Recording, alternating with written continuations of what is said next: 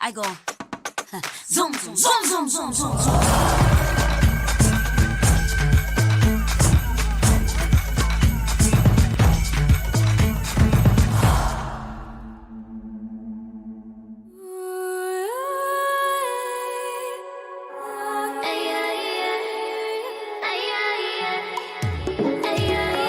Women lead with power and lead with confidence and lead with influence.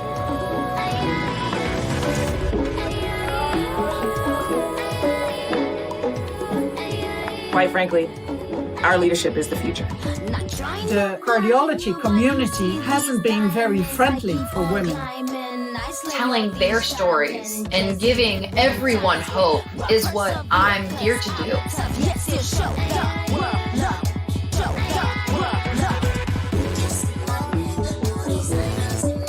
There aren't many Black gay women in the sports business world.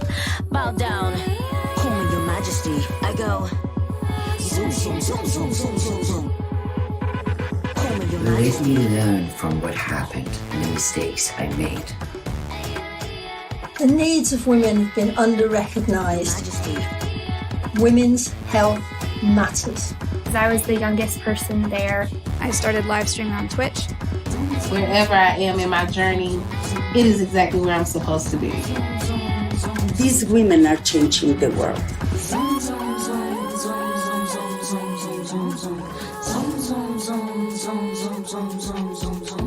World Women Hour. World Women Hour. World Women Hour. World Women Hour. World Women Hour. World Women Hour. World Women Hour.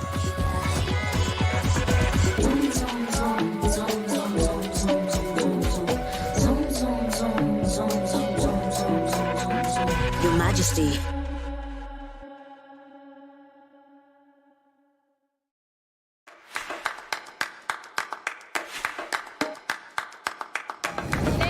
Don't be afraid to be different, because your idea might be the one that's actually going to change the world and change the way we're doing things.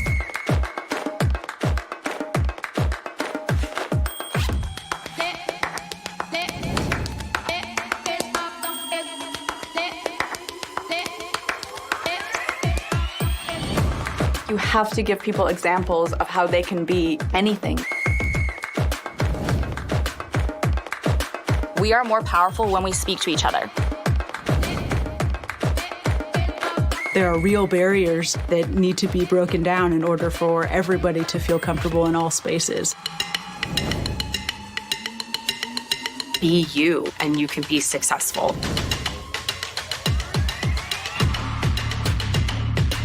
Be a disruptor and change the status quo.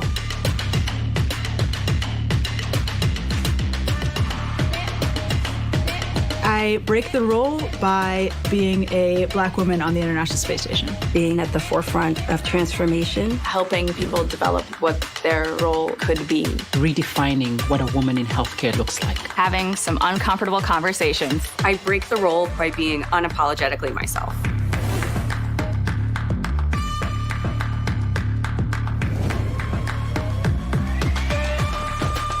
I'm honored. I am honored I am honored To be a part of World Woman Hour. World Woman Hour. World Woman Hour.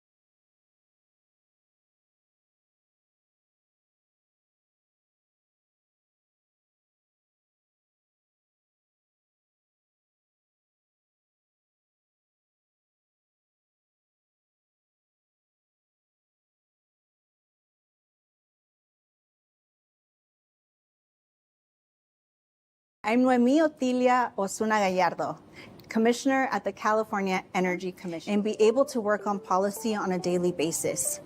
And the thing is, California has always been a leader, and they do that because they want to ensure that Californians have a place where they can live with dignity and also have opportunities to thrive and to prosper.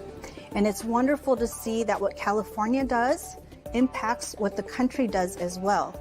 So the federal government will look to California when it wants examples of what we can do better on energy and on other arenas that are going to help us fight climate change.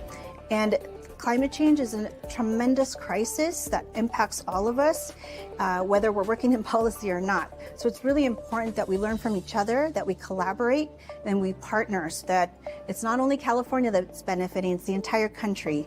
And then when our country does well, others look to us. So the entire world is looking to California and to our country to be able to do better. Being a mother impacts my work on policy every day. So it's easy to get caught up in the doom and gloom of what the climate crisis has caused in our neighborhoods, in our state, in our country, all across the world. We're seeing floods, we're seeing fires, we're seeing droughts, and all kinds of things that we hadn't experienced before. So my kids, I have two of them, they're young, they're vivacious, and they're reminding me that there is hope. And so when life gives you lemons, you got to make margaritas or whatever yummy lemonade you can, and think about them, the future. They are a ray of hope, and that's who we're working for. That's who I am working for, and not just them as a generation, but the generation after them. So even my grandkids, we got to think about our future in order to do well today.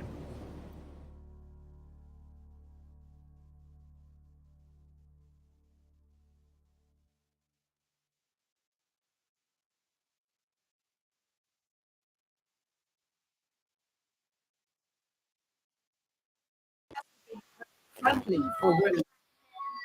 Telling their stories and giving everyone hope is what I'm here to do.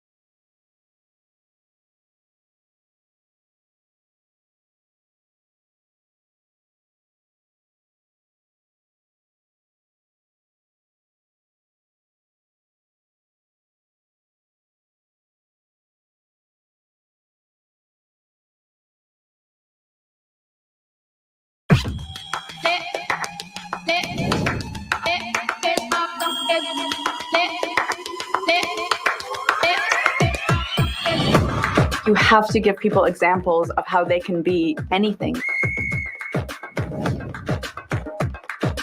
We are more powerful when we speak to each other. There are real barriers that need to be broken down in order for everybody to feel comfortable in all spaces. Be you, and you can be successful.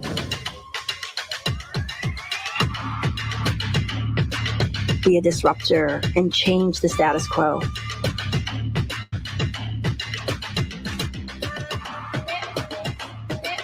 I break the role by being a Black woman on the International Space Station. Being at the forefront of transformation. Helping people develop what their role could be. Redefining what a woman in healthcare looks like. Having some uncomfortable conversations. I break the role by being unapologetically myself.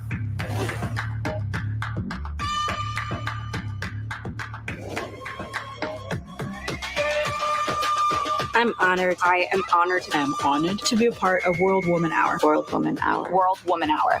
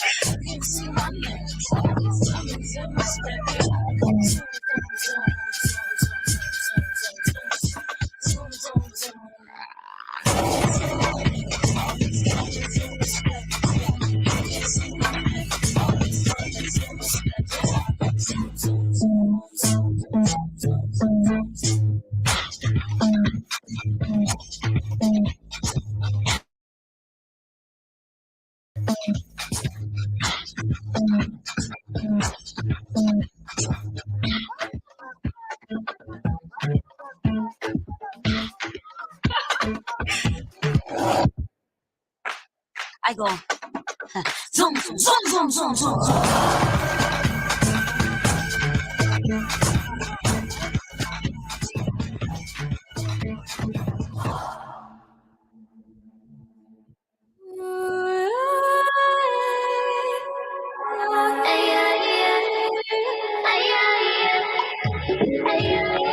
Women lead with power and lead with confidence and lead with influence.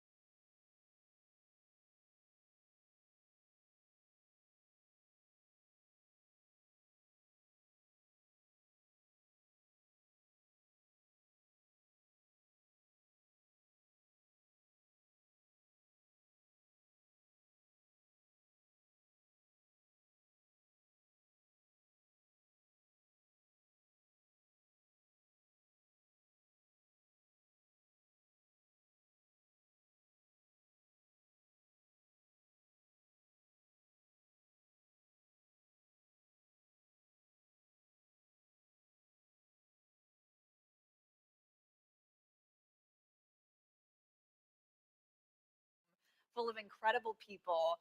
My name's Sarah Legray, and I am honored to be a part of this event, the first here in San Diego. So thank you all for being here. It is such an honor and a privilege that we could welcome you to this amazing event.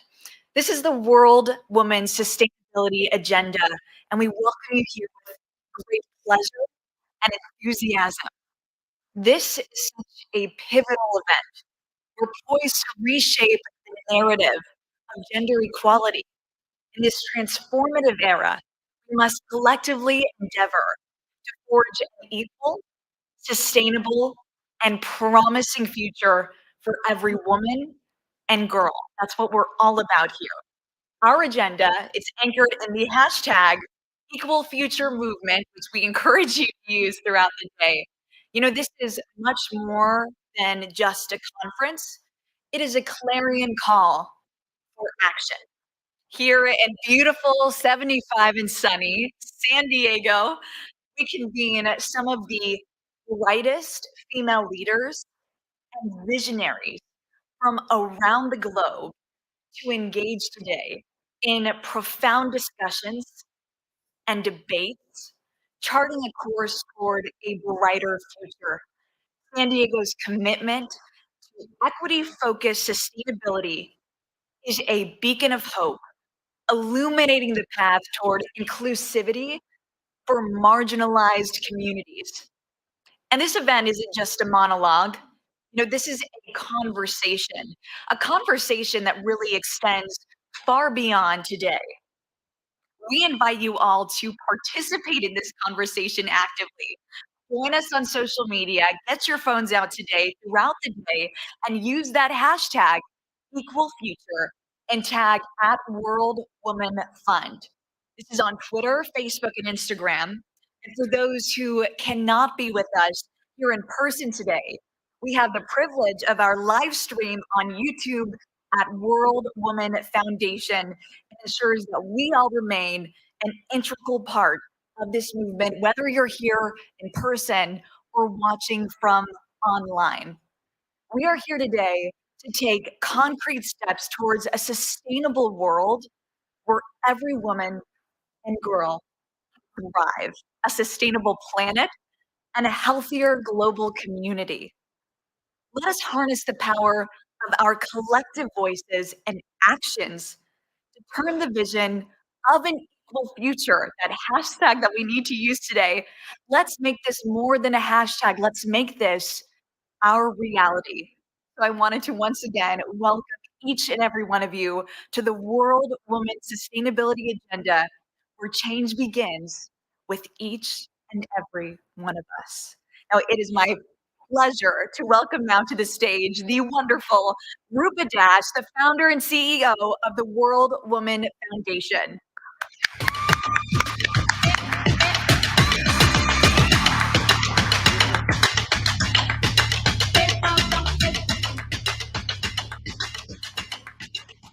Let me bring this energy up and give a big round of applause for Sarah. I'm meeting her for the first time, and she did a great job.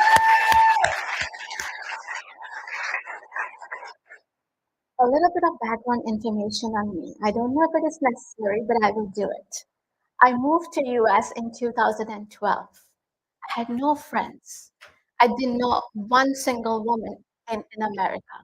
I came here when I was 7 months pregnant. But I met a wonderful lady, accidentally. Her name is Barbara Max Hubbard. She was the most respected American woman futurist. And she often talked about something that stands so relevant today. She told me, Rupa, there is a conscious evolution that is happening in our generation.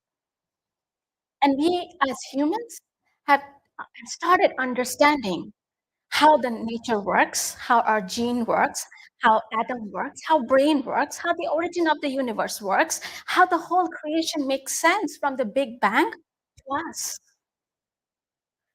But with this big understanding of the world, we have bigger responsibility. What does that mean? Either we can destroy the planet or we can create a better future for our next generation. Being a mom of an 11-year-old, every single day, I wait for the doorbell to ring when she comes home at 3:30 to ask her, how was her day? I think not every woman in every part of the world is experiencing the same, experiencing the same family and love around the world to recognize the women and children in Ukraine, in Afghanistan, in Israel, and in Palestine. We are just not here to talk about sustainability. We want to talk about sustainability through the lens of health, how we form societies, how we protect our next generation, how do we give them equal opportunity, and more so.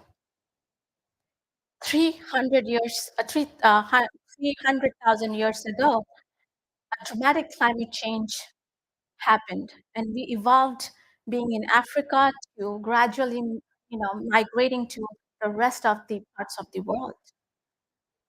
But I want your attention to some of the global phenomena and the global risk reports on how pandemic, climate change, religious intolerance has affected us in the last 100 years, and how it will shape our future faster than we can imagine. And why do we even care about that now? Because out of 40 million 160 million women may need to change their occupation. Global crises like climate change will have harder impact on women and girls.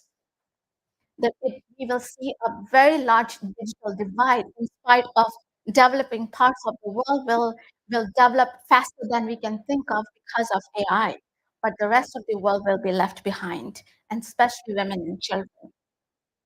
And even how women and girls make money, that will change. How you will value humans and value-centered metrics will challenge corporations, organizations, and countries to rethink how they will provide equal opportunities and how they will incentivize women to stay in job. And how do we battle loneliness?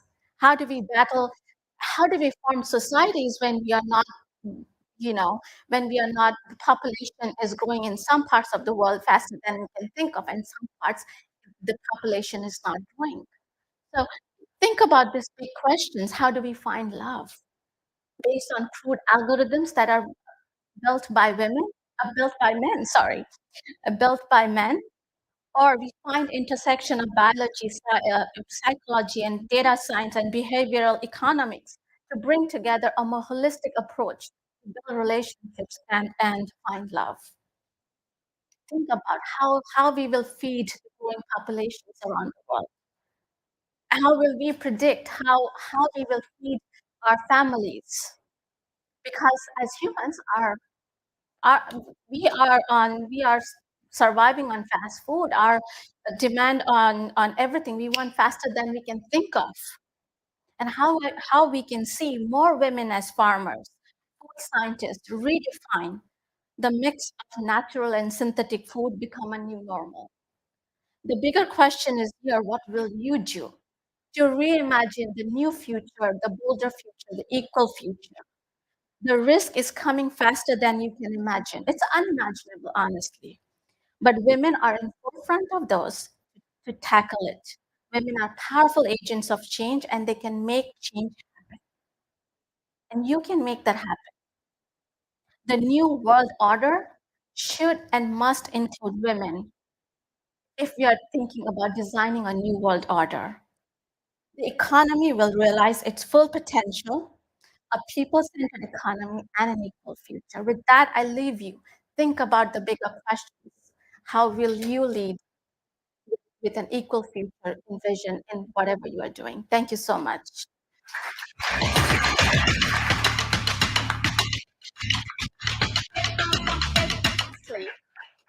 And lastly, I'm here in San Diego hosting this event for the first time. It was just a conversation, and this wouldn't have been possible without the commitment of Stacy, Adria Fox. I think everybody knows them in this room. They are the force behind this conference, bringing all of you together. They have spoken to most of you in this room. So a big round of applause to women behind the scenes who have made this happen. Thank you.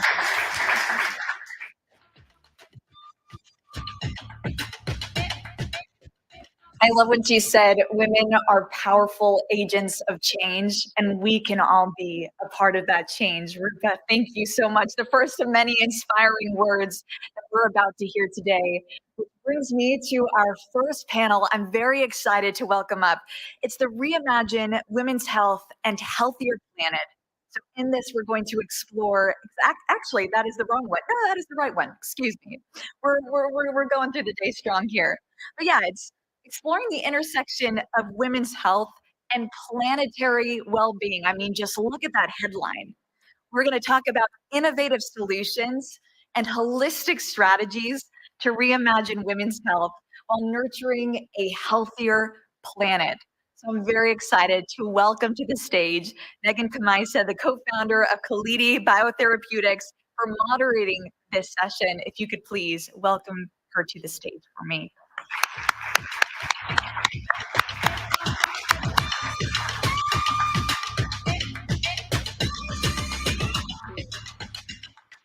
Good morning, everyone.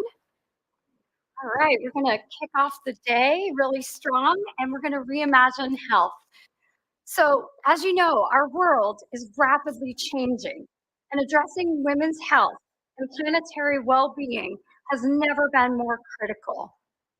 This morning, our expert panel is going to dive right in to the intricate web of this exact connection. We're going to aim to inspire and inform you by exploring this connection. We're going to explore innovative solutions and holistic strategies to uplift women's health and contribute to a greener and healthier planet. For some time now, women's health has been a focus, yet the intersection of the environment has not always been emphasized. Today, we're going to attempt to bridge that gap and promote a more comprehensive approach that encompasses not only the physical and mental health of women, but also the health of our environment. Nurturing both aspects simultaneously can actually lead to a more sustainable and harmonious future.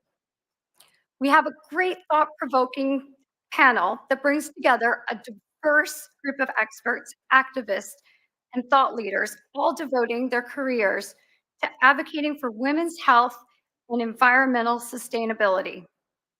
You're about to hear their unique perspectives and experiences that will shed some light on the interconnectedness of these two crucial aspects of our world. This morning, we're going to catalyze change and offer a new perspective on women's health and our shared global well-being. Together, we'll explore how these two critical aspects are interconnected and forge a path toward a more sustainable, equitable, and healthy future for all. So, let's welcome to the stage our panelists. Cynthia Gyamfi-Bannerman with UC San Diego. She's the chair of Obstetrics, Gynecology, and Reproductive Sciences. Dr. Gyamfi-Bannerman. Tia Ross with Next Level Vitality.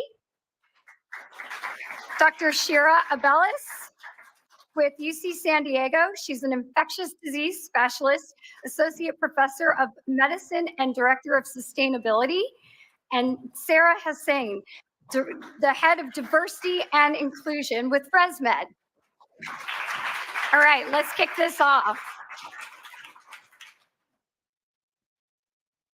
All right, thank you, panel. All right, so I'd like each of you to just go down and let's start by talking about each of your positions at each of your organizations. So Sarah, go ahead. Let's kick this off with you. Tough act to follow, to go first, especially after Rupa. It's such a pleasure to be here. I want to just say thank you all so much for taking the time and investing the day. This is such an empowering space. So for the question, I lead our inclusion and diversity department at ResMed. For those of you that may snore or know someone that does, 1 in 9 of us have obstructed breathing at night. And so ResMed makes the CPAP machines that help people breathe at night. But I get to help the company think about inclusion across the business in terms of the devices that we're making, the accessibility that we have to think through, whether it comes to our facilities or to our devices, to our apps, our websites, as well as our behaviors, our policies, and practices. So I've been there about 3 years. Wonderful. Yes. Hi, I'm Shira Abeles. I'm an infectious diseases physician at UC San Diego Health. I have a background a long time ago in ecology, a true environmentalist at heart. I have a leadership position in antimicrobial stewardship, so helping the facility use antibiotics, antimicrobials in the most efficient, effective way possible to avoid antibiotic resistance. And all these positions evolved into allowing me to be a medical director of sustainability. So I work with a director of sustainability who helps reevaluate our health system, which is a huge consumer of energy and materials. And I specialize in garnering the energy and interest of the healthcare providers in reevaluating our practices in a teamwork with the rest of the team. So thank you for having me here. Good morning. Tia Ross, CEO of Next Level Vitality, founded over 5 years ago. I'm a San Diego native, grew up right here in San Diego, went to San Diego State, worked inside of the institutions here with youth and community, and then took off on a 25-year career traveling the United States, working inside of some of our most challenged communities throughout the United States. And landing with creating Next Level Vitality. We actually not just have our own facility that helps with mental illnesses, but I also help to set up businesses throughout the United States, focusing on community-based mental health businesses, bridging the gap between the services of the people that live in the communities to them actually receiving the services and transitioning into a better life. Yep. And hopefully you all can hear me. My name is Cynthia Jamfi Bannerman, and I am relatively new to San Diego. I've been here for about 2.5 years. I'm the department chair for the Department of Obstetrics, Gynecology, and Reproductive Sciences at UC San Diego Health. Um, aside from being an OBGYN, I am also a perinatologist, so I do maternal fetal medicine, which is the high risk pregnancies. Um, and my particular area is preterm birth, disparities of preterm birth, and also maternal morbidities and mortality. I'm the president-elect for the Society for Maternal Fetal Medicine, so I think about this both on a national and global level because 20% of our members come from outside of the United States, and I'm just very happy to be here and this conversation. Thank you, ladies. Well, wow, this is a very distinguished panel. And I'm my role at Kaludi Biotherapeutics, I'm the co-founder with my husband, and we are working to cure cancer with stem cells, with fat stem cells, and vaccinia virus. And so we're working on that. And my passion is in legislative affairs and working on diversity and inclusion trials. So that's my role here. Um, so let's kick this off. Let's get right to the heart of this. So, Sarah, what ways, and actually I'll throw this question out to everybody, what ways do you think the empowerment of women can positively influence the state of our planet? And then how can women be catalysts for change in sustainability efforts? Wow, that's a very loaded question. I love it. I will kind of take it from a healthcare perspective. I can tell you just from the work that I get to do, um, making sure that women are at the table, women are engaged. So not only are they being, we're hiring, they're part of they are part of the hiring process. They're being hired, but then they're also not just given a seat, but what they say and what they contribute is valued. Part of the challenges that we've seen is it's one thing to say we're doing diversity and inclusion; it's another thing to do it. And so a lot of times a woman is given a seat at the table, but we have to make sure that we're actually asking you to speak and that we're actually implementing and working on the ideas that we bring to the table. So forums like these are great, but actions are really important. And so that's just number one. From the healthcare perspective and reimagining health, making sure that we have more women in our clinical trials, having more women in the medical space, that's really important. Women are less studied than men, and a lot of our body parts are less studied than men. And so making sure that we have women out there advocating for women is so important. And it's going to take time. It takes time to get funding. It takes time to build kind of that voice and that platform. But I see that we're on the way there, and I see it just in the work that I do, having employer resource groups, having executive champions that really help elevate and champion those initiatives is so important. Right now for Breast Cancer Awareness Month, we're doing a huge campaign internally and we're engaging everyone. It's not just a women's issue, it's a human issue, and all women issues are a human issue. So it's really important that we have a strong narrative around that. By the way, men can get breast cancer They can, too. yes, exactly. Just saying. I think you covered it so well. I don't know how much I have to add, but I think I'll just probably echo a lot of your points. Being at the table, I think training, from my experience in the systems that I trained in, I think it was a really long journey to get to understand that my voice mattered at the table, in kind of largely male-dominated experience up until recently, and so empowering all the voices, as you said, is really important because everybody's perspective is valid and deserves conversation. So I think that's really important to the work we do. I think also, as a unique perspective, a lot of times some women will have the experience of motherhood, and I mean, fathers will have the experience of fatherhood as well. Um, not to exclude anyone, but I think in my personal experience, that connection and understanding the next generation is coming and feeling so connected to that can be a feminine trait, but it's a human trait, and it's a really powerful and important motivator to make the world a better place.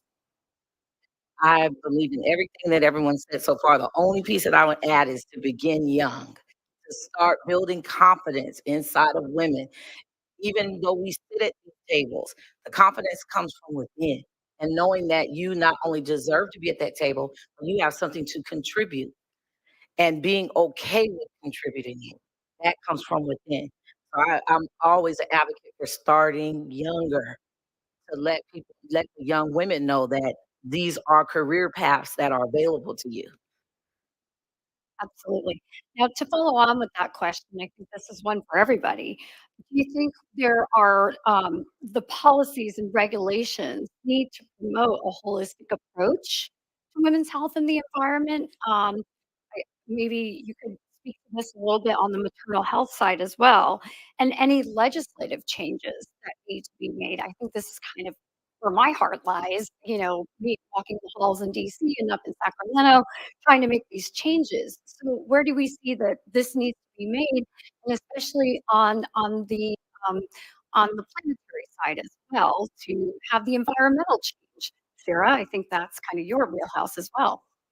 Yeah, I mean, I can tell you that there's a direct link between the policies that exist and women's health from my perspective, and whether, pregnancy or outside of pregnancy. Um, environmental health, and the pollution that's out there directly affects a woman's pregnancy, their child's outcome, and then in that pregnancy and that outcome, what you see is that affects generations, because the adverse effects to that pregnancy are in the placenta, go directly to the child, and then their pregnancy have similar adverse effects. One of the things that we're trying to fight on a national level is that the ability for women to be insured after their 6 weeks postpartum really directly will affect their outcomes. What we know in trying to fight maternal mortality is that we've gotten better at taking care of women in the hospital, but then much of the deaths are happening after they go home. And once they lose insurance at 6 weeks, there's still a significant amount of deaths that happen in that first year postpartum. So what the legislatures are doing to try to protect insurance coverage in that first year directly affects women. I can talk a little bit about sustainability and how legislation and codes and different things like that can support moving forward. So just as of a few years ago, as we build these new hospitals, it was a dream to think, can we make an electric hospital? And it was always, no, that's too expensive. And as legislation has moved and building codes have moved to really promote healthy buildings and net zero emissions, all of a sudden, building new hospitals that are zero emissions be a reality. And the challenge now has moved to how can we upgrade our old buildings, because that's going to be where the challenge lies. And in discussion with the director of sustainability, there are barriers there that legislation can address. There's a lot of hoops that are for HCI and these state oversight committees can reevaluate and help make it easier for less paperwork, easier way forward to modify and upgrade our infrastructure. And then as far as chemicals of concern, that's a really important part of reassessing the healthcare system and the materials we use in the name of health, and getting rid of chemicals of concern. Just to put in perspective, we all know lead paint is bad, but however many years ago, we didn't realize that. And so now it's evaluating the materials we use and identifying those harmful chemicals of concern and finding good products. And luckily, there are alternative products now, but they often are perceived as too expensive.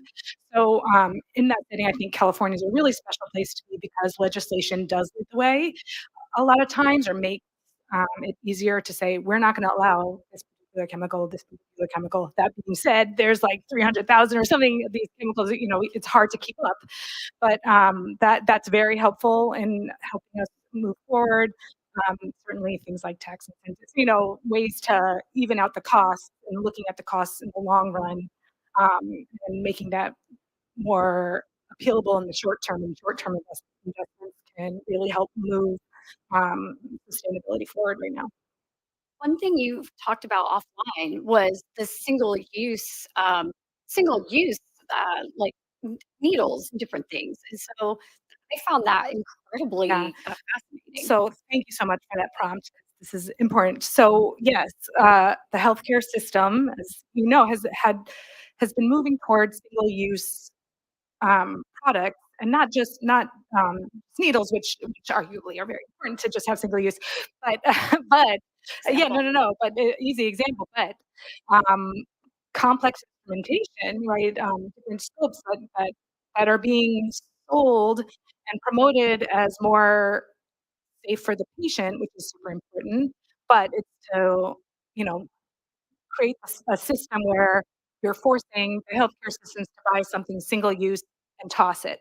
And what we need pressure, the industry pressure, legislation pressure, is to move against that trend to promote reusable instrumentation like we used to do, and make sure that when we build these hospitals, we build the capacity to have safe sterilization practices. And we need the innovation in the industry move away from single-use products and saying, oh, no infections because we're just going to process at the end, more toward no infections because we've made this in a really smart design that you can sterilize safely, easily, and move it in that direction. So thank you so much for that. I found that fascinating. So more medical innovation, please. Yeah, absolutely. Yeah. So anything on the mental health side? Definitely. And you said Great. something so key, once they're sent home. And I believe that that is across the board, not just with physical elements in terms of coming out of hospitals, but also mentally. There are programs that are set up inside of nonprofits and community-based businesses that when they are there, they're receiving the services, but when they go home. And how legislation can affect this, because as a provider, so myself being an independent consultant as well and helping some of these businesses get started, there are a lot of checklists and red tape and things that you have to go through. For example, you are a provider in one of the states. These are different states have different regulations. However, in one of the states, I can give you an example of, it's every 6 months a panel opens up for a provider to be considered to become in network. So that alone causes a wait time, whereas they may have 6 weeks of these services in the hospital, but once they get home, the providers that are out in the community cannot provide services for them unless they have some sort of payment through a nonprofit, and we all know what happens there. So I believe have to begin to bridge the gap to hearing from the people when these decisions are being made around regulations and how long it takes for people to receive services. Because at the end of the day, it's about the dollar. And so the providers at home, whether it's a home nurse or a mental health counselor, they have to get paid for their services to live. So insightful. Sarah, I know you have a lot to say on this side of it with all the regulations. I think my peers covered it They very got well. it? Wow, Yes. Yeah. okay. Thank you. All right, well, we're going to continue on the mental health track. So mental health is a significant component of overall well-being. How do environmental consciousness and activism impact women's mental health, and how can we better support it? Education. Education. And I say that because I believe that that's one of the main reasons why a lot of our community members don't access this service. Do you know that a lot of people have mental health on their insurance, but they never use it until what? It's too late. It's affecting them in the workforce. And then it becomes available to them, or they recognize that they need to go get some sort of assistance with their challenge, whether it be grief, divorce, and we're just talking about everyday life stuff. So I really believe that that's a piece of bridging the gap. I want to add on to what you said too, Tia. Like, It's about education, but it's also about taking away the stigma. We're still having stigma around the word mental health. When people ask you how you're doing, you most likely will say, good, fine, okay. How many of you really saying, I woke up, I'm not feeling well today, or I'm depressed, or I'm not, pictures in the media are really affecting me. We're not really addressing it because there's a stigma there. So on top of education, normalizing getting care for our mental health, because your mental health directly affects your physical health. It's a bit of an organ, your emotions. And so that affects how you feel and it affects how you function. And so I've been really happy to see, I've been in industry now for a very long time, over 10 years, a bit of a corporate rat, unfortunately. But the good thing is that I've seen companies do better with mental health. And so now we're offering better services. We're getting, counseling. We have multiple things that you can do. We even cover acupuncture, or Reiki, or just different things that can help. And so I'm seeing year on year improvement when it comes to mental health. But we as a society have to meet and take advantage of those offerings, or they'll be taken away. Because if we're not using them, then the companies won't invest in using them. So if you're a company, please look into what we offer because it's so important that we take advantage of what's available to us. So how companies are doing this? Private companies are doing it. So how do you think communities and government can do a better job of providing these mental health services? One of the things that they can begin to do is get involved. So I'm an advocate for, I always say when we say the word mental health, it's usually followed by the mental health issue. That's what we hear. And so mental health is not an issue. There's physical health, financial health, spiritual health, physical health, dental health, mental health, and in that order, so that we begin to normalize it. That's one. But the way you do it in a community is something that I put together here once before in San Diego by getting the churches involved that are in the community, letting them know that it's okay to have a day that focuses on mental health. And there have been people in the church community that have been open to actually doing this. I literally just got off the plane from Dallas, and some of the larger churches there are starting to get involved with this. And they have legislation and politicians getting involved at the church level and being okay with showing up there and talking about this type of thing. Yeah. Um, just to contribute, and I think for me, getting involved in sustainability was a big help for my climate, what do they call it? Climate anxiety. And so finding a way to kind of reevaluate my career and being able to angle it into what I was really passionate about, which is and anxious about, which is the direction of the environment. And then I do see how climate challenges and severe weather events, climate change are going to really exacerbate mental health. And so, um, when there's bad air quality, you're not going to be able to be outside, or these heat waves and having to be inside is going to be really depressing.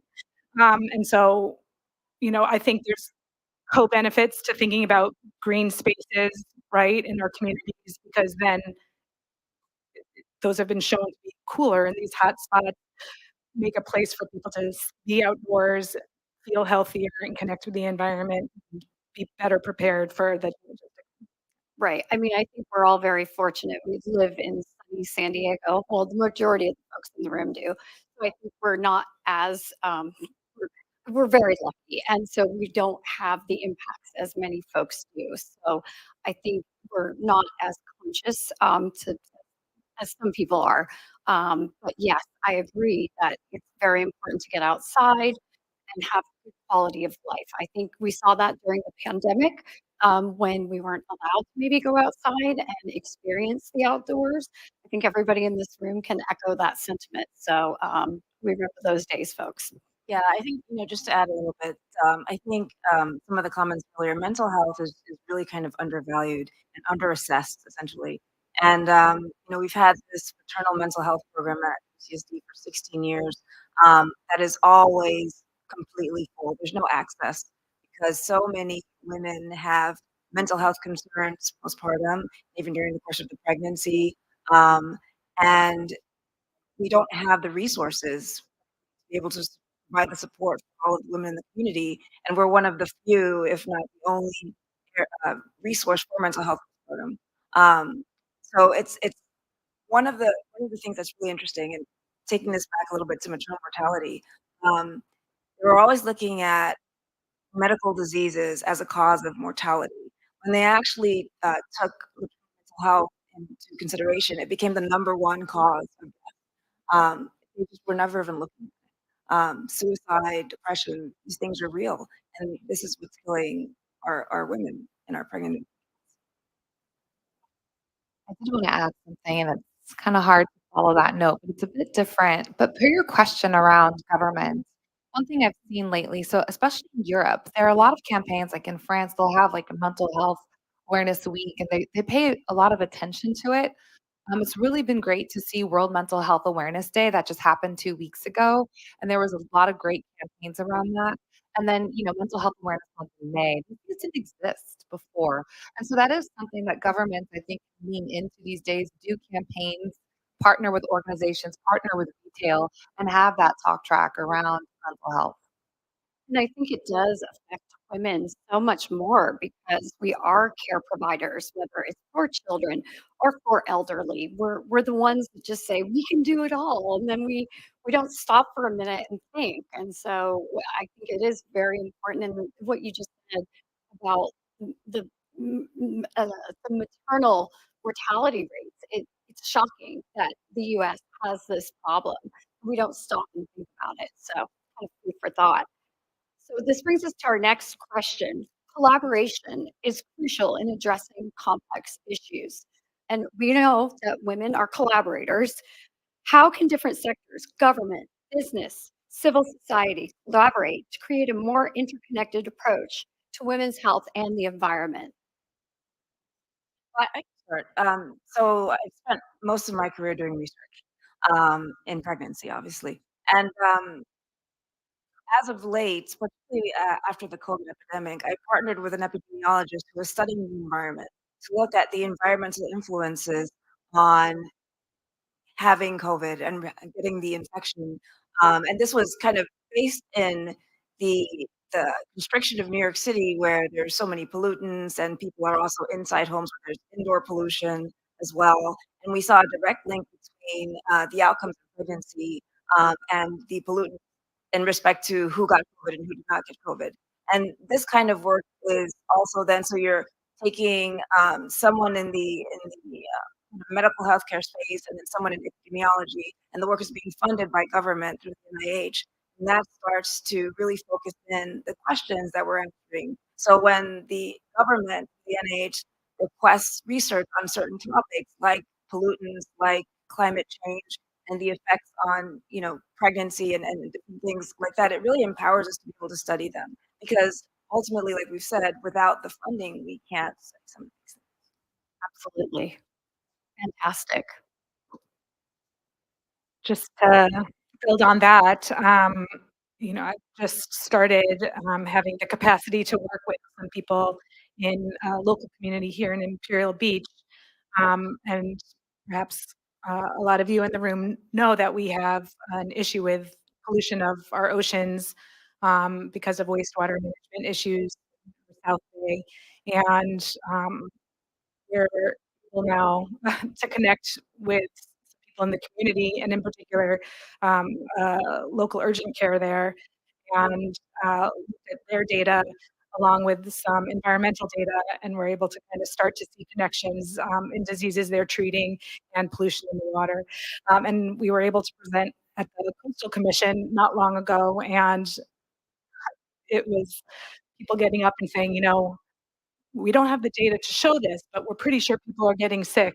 We came up there and we said, here's the data. And we saw all the phones start taking pictures because people know it, but it's important to show it. And that, can speak to legislators and help affect change. Data doesn't lie. You asked a specific question. I was sitting here contemplating on it, and I thought of this often. You were saying, how do we get everyone involved? And I have seen the changes, even in entertainment, you see a lot of stars talking about mental health. They have people of influence, football, they're all talking about mental health. We need to keep this consistent and not make it a one-off campaign. It's okay. I like the way we're moving in terms of having campaign days and things like that. However, this needs to be something consistent because mental health is every day. It's not a one-off or when we're in trouble or see a school shooting. This is something that has to happen from the top. I've often wished for and envisioned at the United States level group of people like myself in this panel and many of you in the room that have been in the communities for over 25 plus years doing this type of work, actually having a space where we're focusing on this on a regular. When I used to be a probation officer here, they used to have a collaboration. There's still a collaboration now. I know some of you probably know about it. And the police department, the judges, the social workers, probation, they all get together on the regular and they talk about the issues that are impacting specific areas here in San Diego. And they do this on a regular. It's a system. It's on a calendar. It's not a one-off, way off next year with a big date. It is all the time. And so we need to come together and collaborate and have this at the United States level, our state level, and our local county and city level, where we're all coming together on a regular and talking about this particular issue or challenge that we're talking about here today, but do this on a regular. I think to round out the conversation, it is about the diversity of perspectives and experiences. So government's going to come in with one lens, maybe bring in the regulatory, bring in the law, but community is going to tell you what's happening on the ground. Companies are going to come in with data, right? So when you have that collective voice at the table, everyone's going to learn from one another. And there's an equitable approach that's going to happen when you're leveraging all the voices, and you need that diversity at the table in order to make that happen. Yeah, I always tell people it's about the public-private partnerships, and without that, it can't happen. There will be a log jam if it's all public or if it's all private, and without it, you will never get anything done. It's about collaboration. Here is our big question of the day. Are there cultural or societal norms that need to be challenged to promote a healthier planet and better women's health outcomes? Who wants to start? I know, this is the big one. Well, I mean, there's so many. There's so many. I don't know where to start. So I'm Ghanaian. I'm West African. And so, even in that context, the things that we think about that are cultural norms are going to be different when you just get on a plane and go somewhere else. But so gender equity, right? So not having roles, there's not like a male role and a male role, but there's still people who believe that to be true.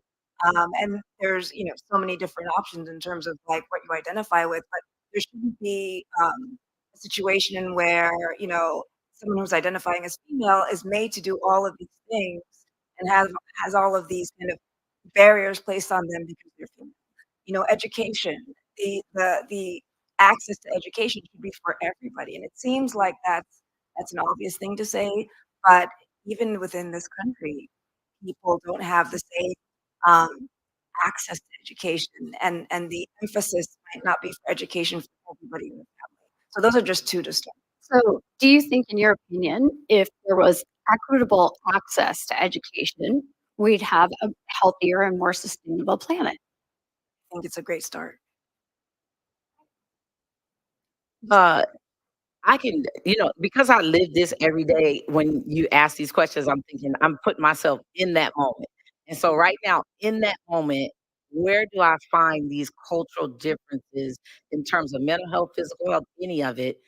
I can say that right now it, it is inside the insurance companies. I'm gonna say it because I see it. And so what I mean by that is, and I'm speaking because I have a business that is a provider, and I am a group provider, and it has taken me over 4 years for one state to actually obtain 4 different insurances, not just Medicaid and at risk, but working class, a middle class, all the different insurances taken that long to actually get those and make them available to a community. And the number one thing that I realized through that process was that I saw certain demographics walk through those doors that had certain insurance. which tells me that the insurance industry has a way of categorizing, whether I don't know, I wouldn't say necessarily that is cultural. It might be social economic, culture. It's a combination of it. And that is how a person qualifies for a certain NCO. And so I know it firsthand because I see it when it's coming in the door. So someone that is at a certain social economic level, regardless of their culture, would come into the door and have a specific insurance. And then when I got into commercial and private, I would see a different demographic. So that tells me that somewhere in our systems, we have the ability to bring this and make it accessible, whether it's education, insurance, medical, physical, mental, dental. There's something in that particular system that we should be able to sit down and look at and review. And that's for a whole later date because we would need a brainstorming session. So again, this goes back to our planetary health, right? Because of geographically where people live, how they live, what they eat, what they're, then the whole body health that you're talking about, mental, physical well-being. Do we have time to keep piling on? Yeah, let's go. Come on, ladies. I love your points, and I think you just mentioned, but food. I think food, as we were just talking about, is has taken a really long journey in this in our culture and has become really removed and unfortunately really harmful for health. And it's something I'm really learning about and is very interconnected with sustainability and antimicrobial resistance and pretty much every other aspect of health. But those are the two I focus on. But our food systems, you know, we allow chemicals of concern in our food systems, and we're spraying our foods in our fields with all sorts of stuff that they don't allow in humans because they haven't been studied in humans yet. But even antifungals. So when I go to treat a fungal infection, I'm starting to lose my options, and we think it's because we're using those same or very similar things to grow food. And so we have to connect the dots. And so the CDC is calling that One Health, but I really think it's coming to a head. And with climate change, it's going to exacerbate it. So it's a really important system that we rethink because it's so central to health. There are solutions, in more organic, more local food systems that would increase access to healthier foods, increase the ability of the land to, hold on to some carbon rather than going into the atmosphere and contributing to the climate change. And so, right now, what I am in is a passion about our food systems and having to reevaluate that system because we're in a cycle that's putting our agriculture industry in a running circle, and it's not going in the right direction. So, I didn't thank you. When we talk about cultural differences, someone said earlier the data doesn't lie. One thing, I've seen through medical trials, clinical trials, or just medical affairs research that we've done at ResMed and other life sciences, biosciences, different communities get different access and also are treated differently in the system. Whether you're Asian, Mexican, a woman, Black, data is different community. And so we're seeing higher mortality rates for women of color, for example, or if a woman of color says that, I'm not feeling well, or this is what I think I need, doctors ignore them at a higher rate. This is data, right? This isn't just a D&I professional saying this. And so we're seeing this. So there are cultural differences, and the root of that is bias. It's exposure. And so I'm going to, also say that there's the opportunity, right? The opportunity for us to focus on building bridges and understanding and realize we're all human. But we still don't treat each other like that. And so there's the opportunity really for us to unpack why do we see cultures so different and why do they get treated differently in the medical system? And that will definitely contribute to a healthier planet.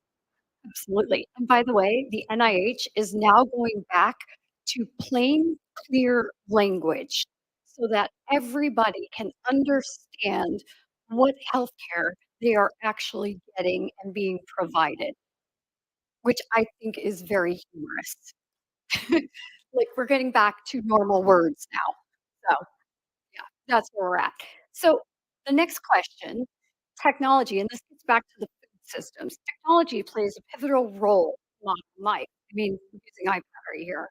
How can innovation and technology be harnessed to improve women's health and contribute to a healthier planet? So maybe we start out with the one circle thing about One the, Health. yeah, viruses and Yeah. microbials. Well, Yeah. we should talk about that. Yeah. um, um, I think I think you'll have better ideas than I do. I don't know if someone else wants to start with this. I think there's potential in making more efficient systems. Um, so, I know AI is a hot topic. I don't know much about it, and I know it's incredibly energy intensive. So I always feel like technology is a double-edged sword because with the good, you always have to balance with, oh, I didn't intend for that to happen. Like what's happening with our social media, like, oh, it's so great. Oh, people are really depressed. So I think finding ways to be more efficient, finding ways for people to live healthier lives and get minimize some of what's making us unhappy is a potential. But I'm going to hand it off. Someone else has. Well, I will say, it's so important again that all genders are part of the technology building process. So if there's a roadmap for building a certain technology or a platform, making sure that all voices are at the table and then that they are part of the testing as well, any form of user testing, usability testing, product testing. So important that women are part of that process and that women are creating products for women too. And so historically, we've seen that men have been creating products for women, right? And so calling a spade, who made the first pad? It wasn't a woman, right? But then better. The technology improved because women got involved.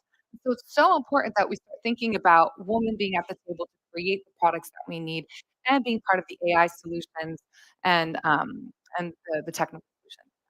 And just because you made me realize, I was thinking just AI and technology like that, but the way that we can move forward with sustainability is with this innovation of greener products, right? We couldn't have done green energy and all those systems without innovation. And so exactly, having materials that are made of natural, reusable, or recyclable, or compostable supplies that are healthy for our bodies as well is totally where the innovation is needed. Well, Shira, I mean, even your role, what you're doing at UCSD is incredibly important because you're a woman, you're at the table, you're choosing the products. I think that's incredibly powerful that you're getting to do that. You're part of the process, you're part of the conversation.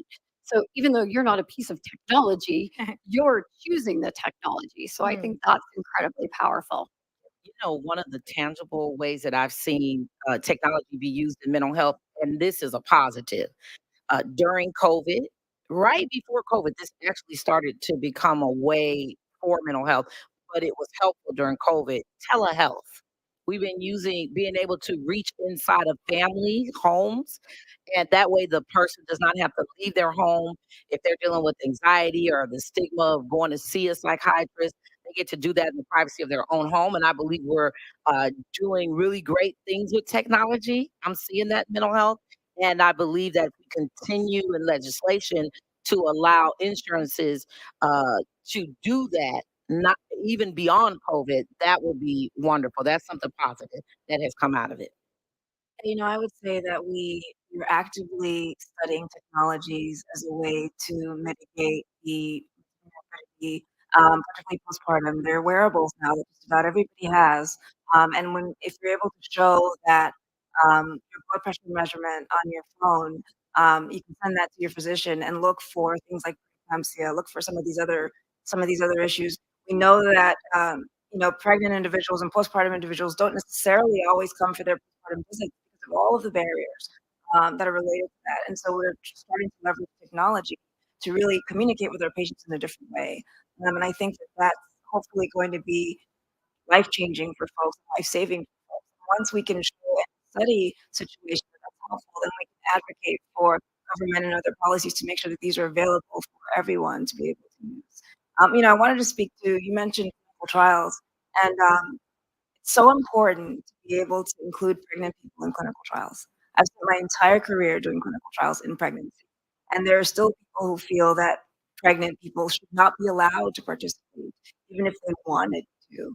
And so what happens is that some new technology or an innovation or medication that was tested mostly on men or on women who are not pregnant, tested rigorously, then you're told, well, why don't you try it out on this lady and see what happens? She's pregnant, And then we have these like registries, and it's not studied in a safe way for the pregnant person all the time. And so inclusion of pregnant people in clinical trials is going to be really important. Really interesting.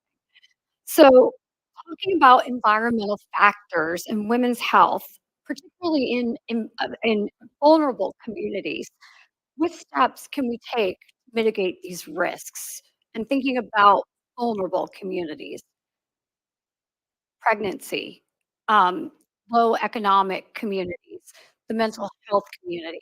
How can we mitigate environmental factors for these communities? Well, there's air pollution that is kind of related to the way that cities have been built historically, and they affect some communities over others. There's food insecurity that we have to deal with on a regular basis, and as Shira is mentioning, the ability for everyone to have access to healthy foods and organic foods. Those are things that I think we need to change to be able to influence the outcome.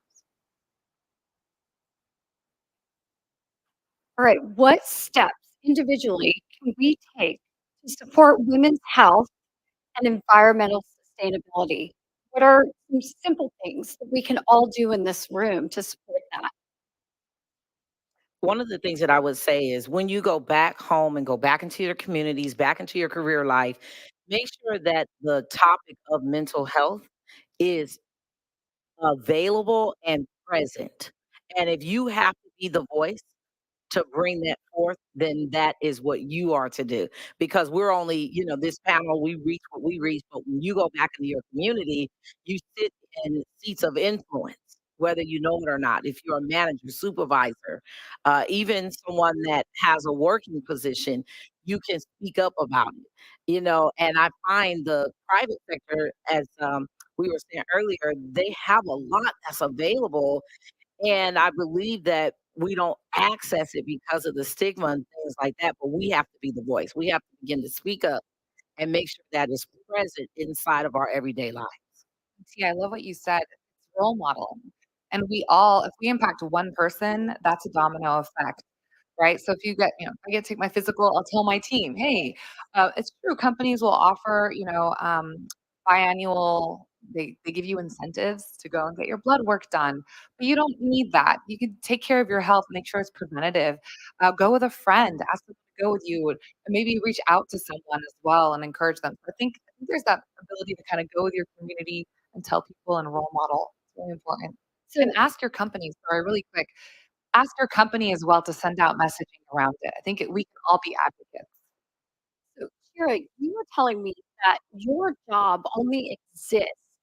You're one of 17 in at the healthcare world, and so I found that fascinating. So maybe speak to that. Maybe there's more healthcare systems that could actually have your role. Yeah, no, and that's definitely the hope. And I uh, only was able to advocate for the position from learning from the 9 or so that existed at the time, and come up with a proposal there.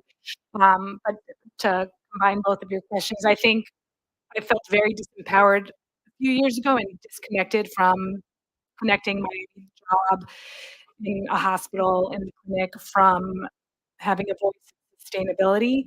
And it just started with small steps, as you're asking of us. Oh, why are we leaving these lights on all the time when no one's in these buildings on the weekends? Why are we printing all this stuff up? And just the small things. You start realizing the small things, and then all of a sudden there's so much you could do day to day. But I've also been at talks that were very impactful.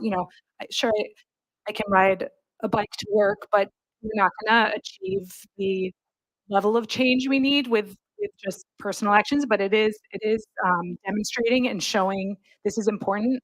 Asking my clinic, like, hey, we need a process to do this, and saying, okay, I guess I'm gonna lead on this here. And then once you start speaking about it, somebody else will thank you. And they'll say, well, what about the cafeteria? We need more vegetarian options there. And like, oh yeah, let's keep going. And all of a sudden you build your community, and you realize the community you've been with, you just haven't been interacting in that way. But all of a sudden there's so much more recognition that this is such a critical part of who we are and our future that I think once you start talking about it, as you say, and leading on it, then all of a sudden paths and more actions that need to be done will reveal themselves and we'll have a path forward. Great. Okay, so how can we engage and inspire the next generation of women and environmental activists to carry forward the mission of reimagining women's health and nurturing a healthy planet?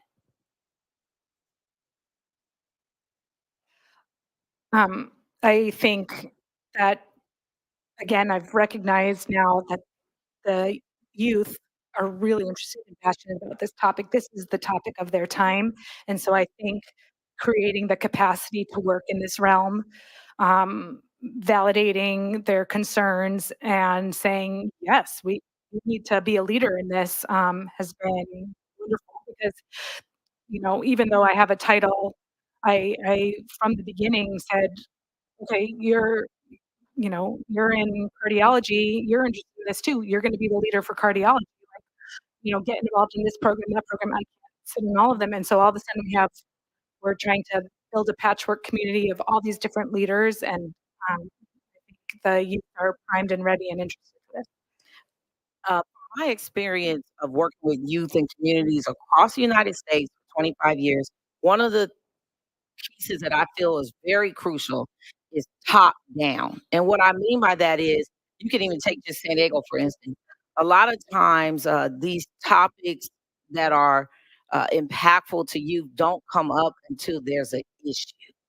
And we need to begin to start from the top and not wait until there's enough noise at the school district level to get someone to move and put something new in place. We're very smart. Technology's here. We have enough problems. We've seen enough. We need to go ahead and begin to start doing this from the beginning at the top. And something tangible that can be done is just like we're sitting here today. Why don't we have something like this for youth and have youth on this panel talking about the issues that they're facing and make this something that is a regular thing, not just these one-time events. Sarah, you want to wrap I up was for actually us? just going to say that. Why can't we have a World Girls Foundation? Yeah. Right. So I also do a lot of work with women in STEM, girls in STEM, and I'm so excited about the future generation. I think they would have a lot to say and a lot to contribute. So I think bringing them to the table is really important and empowering them to know that they have a stake, right? They belong. Absolutely. The children are the future. So I think that's a great place to leave it. And thank you all for reimagining health with us this morning. I think our next moderator is going to be the fabulous Wendy Pizarro Campbell from Kalidi. So you're getting the Megan and Wendy show from Kalidi Biotherapeutics this morning. So you're going to know everything about healthcare and curing cancer this morning. So thank you all. And thank you, wonderful panelists. I hope you all have enjoyed this morning.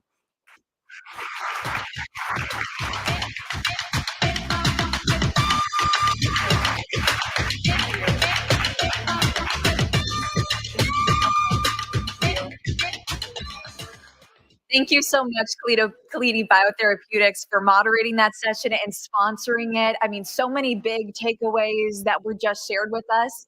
We're going to take a quick 15-minute break. We're going to have some lunch, so if you could stay seated, we're going to bring food to your table. We just want to encourage you to continue that conversation online, on social media. Please tag us in all your posts, but we're going to stop this for just a bit. Enjoy this break, network, and enjoy your food. Thank you, everyone.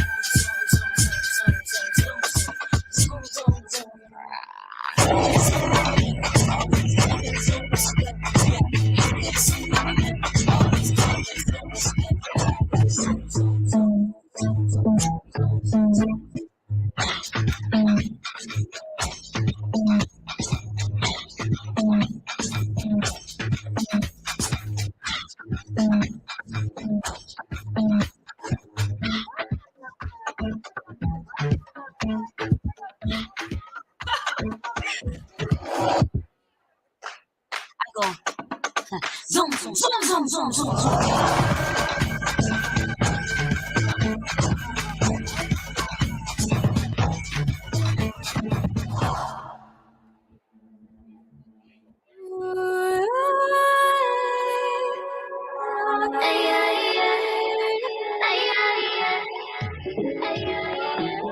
lead with power and lead with confidence and lead with influence.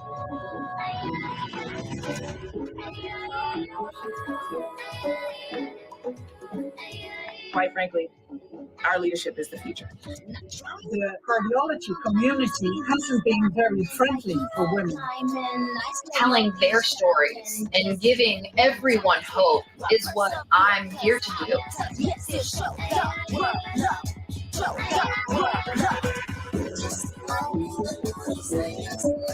There aren't many Black gay women in the sports business world.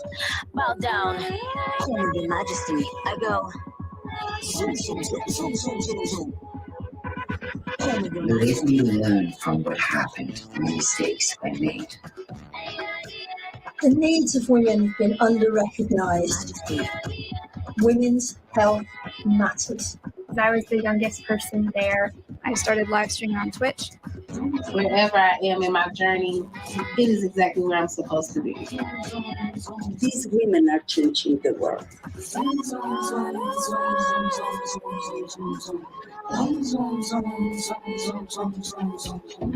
World Women Hour. World Women Hour. World Women Hour. World Women Hour. World Women Hour. World Women Hour. World Women Hour.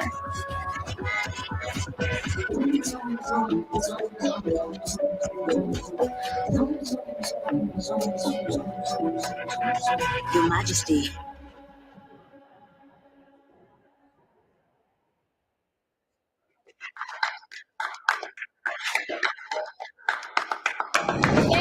Don't be afraid to be different because your idea might be the one that's actually going to change the world and change the way we do things.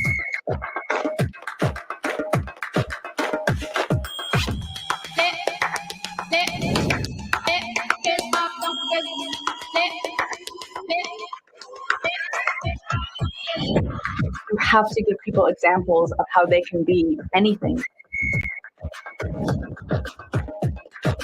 We are more powerful when we speak to each other.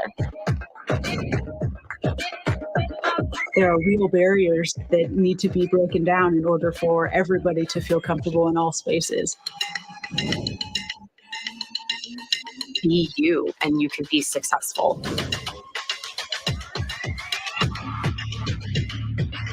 Be a disruptor and change the status quo.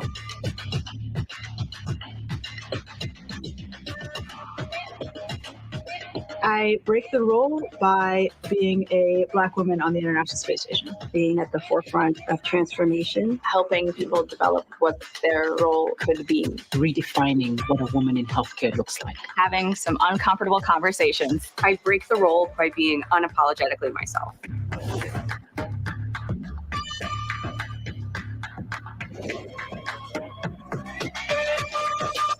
I'm honored. I am honored I am honored to be a part of World Woman Hour. World Woman Hour. World Woman Hour.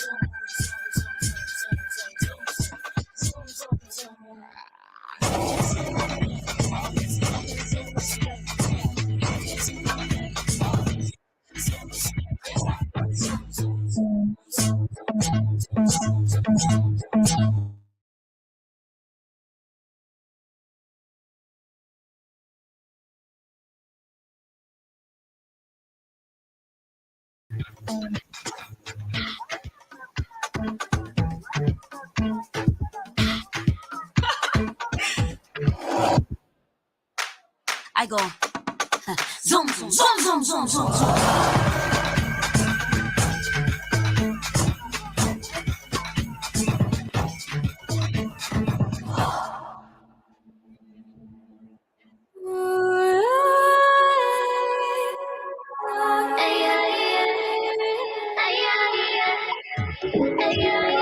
Women lead with power and lead with confidence and lead with influence.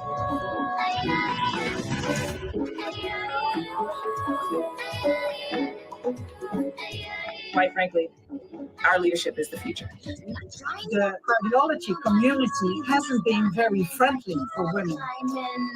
Telling their stories and giving everyone hope is what I'm here to do.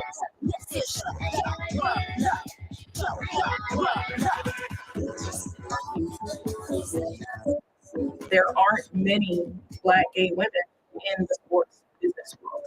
Bow down, call me your majesty. I go. Call me your They majesty. can learn from what happened and mistakes I made. The needs of women have been under-recognized. Women's health matters. As I was the youngest person there, I started live streaming on Twitch. Wherever I am in my journey, it is exactly where I'm supposed to be. These women are changing the world.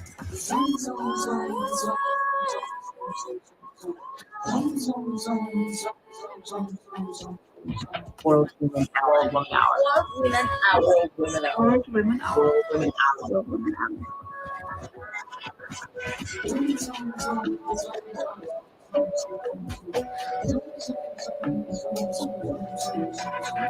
Your majesty.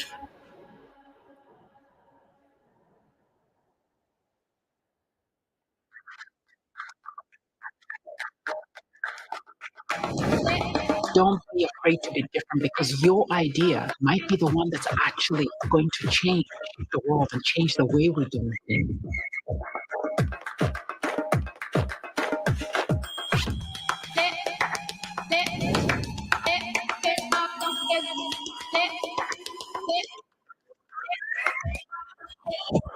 You have to give people examples of how they can be anything. We are more powerful when we speak to each other.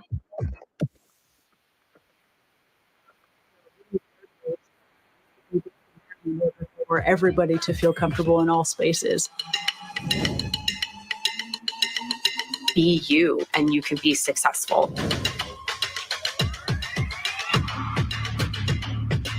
Be a disruptor and change the status quo.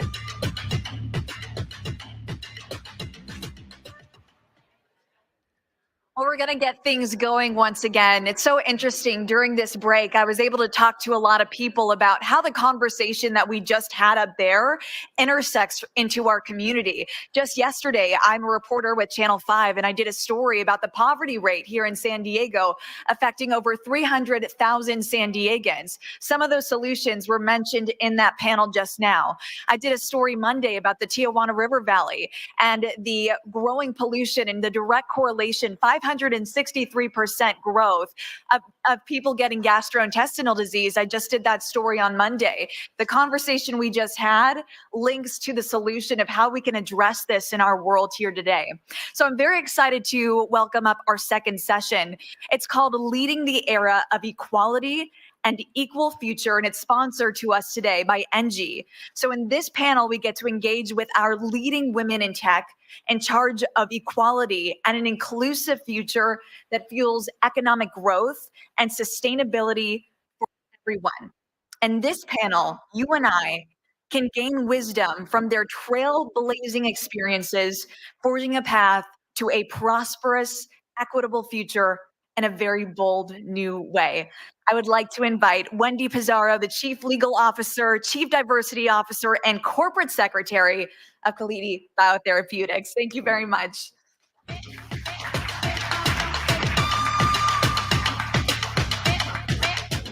Thank you for the wonderful intro. I'm so honored to be here and to be at this venue I've never been to before.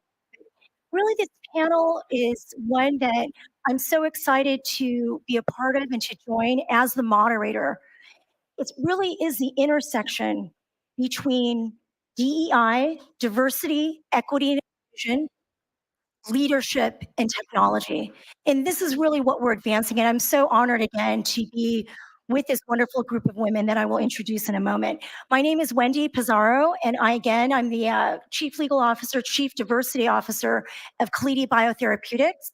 I, along with Megan Kamai, are so excited who was our previous moderator, to help co-sponsor this event.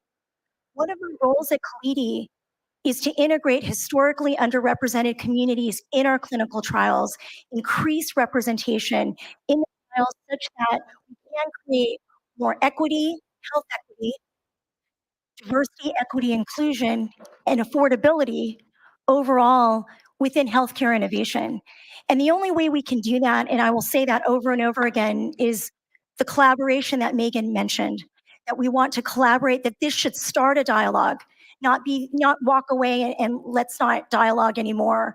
Please invite or link with me on LinkedIn, as well as the fellow panelists, and let's hashtag equality future.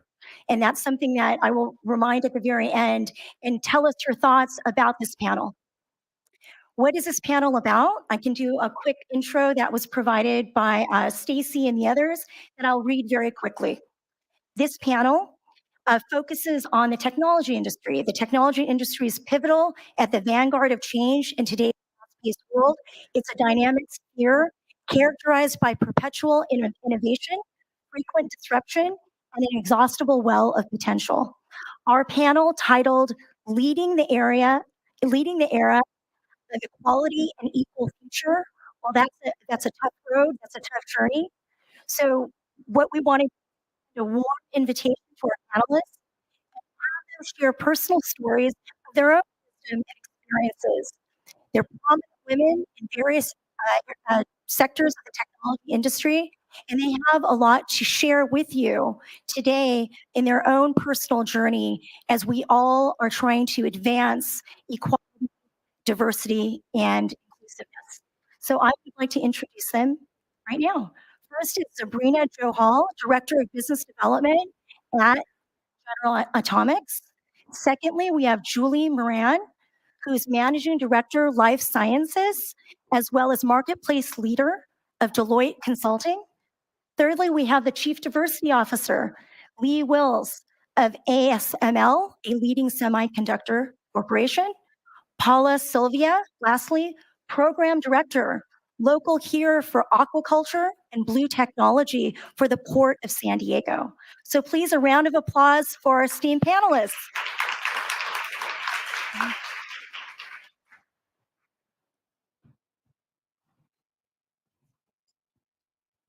So I was able to introduce myself. I'd like to have the panel start introducing themselves and tell us why you wanted to join this panel and what made this compelling for you to be here this morning. Sabrina? Okay, I'll start. Hello, everyone. It's nice to be here. My name's Sabrina Johal. I work at a company called General Atomics. I do strategic development for them, which is really looking at the cutting edge of science and technology. Specifically, we're working on fusion energy, bringing the power of the sun and other stars in our universe down on Earth in a clean, sustainable, scalable source of electricity for the world. I started my career as an officer in the Navy. I was a nuclear engineer, ran an aircraft carrier reactor. Um, a unique experience I had during that time was I was the first woman on a ship at Pearl Harbor, and we deployed to the Persian Gulf during Operation Enduring Freedom. And there were significant challenges during that time. And ever since that point, I've really just had a passion of all underrepresented groups and really trying to bring a voice to everyone and bring them to the table for equality. Thank you. My name is Julie Moran, and I am a strategy and analytics partner in our life sciences practice. I have been a career consultant 34 years, and my other day job that Wendy mentioned is I am the office managing partner for Deloitte here in San Diego. We have about 1,000 employees in San Diego. But a lot of that in my path and my journey of my career, I walked into it didn't look like anyone else because it was a bunch of men. It was all technology, it was all science, and it was all innovation. And so one of my paths throughout the last 3 decades has been how do we make all of our teams, how do we be more inclusive in the technology fields? How do we get more younger girls excited about a career in technology, science, STEM? So I'm excited to have this dialogue today. That's great. Thank you. Lee? Absolutely. Thank you. It's wonderful to be here this afternoon. Lee Wills. I am with ASML. We are in the lithography business. It's part of the semiconductor chain. Our company is headquartered in the Netherlands.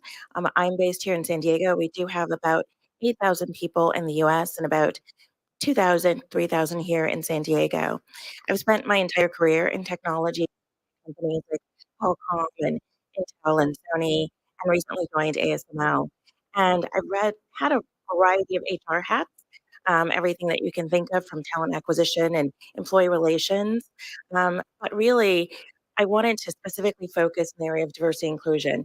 In my last role at Sony, I was wearing a lot of different hats, and summer of 2020 happened. And I wanted to figure out where could I make the most impact? Was the broad HR role as a CHRO, or really with diversity and inclusion. And I felt that I could leave a mark and actually impact society much more with a focus on diversity and inclusion. From a personal perspective, I'm a first generation college student. So creating opportunity and access is so critical in the technology space, understanding the opportunity that exists there, um, early exposure for my kids. And so my son graduated with his PhD in science. So I understand how opportunity and access changes lives. And that's why I wanted to be here today, to make sure to continue that. Thank you, Lee. Paula? Thank you. Wonderful to be here. My name is Paula Sylvia. I am the program director of the Port of San Diego's Aquaculture and Blue Tech Department, which includes our Blue Economy Business Incubator. The port created the program over 8 years ago to look at environmental and economic opportunities in the aquaculture and blue tech space. And for those that don't know what aquaculture is, it's the farming of plants and animals in any body of water, in my case, the marine environment. But underneath the program, they created this business incubator that's really truly unique for a port to allow early stage companies to partner with the port and facilitate pilot projects to test their technologies in a real world port environment. So it's definitely attracting small businesses, advanced and not advanced. It's giving opportunity for these businesses to do a pilot in a real world port environment where they can make a strong case study for commercialization, where after the pilot they can scale, right? So the port is interested in, creating, partnerships in a portfolio that doesn't, that creates, not just a financial return, but social and environmental return. So these technologies, the Port of San Diego is responsible for being operating the tidelands around San Diego Bay with 5 member cities to uh, manage those on behalf of the citizens of California. So there's some disadvantaged and underrepresented communities that can benefit from these new technologies directly or otherwise participate in them. So it's a really exciting program. My background is a trained marine biologist and an aquaculturalist, um, where I was a practitioner for most of my career until um, about, a decade ago, joining the federal government and then the Port of San Diego when they created the program. So thank you. It's wonderful to be here. What an amazing group of women. I'm so honored to be here with you. And World Women Foundation chose this venue. You all attended here to create a really intimate setting.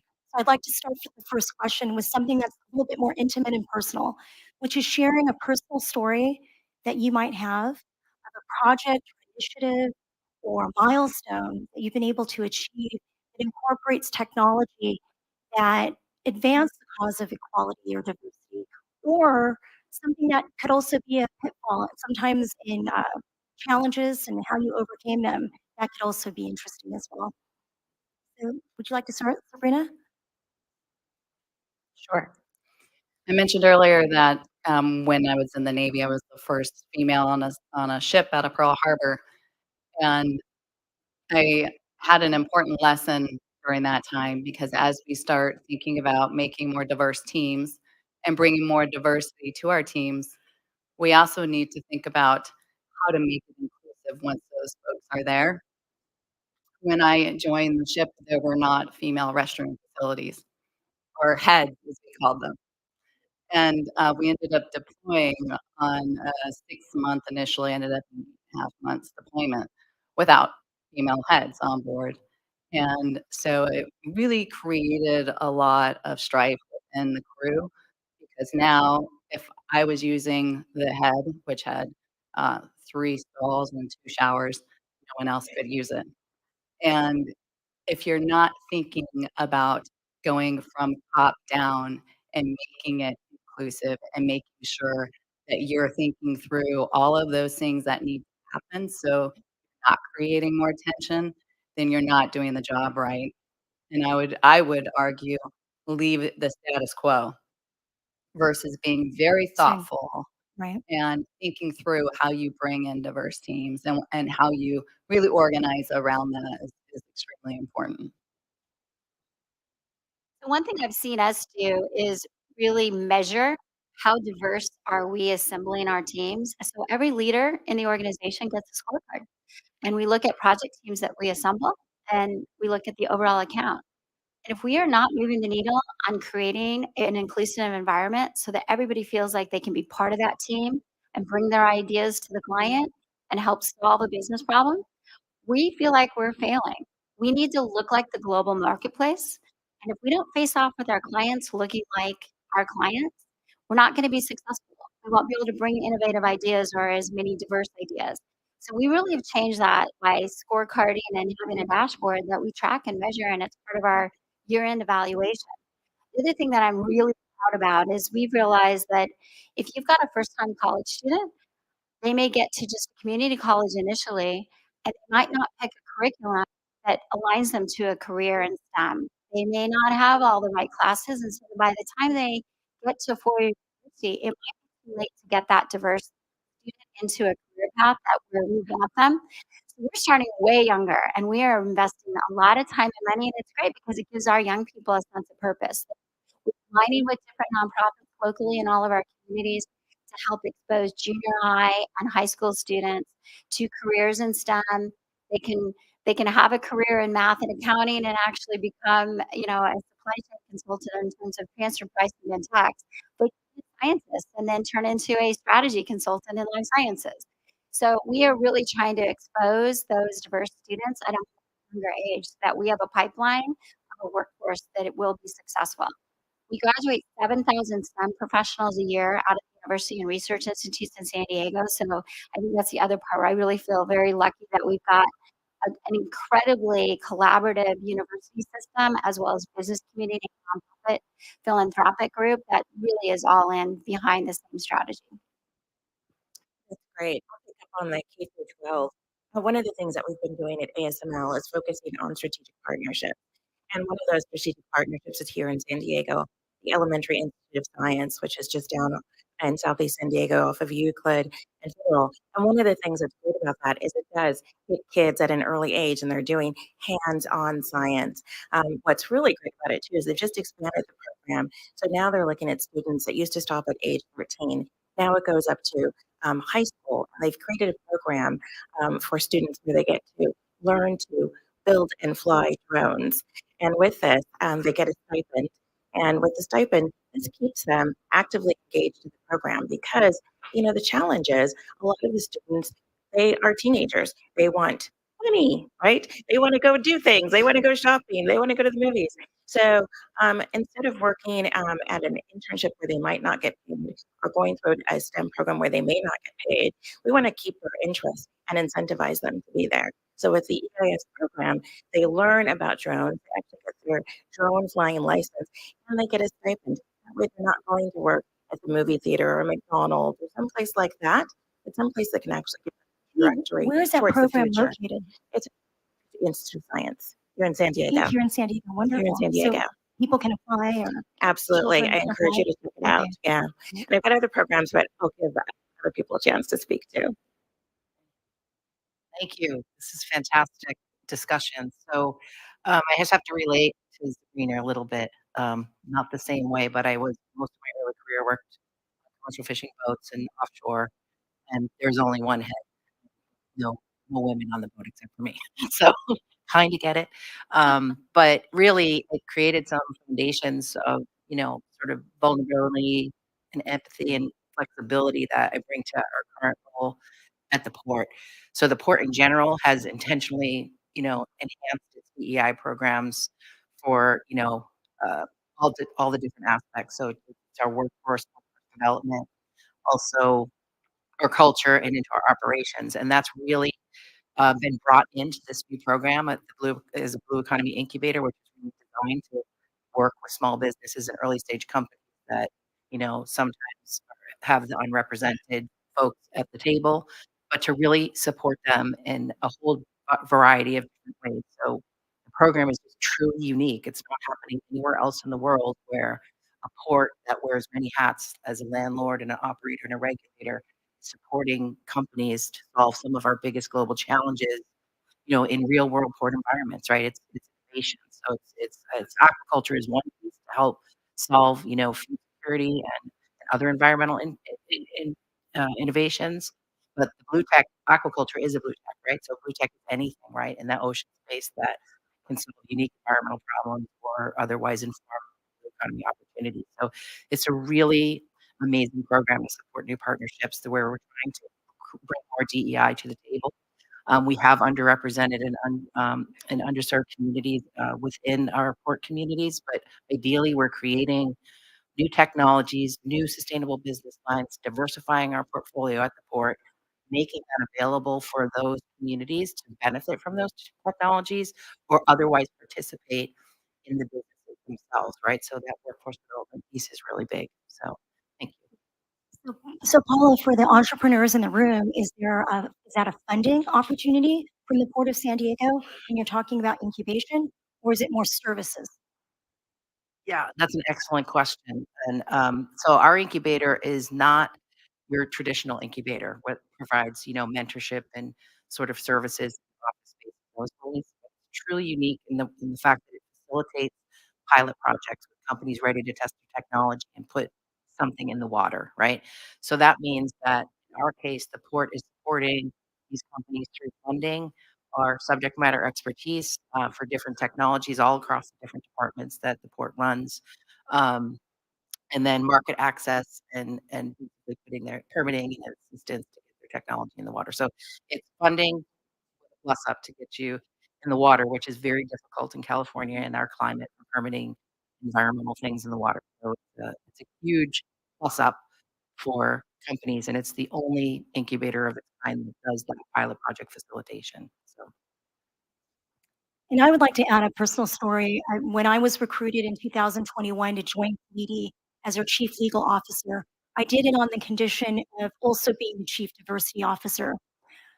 I think a lot of you in this room, I know I have, has been touched with cancer, with folks with cancer, family members, and there's been situations I can say personally where an aunt and relative of mine was unable to get into a clinical trial. You can go to clinicaltrials.gov. That's one resource I would say to go to look to see what's out there, but they couldn't get in. And by not getting in and by not being treated, that pancreatic cancer affected her, and she didn't have much time from the time of diagnosis. There's real disparities out there. Non-Hispanic Black women in LA County, disproportionate death rate for breast cancer, a rate of over 18%, but yet represent less than 3% of clinical trials in breast cancer. So Kalidi, we're trying to make that change, and I'd love to dialogue with any of you in the room as we move forward. Some magic can happen in collaboration that we can change that, have healthcare innovation be accessible to all. And in that regard, I want to go into the next question about technology and have people share their story of how you've seen technology in your profession, in your role, be a catalyst for change or to be a driver for either sustainability or economic growth, or even moving forward principles of DEI. Sabrina? Well, so we are working toward bringing this agent of change. Many of you have heard of nuclear energy, probably around fission nuclear energy.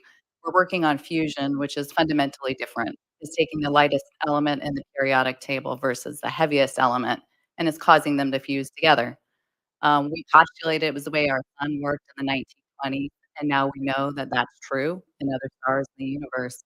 And it's a clean, scalable, sustainable source of energy. So when we look at population growth, look at the fact that we're electrifying everything, and we're gonna need more electricity. And we know that about a quarter of the population today doesn't have access to electricity. This really is, I think, a vision for the future. It's a technology that will change. It'll fundamentally change the way that we operate. And if we wanna start thinking about colonizing other planets rather than just depending on Earth, really want this source that has a lot of high power density that can get you there. Great. So I'm going to introduce a couple of concepts around technology and kind of the workforce.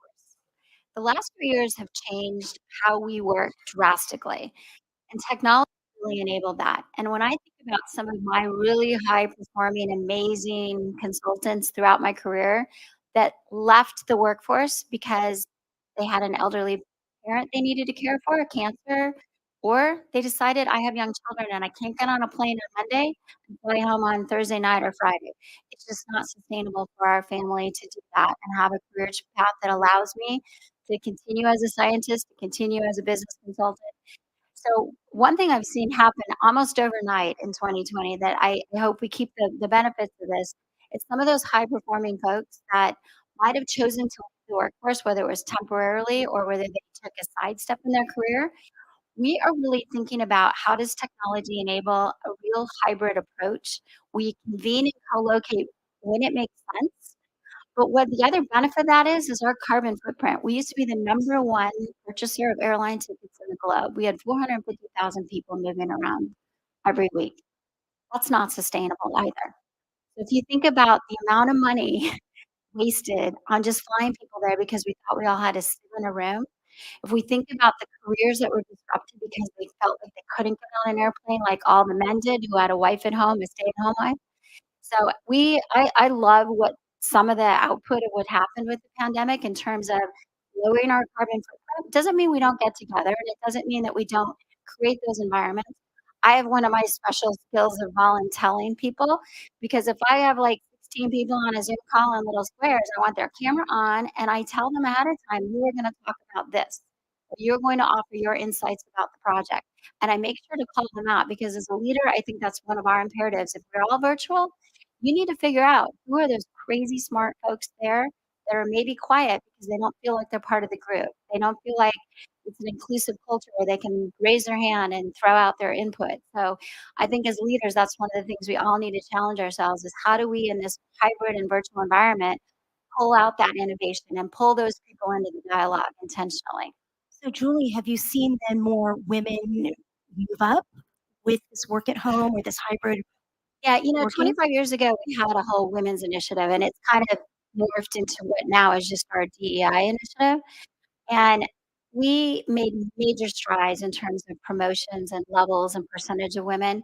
We started to fall backwards a little bit, and I think now in the last 5 years, we've kind of gone backwards. We've really focused again, and some of that is the scorecarding that I mentioned in the beginning. Like, if you're a partner and a leader, you need to be measured on what does your team look like, and are you just showing up at a client with the same 12 guys and the same people, or are you really trying to bring in new input into each of those teams? So I think tracking and measuring people's performance against that has been very helpful. Thank you. Lee? Yeah, what you said about the workforce is so true. During COVID, we saw a number of people leave the workforce, particularly women.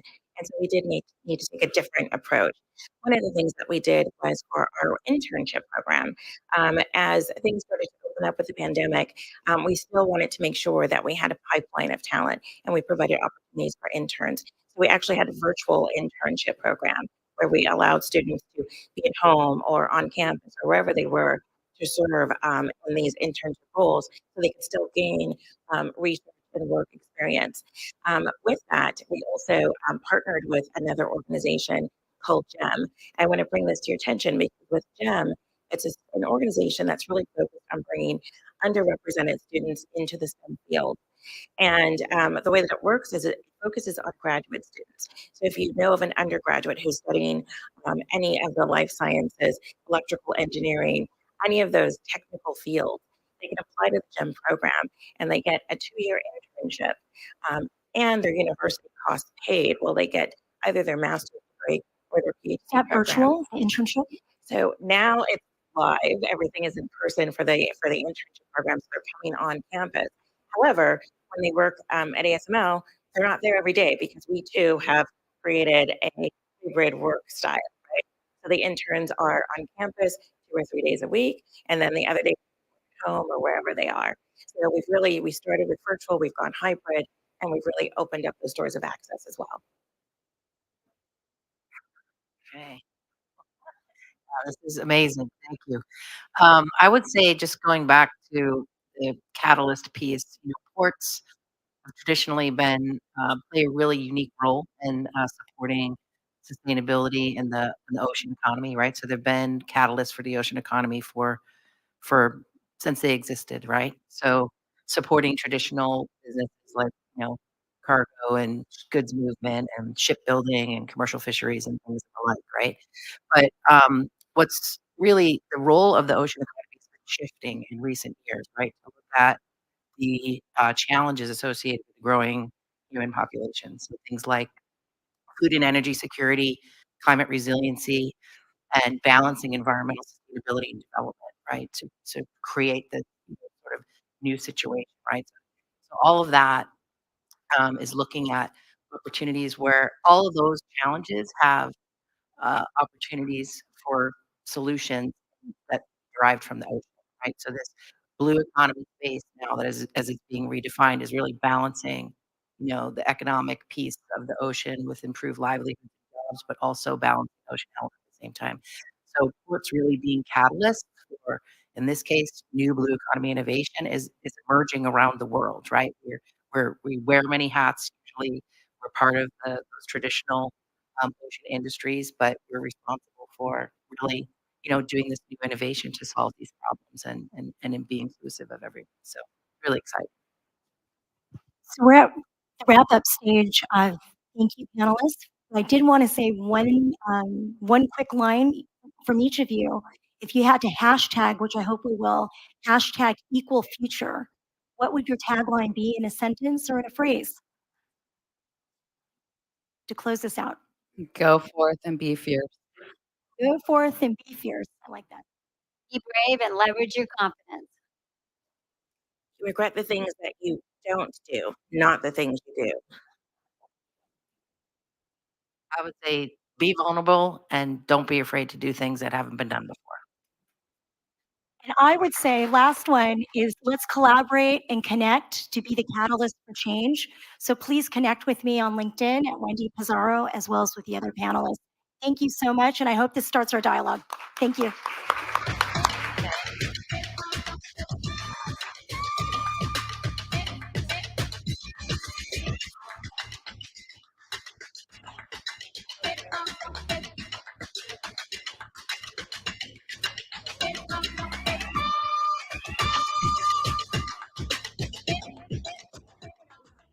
Well, thank you very much to Wendy Pizarro and that incredible panel that we just had about women in tech and how we could really pave the way for an equal future, which this hashtag is all about today. And just want to continue to encourage you all to be a part of this conversation, because that's how we get what happens up on this stage into our communities, spreading it on social media and talking about it in our workplace and in our everyday lives. And for our next speaker, I'm very excited to introduce. I've had the pleasure of being able to work with him through my job as a reporter. It is the mayor of America's finest city, the city of San Diego. I'd like to welcome to the stage Mayor Todd Gloria.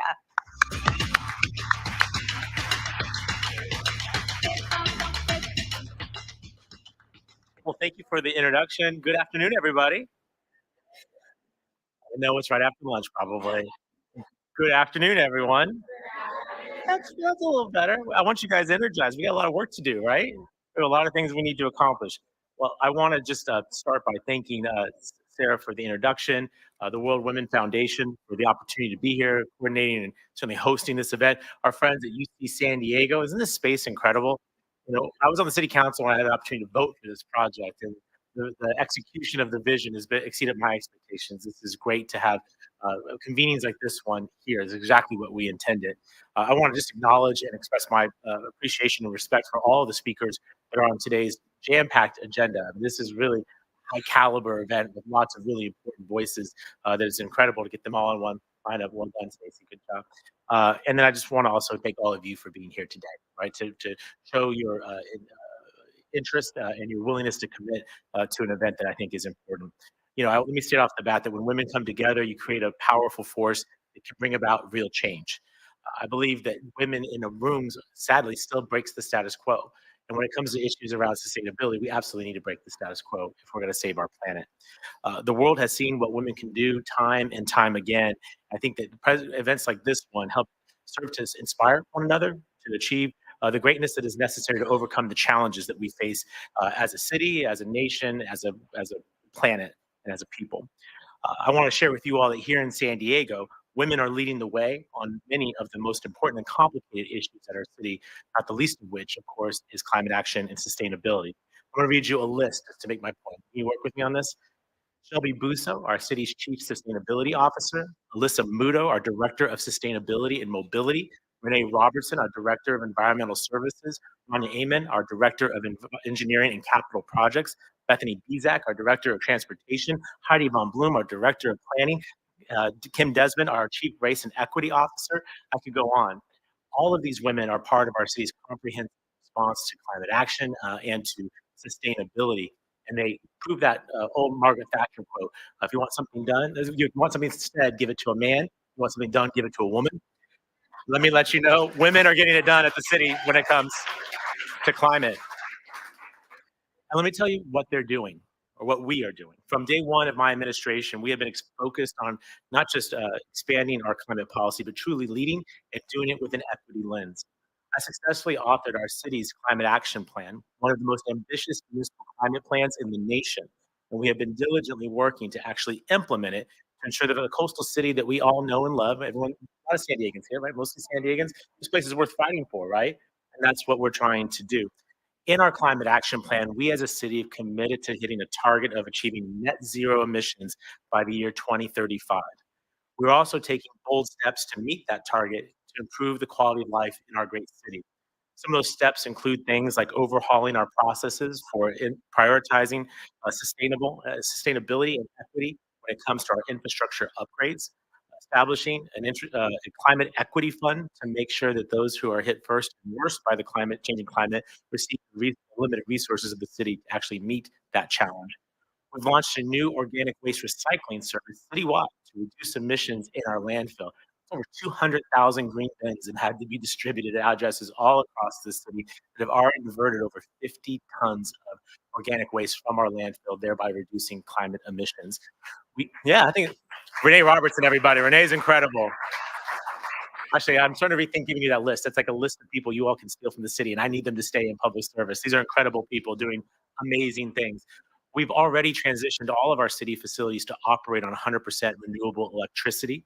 And we're continuing to tackle transportation emissions by encouraging the use of alternative modes of transportation via subsidies. All of our city employees get free transit passes, as well as right-of-way improvements, and by orienting our land use planning around transit-oriented and smart growth principles. That's Heidi, and I think I see Heidi in the distance there. Heidi, thanks for all the incredible. She's got a very tough job. I have a tough job. I recognize she has a tough job. So that gives you a sense of how difficult it is, but I couldn't think of anyone better than Heidi to lead our planning department. Heidi, thank you for all that you do for our city.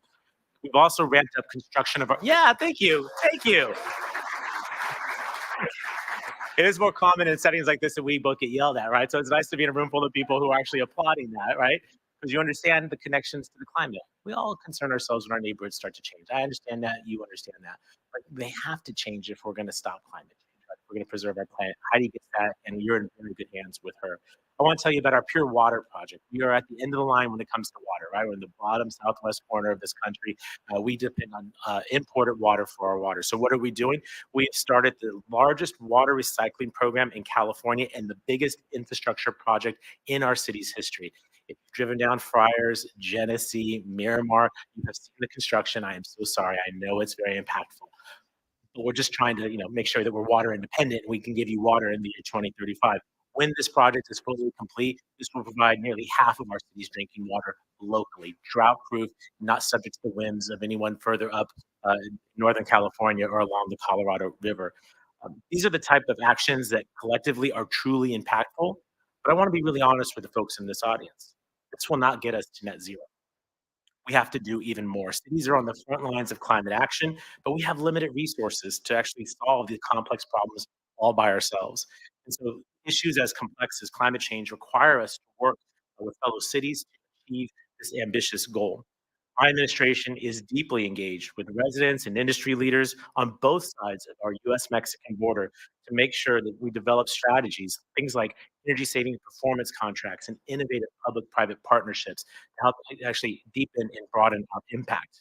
The truth of the matter is that we are at a transition point as a people when it comes to climate change. And I know that sometimes I got to be honest with you, this challenge seems overwhelming, right? It seems unbearable. Frankly, some days it feels a little depressing, right? But rather than give up, I appreciate the people in this room because you're here today rising up and that you are, rather than crumbling under the pressure of our global climate change, you're uniting and getting even stronger. Reminds me of another important quote from Eleanor Roosevelt. A woman is like a tea bag. You don't know her true strength until you put her in hot water. Well, I'm grateful that women like all of you are engaged in this fight. Water's getting hotter, but we got women who are rising to the occasion. So I want to thank each and every one of you for what you're doing in this critical work, both today and as you leave here later today and go back to your communities, to your organizations, to your neighborhoods. What you're doing is going to help us to combat climate change. There's no greater threat to our survival. It's obviously the stakes are quite high. I believe that women will help to lead us out of this challenge and get us to a better place. So I hope that this event serves as a reminder that none of us can do this work alone. Women intuitively get that. Men are a little slower, but I get it. That's true for a lot of statements, isn't it? We're just slower generally. I understand. I get it. We can learn from one another, and what we will learn will create a better future for all of us. So for those reasons, I wanted to be here and to present. You can't come empty-handed, right? You got to. My mother's from Oklahoma, and she always said, "You don't knock with your knuckles, you knock with your elbows." Right? You got to come with something in your hand. So I brought something that is common for a mayor to bring, which is a proclamation. If I may make a presentation, and this has a lot of whereases. I'm not going to read them because no one wins an election reading something this long. But let me just say, there's a lot of important accomplishments as a result of this particular event and why it's so important. And I'll read simply the last part, which is that be it proclaimed that I, Todd Gloria, the 37th mayor of the city of San Diego, for and on behalf of the people of San Diego, does hereby proclaim October 26, 2023 to be Women's Sustainability Day throughout the city of San Diego. And it was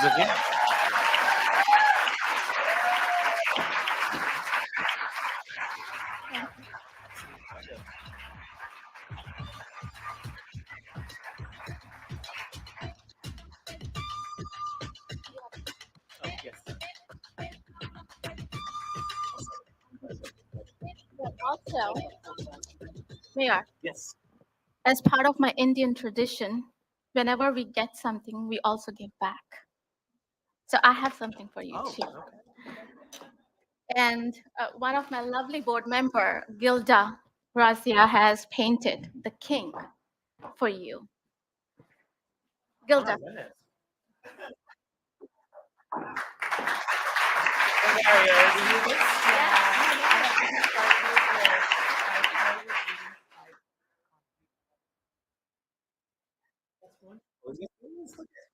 It's amazing.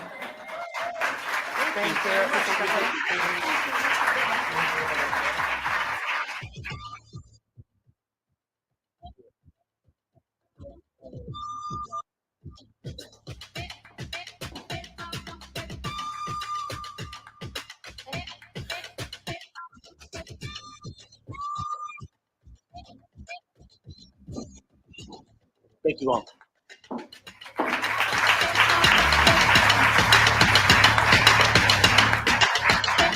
And please, everyone, take a quick moment. We're going to do a 5-minute break, network with one another, talk to one another, continue this conversation, and we're going to get this going very soon. 5 minutes, everyone. Thank you very much.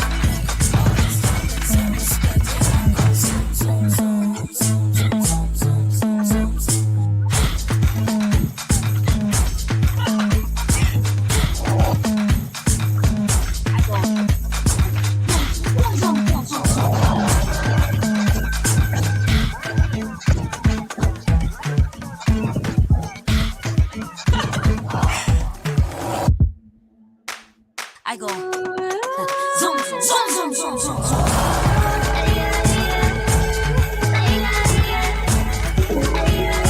Women lead with power, lead with confidence, and lead with influence.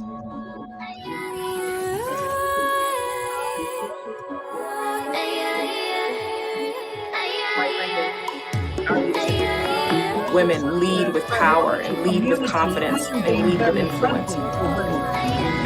Telling their stories and giving everyone hope is what I'm here to do. Quite frankly, our leadership is the future.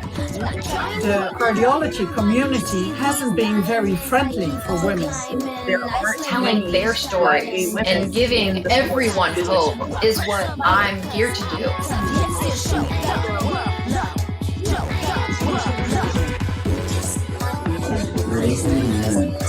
There aren't many Black gay women in the sports business world.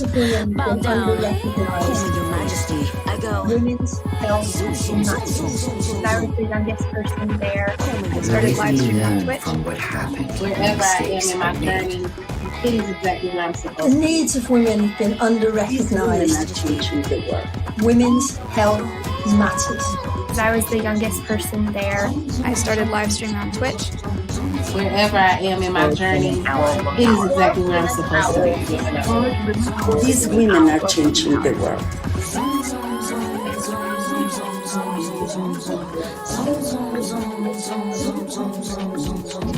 World Women Hour. World Women Hour. World Women Hour. World Women Hour. World Women Hour. World Women Hour. World Women Hour.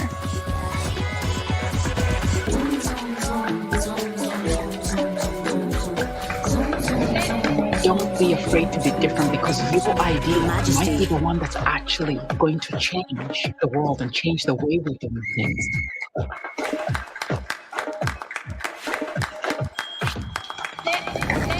Don't be afraid to be different, because your idea might be the one that's actually going to change the world and change the way we do things. You have to give people examples of how they can be anything. We are more powerful when we speak to each other. There are real barriers that You have to give people examples of how they can be anything. in all spaces. We are more powerful when we speak to each other. Successful. There are real barriers that need to be broken down in order for everybody to feel comfortable in all spaces. Be you, and you can be successful. I break the rule by being a Black woman on the international space station. Being at the forefront Be a disruptor and change the status quo. Develop what their role could be. Redefining what a woman in healthcare looks like. Having some uncomfortable I conversations. break the rule by being a Black woman on the international space station. Being at the forefront of transformation. Helping people develop what their role could be. Redefining what a woman in healthcare looks like. Having some uncomfortable conversations. I break the rule by being unapologetically myself.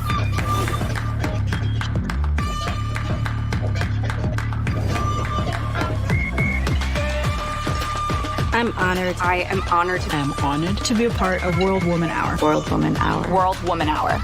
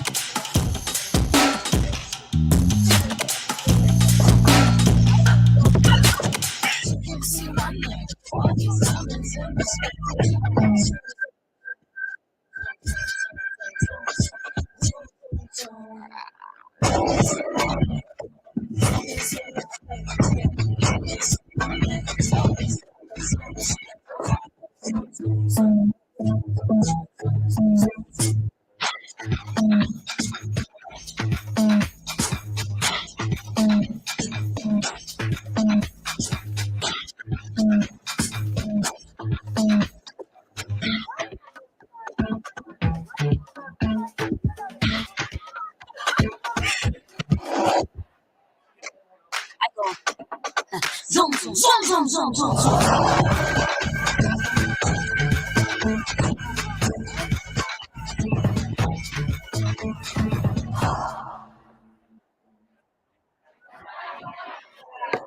You want to put it right here?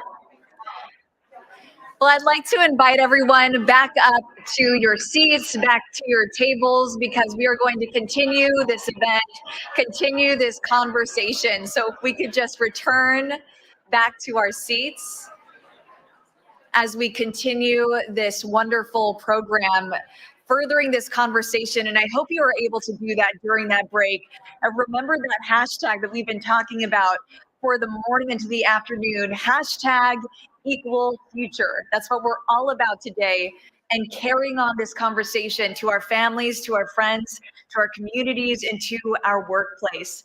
Now, carrying this event further, I'm very excited to welcome to the stage the young founder, just a sixth grader, of the Queendom Metaverse, the lovely Aida Dash Carr.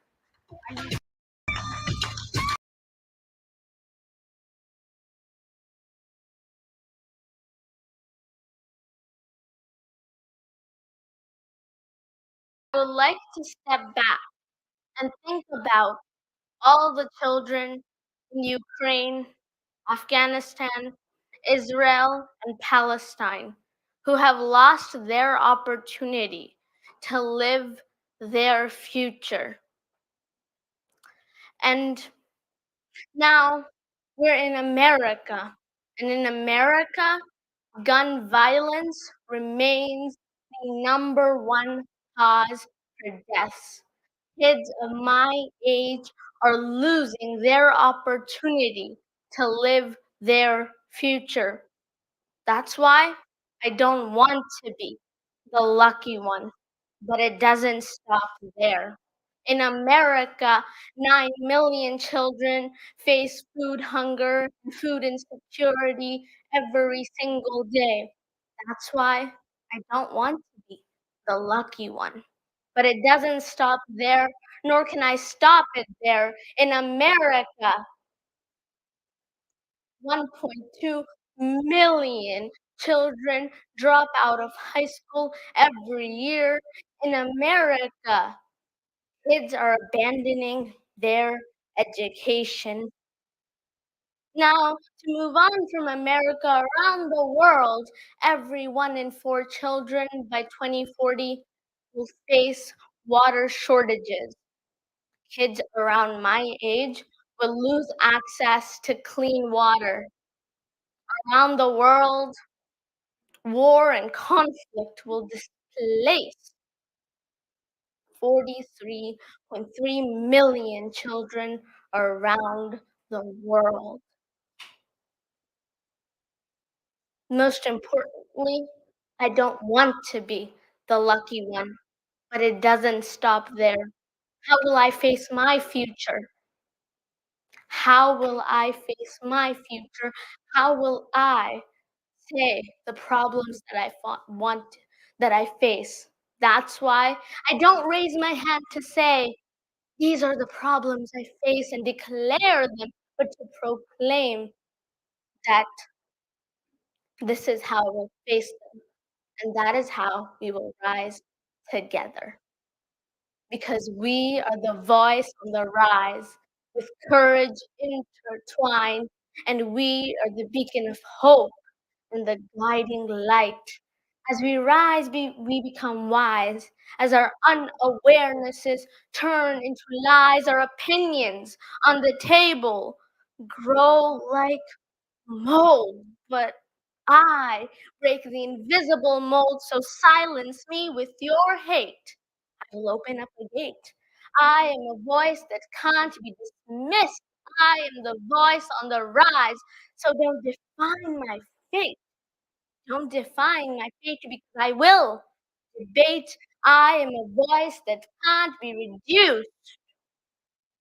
I am the voice on the rise. So don't define me by my size because I'm not up for compromise. I'm the prize.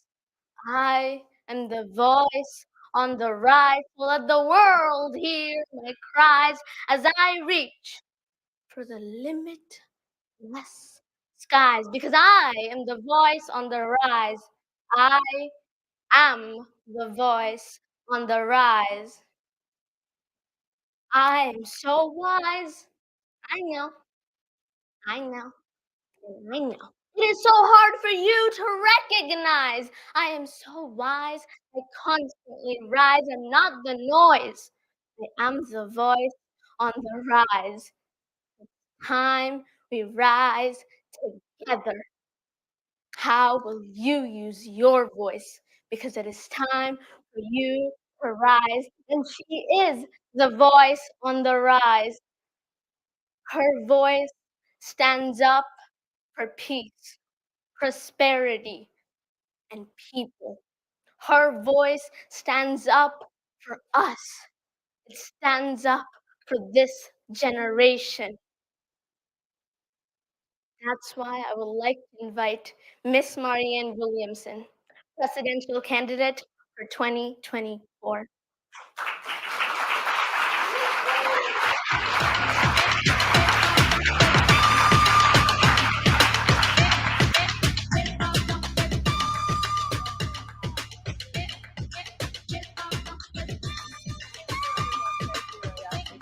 Thank you so much. It is an honor to be here. Martin Luther King said, our lives begin to end when we stop talking about the things that matter. And at a conference like this, the conversation obviously matters. Both Mayor Gloria and Ayati have mentioned, and I'm sure other speakers as well, have mentioned the problems that confront us. But I don't think that the information is anything new to any of us at this point. We hear speakers who give us a detail here or a detail there, a statistic here or there that maybe we didn't know. But in general, I think the era of data collection is over. We all know what's going on this planet. I've always been concerned that the word unsustainable is too pretty. You know, it's a nice word, sustainable. I think when we think of sustainability, we need to get far more real. That which is unsustainable means it will no longer support life. And we all know this. But there's something happening, or it's actually more accurate to say, not yet happening inside us, that is keeping us from rising together. Oh, we can get all self-congratulatory and say, we're the women. Dalai Lama said, if the Western world gets saved, it will be because of a Western woman. We can congratulate ourselves and tell ourselves that we're rising. But the harsh truth that we must face is no, we're not. The harsh truth is that when it comes to climate, when it comes to equity, when it comes to economic equality, when it comes to the issues of health, when it comes to the issues of our democracy, when it comes to the issues of foreign policy, when it comes to the issues of nuclear energy, when it comes to the issues of AI, name one thing where you can tell me, well, you know, Marianne, things are getting better. Because we're adults in this room. And what we know is that, quite actually, they're not. And that's what unsustainability means. It means wake up, everybody, we're 6 inches from the cliff. We can sit here talking, for instance, about the climate catastrophe. And I think the mayor was trying to be kind, you know, he was saying, sometimes I want you to know it's depressing. He doesn't want to scare anybody. But he was telegraphing. He was saying, we don't have the money to solve this, and we're not getting the money that we need to solve this. And at this point, everybody's just kind of pretending. What are we pretending? Why is it that the two major candidates so far for the presidency in both major political parties, both of them, hello, alert, anybody still in denial about this one? Both of them. This is usually true at this point in our history, whether it's a Democrat or a Republican president. They pass policy after policy that ramps up fossil fuel extraction, not ramping down fossil fuel extraction. Current president, for instance, talking about how he's the climate president. And yet at the same time, well, yes, there are some healthy green investments in the Inflation Reduction Act, and we should be happy about that. But hello, we're not in grade school. It's not enough to invest in green if you're investing even more in dirty. It's not going to change it.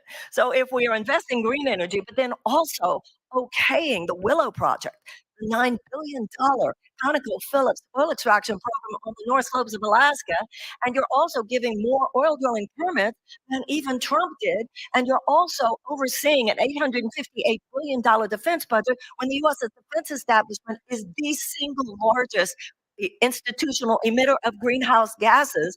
Oh no, we're not getting better, and we're not moving in the direction of sustainability. We are lost in a fog, in a trance-like fog, by which we are allowing ourselves to be gaslit by a political system which is based for its existence on the money of big oil and the money of all the other corporate entities, which in their malfunctional way are killing this planet and killing our democracy, and too many people's lives are being killed in the process. Now, if we're going to rise up, we're going to have to face all that. We're going to rise up. We're going to have to realize that there's something that happens when somebody simply says, enough is enough. You know, sometimes love says no. There's a lot of talk here about women. I see men in the audience, but this is also a women's conference. What do we do? And of course, what would a man do as well? If somebody comes after your child, what do we do?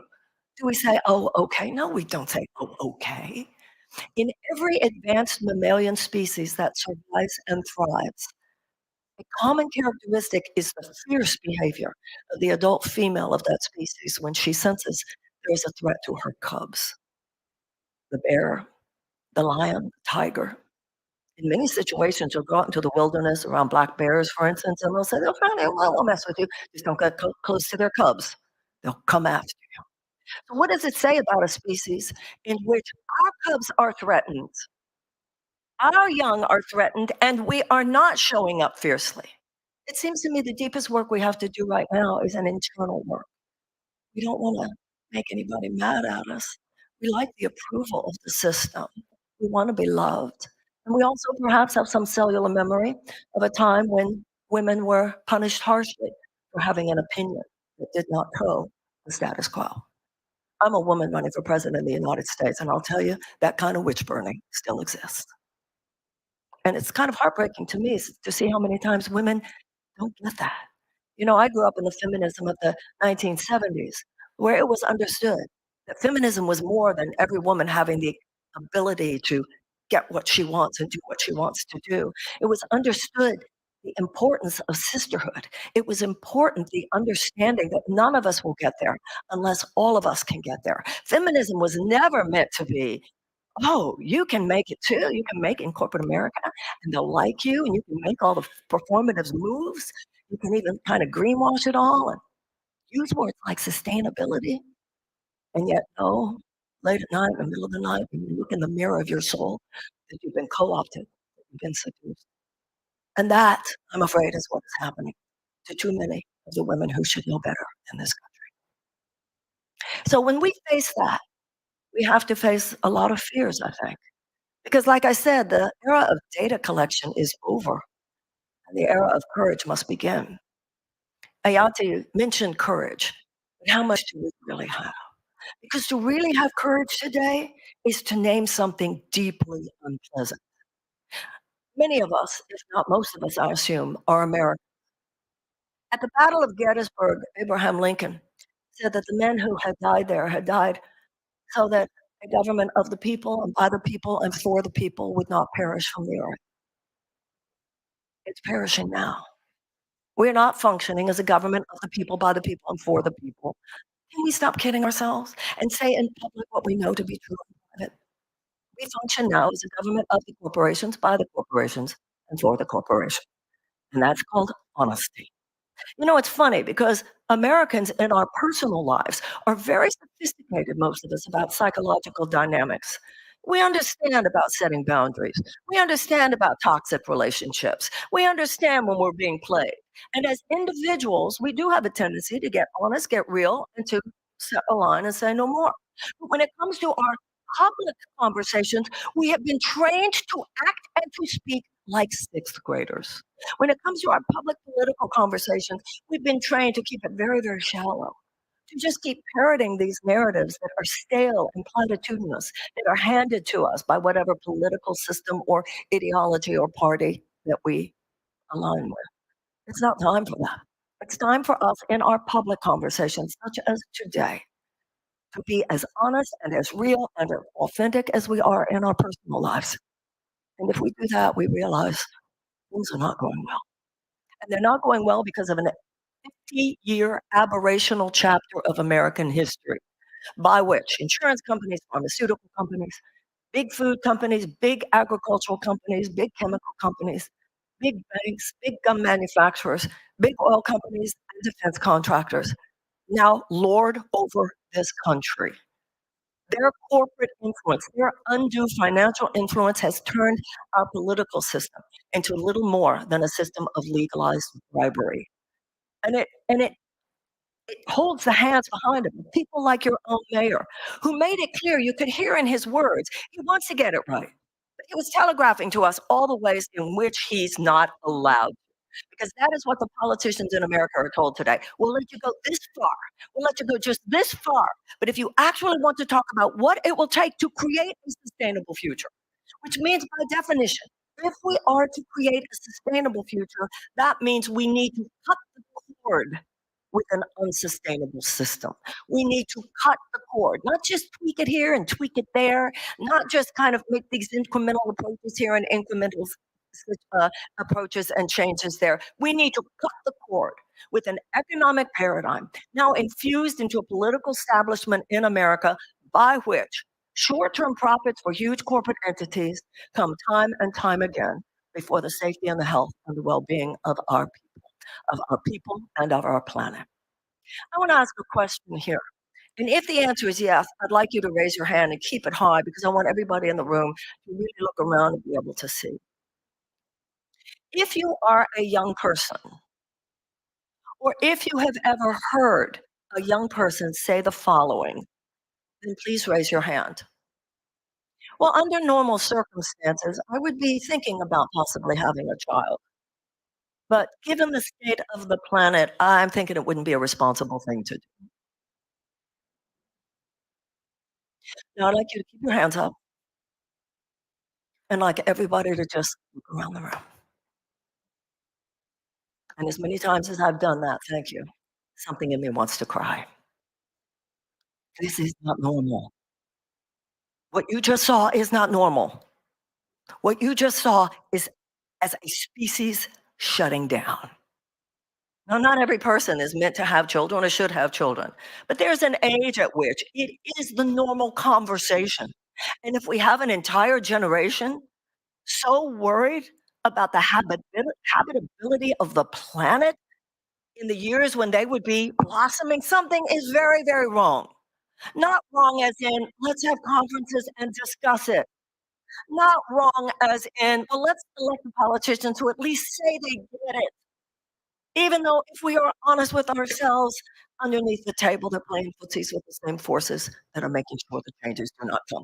And this applies to race, and it applies to equity, and it applies to justice, it applies to carcinogens in our food, it applies to a lack of health care. Unlike in every other advanced democracy has universal health care. It applies to the 1.3 million Americans who ration their insulin. To them, life itself is unsustainable. For the 68,000 Americans who die every year from lack of health care, the situation was unsustainable. In cities such as San Diego, this mayor probably knows more than anybody in this room about how dangerous it really, really is. Well, maybe not everybody in this room. I'm sure you have some deeply informed people in this room about the environment and so forth. We know.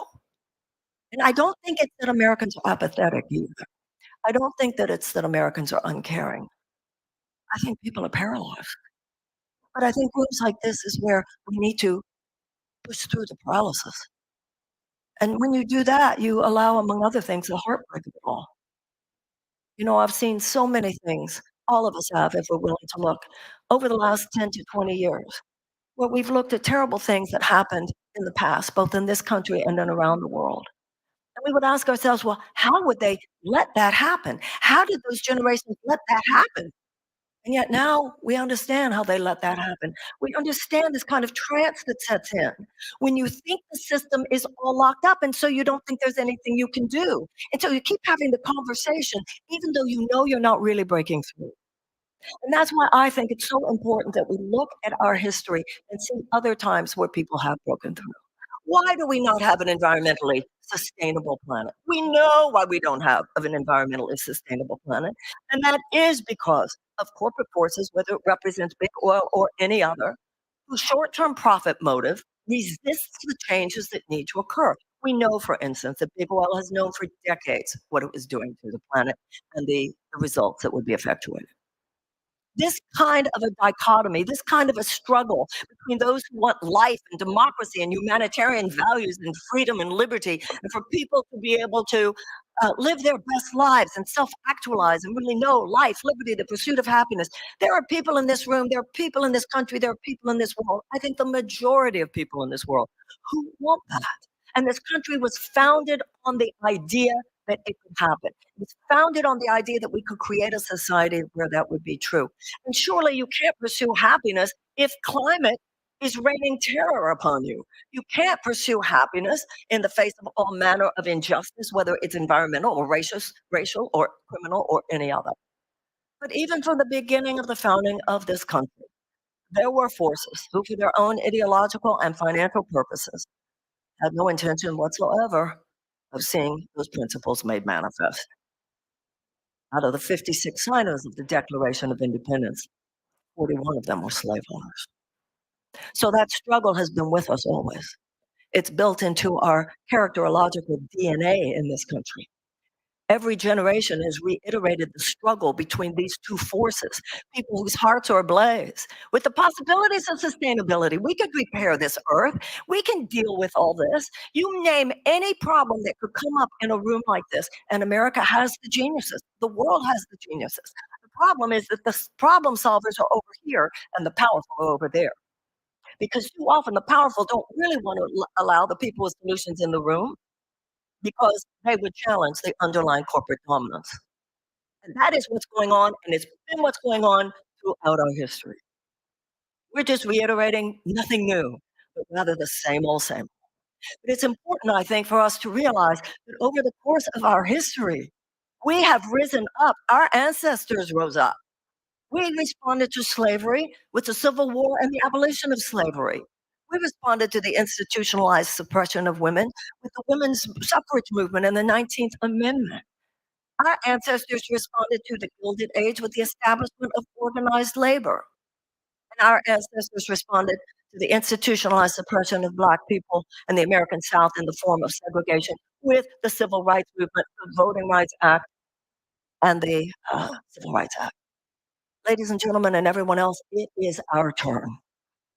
It is our turn. And today, it's not a particular institution, it's an economic paradigm. And it's represented by all the corporate overlords, the matrix of corporate overlords I mentioned. It is a malfunctional strain of capitalism. I'm not an anti-capitalist. I understand the value of the free market. I've sold books. I've been very privileged and very blessed.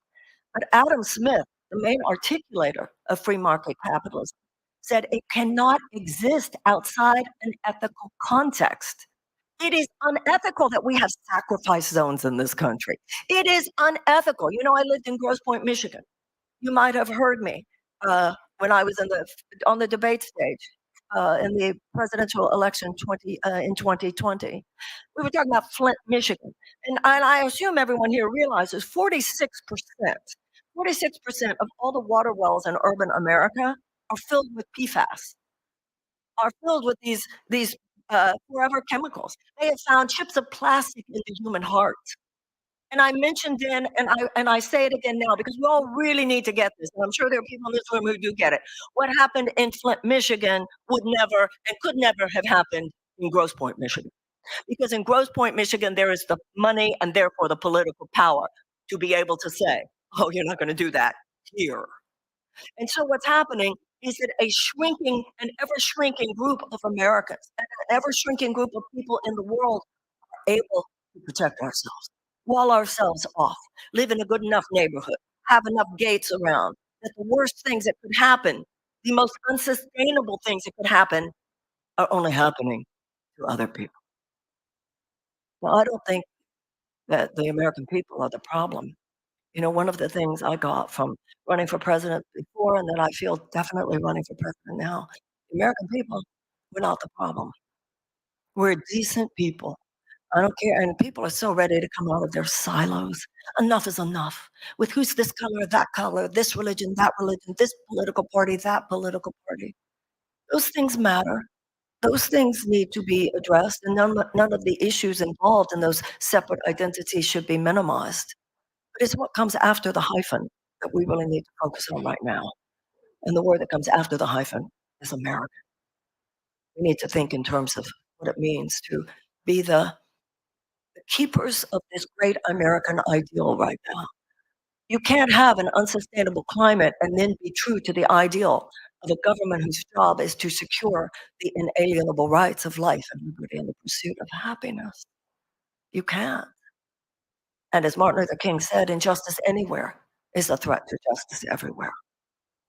So I think that something has to change within us as we take on the responsibility that other generations have taken on, whether it was abolitionists, whether it was those who fought wars such as World War II, whether it was the women's suffragists, whether it was those of the civil rights movement, the labor movement, and now the environmental movement.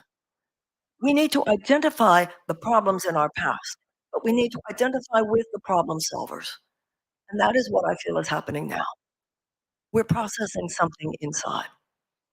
The problem is not the American people. The problem is this chaotic political system that sits on top and keeps the lid on so that the real express will of the American people is not made manifest. Because for us to really, as a generation of Americans, if we were really to say, no, we're going to repair the earth, we're going to save this thing in time, we're really going to clean up the water, we're really going to clean up the toxins in the air.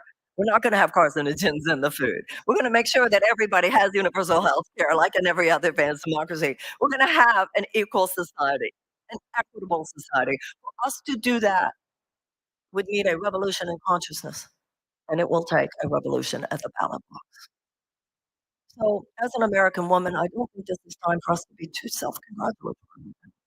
I think it's time for us to look at each other and say, can we not talk today about your trauma? Can we not talk today about your woundedness? What about the people who walked across the bridge at Selma? You think they weren't traumatized? What about those women who marched for suffrage and for that alone that were thrown into prison? And the conditions in the prison were so horrifying, they went on a hunger strike. But the response of the prison officials was to send men into their cells and force these metal contraptions over their necks. Imagine what they were going through, and force feed them. Don't you think they knew a little anxiety? We have been trained by the system to be so self-referential, and we've been trained by the system to almost embellish our pain. This is a time not to minimize our pain, but it is the time to toughen up, buttercups.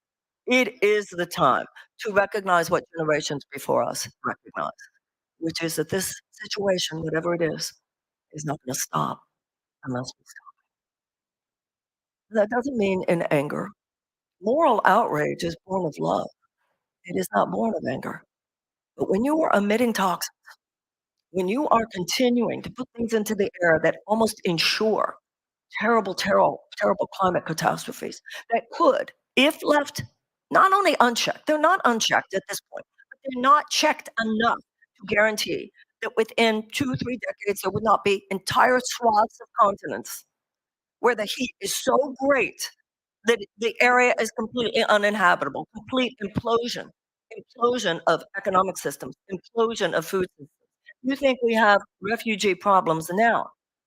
Think about the 100, 200 million possible climate refugees that could result from such a situation as that. And then we ask why our young people are depressed. We have the audacity to talk about a mental health crisis, though it is separate from the economic injustices, the climate injustices, racial injustices, and everything else, which too often dominate our precious country. We all understand that the American ideal gives us rights, and it's important that we understand that. And it's important that we stand for that, particularly at a time when there are forces actively trying to chip away at those rights and diminish those rights. But I think it's also important for us to remember that that ideal, the fact that we are keepers of this great story, of this great possibility, which cannot be guaranteed, by the way. Every generation must protect it. Every generation must expand it. But it also means that we don't just have rights, we have responsibilities. And that is the responsibility to protect it and to expand it. And what is the opponent to that? The opponent to that is externally the forces we've been talking about, but there's an internal opponent as well. Well, I want them to like me. I don't want them to, I don't want to go too far because I want to have what little power I have. I want to be able to just get along with the system enough. And I do think it's a particular issue for women more than men, because I think men feel just culturally a little more permission to say, I don't like this. I've never heard a man who says, I don't like this, and that's not okay. I haven't heard him called a bitch. But when it comes to women, we don't burn women at the stake anymore. But the projection onto women who come with a different kind of moral power and force and authority, no, we don't burn them at the stake anymore. But that doesn't mean that the projection of suspicion onto that woman has in any way been eradicated from the planet. All we've really done is change the continent from W to B. And so we're living in an extraordinarily critical moment. There was that moment for the abolitionists. There was that moment for the women suffragists. There was that moment for the early labor organizers. And there was that moment for the civil rights movement. When they went from, well, let's just gather more information to actually, we have the information now. We need to move into action. And it's not enough to use pretty phrases like, let's all rise together. We have to then move into the next phase of, are we doing that? Are we helping each other to do that? I think that we have to get out of the habit of always asking each other, are you okay? What's your wound and what's your trauma? I think our questioning has to be, what's your great project you're working on? What's your great strength that you are exhibiting? And how can I help you? What are you doing that's amazing today? What is the amazing dream you have? And on the days when you tell me, well, I do have this great dream and I do have this great strength and I do have this great project, but it's just so hard. On those days, let us say to one another, I understand. And with me, you can cry. I'll give you an hour, because in an hour, I'm picking you up. And I want you to get up out of bed, and I want you to take a shower, and I want you to get dressed, and we're going to go out there and be brilliant together. That's where we need to get to now. And of course, there's no guarantee of success. There was no guarantee of success for the abolitionists, and I'm sure they had desperate days. There was no guarantee of success for the women suffragists, and I'm sure they had traumatized days. There was no guarantee of success for the early labor organizers. There was no guarantee of success for the civil rights workers. Some things you do not because you are guaranteed success, but because it is the right thing to do. Our ancestors pushed back, and like I said, it's the same forces. Nothing's really new here. Our ancestors pushed back. Our ancestors repudiated. As Abraham Lincoln said, our Declaration of Independence is an eternal rebuke against all forces of tyranny and oppression. Today, it is an economic tyranny, which is why this planet is not moving in a sustainable direction. And they don't care if you have conferences, but they really care if you start making your way into a political system wherein levers of power could actually change this thing. Let's not be the first generation to wimp out on doing what it takes to reclaim for ourselves the ideal, the purpose, the meaning of the Declaration of Independence, of the promise that all men are created equal, of the promise that all men have the inalienable rights of life, liberty, and the pursuit of happiness, of the realization that governments are instituted, as that declaration says, to secure those rights, not diminish those rights. And it even says that if a government's not doing that job, it's the right of the people to alter it or to abolish it. In the Jewish religion, it said that every generation must rediscover God for itself. I think every generation now needs to rediscover the meaning of the Declaration of Independence for themselves. It's our North Star, it's our mission statement. And like a personal mission statement or a company's mission statement, you have to constantly revisit it, realign yourself, see where you're not who you say you are, admit to yourself where you're not doing what you say you're doing, where you have debts, where you're not living in honor of your ancestors, and you're definitely not living in devotion to your descendants. Let us do that work together. Enough of us have done it in our individual lives. When it comes to our individual lives, we tend to be cool. We tend to get real. We tend to be authentic. We go to therapy. We read the books. We know. But we need to do it together now. We need to do it collectively together. And it's not always fun. But I'll tell you something. It is a revolutionary fervor. There is too much. There's too much rumbling underneath the surface. You know, Martin Luther King said, there's negative peace and positive peace. And negative peace is where there's no outright violence, but there's an underlying tension and anxiety. It's a positive peace that can only be predicated on brotherhood and justice. There's too much rumbling underneath the surface in this country and on this planet. It is unsustainable. It's gonna blow. It's going to fall in one direction or the other. It's either going to fall in the direction of greater democracy, greater humanitarian values, a greater willingness and courage to actually make these changes, or I'm deeply concerned, and I think we all should be, that it's going to be falling in the direction of chaos, neo-authoritarianism, and probably fascism. So we stand at a very critical moment, and I think we need one another. We need one another to say, go, be great, be strong. You think Abraham Lincoln didn't have like depressed days? You think Franklin Roosevelt never cried? You think Martin Luther King was not in despair? And all of the women who have led, all of the mothers, all of the people who have tried to move things forward. Now it is our time. We can't wait till somehow somebody gives us permission. It is now time for us to truly rise up, by rising up first in ourselves and knowing that if we're living lives where we're not talking about the things that really matter and facing the real obstacles to our being who we need to be at this time on the planet, then as Martin Luther King said, your life begins to end on that day. We're making a decision not only for our democracy, we're making a decision as Americans which deeply impacts the future of this world. We are not powerless. So let's not act that way. Let's remember who we are. Let's remember who we are not only as individuals, but as Americans and as global citizens, and particularly for those of us who are women. Let's remember what the adult females of any species does when that species has an intention to survive. When we see there is a threat to our young, we get fierce. Not out of anger, but out of love. Ladies, let's be fierce. Thank you very, very much. Thank you. Thank you. Thank you. Oh, thank you. Thank you. I so appreciate that. Thank you. Thank you. I was told that I'm supposed to answer some questions for a few minutes. Is that still correct? Okay, and thank you for these beautiful flowers. Thank you. Okay, I was told that for anybody who has questions or comments, anything you'd like to discuss, go for it. And yes, ma'am. How do you do it?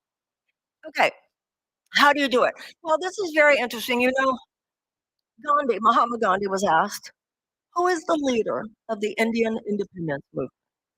And his response was, the small, still voice within. I don't know what you're supposed to do. I'm not given the deep guidance of what you're supposed to do. But I think what I am supposed to do is to remind you that as you dig deep in your heart and soul, as you develop practices of quiet and reflection, as you disconnect from the temptation to just parrot and receive narratives that don't necessarily speak from your soul or to your soul, and find that deeper truth for yourself, you will know what to do. If you're in the environmental movement, you know what to do. If you're in education, you do know what to do. If you're in science, you do know what to do. If you're in medicine, you actually do know what to do. The issue is not that most of us don't know what to do. You know, people, when in my career as, you know, as spiritual counselor, et cetera, people would say to me, I just don't know what God is telling me. And I would say, yes, you do. You just don't like what you think God is telling you. Most of us say, well, I just don't know. The era of ditziness is over. And we do know. We do know. So I don't know how that relates to you specifically. Yes, ma'am. I'm president. How are you going to do it? Declare a climate emergency immediately. Cancel the Willow Project immediately. begin a mass mobilization from a dirty economy to a clean economy, and in so doing, create millions of jobs. I want to tell you a story about Franklin Roosevelt. When World War II started, we didn't have much of anything in terms of the military, and Britain didn't have anything. Hitler, on the other hand, had been preparing his military for 5 years, and every time he invaded another country, he was able to uh, absorb their military capacity. So, I mean, we were not in good shape. So we needed tanks, and we needed planes, and we needed ships. So Franklin Roosevelt got in touch with the big three automakers, the big industrial titans. They were, they were dealing with the UAW today. And he called them into his office in the White House and he said, "Gentlemen, I need this many ships, and I need this many tanks, and I need this many planes." And all three of them said, "Oh, President Roosevelt, we are patriotic Americans. Yes, sir. And as soon as we have sold our quotas of cars for this year, we are going to get you those ships, and we're going to get you those planes, and we're going to get you those things." And President Roosevelt, with a long cigarette holder, he said, "Gentlemen, I don't think you understand. I need this many ships, and I need this many tanks, and I need this many planes, and you will not be making another car until I get them."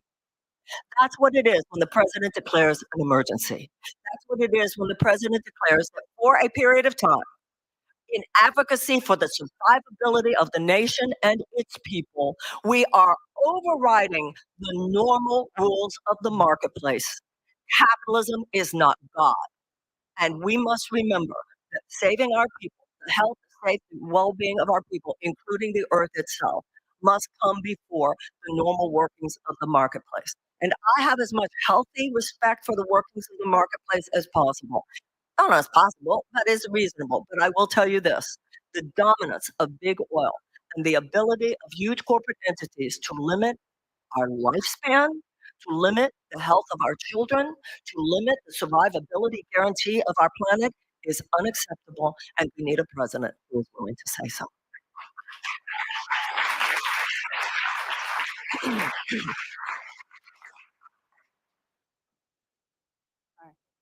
What do you need? What do you need in order to succeed? How can we help? How can we help? Money. I'll tell you the deal. We have a good campaign. The issue is scaling up. So I'll have like one person on staff in a situation where I should have three people on staff. I'll have one office in a state where I need three offices in a state. We were at 11% in the USA Today poll the other day, 10% in the poll on Emerson the day before. I poll higher than Nikki Haley.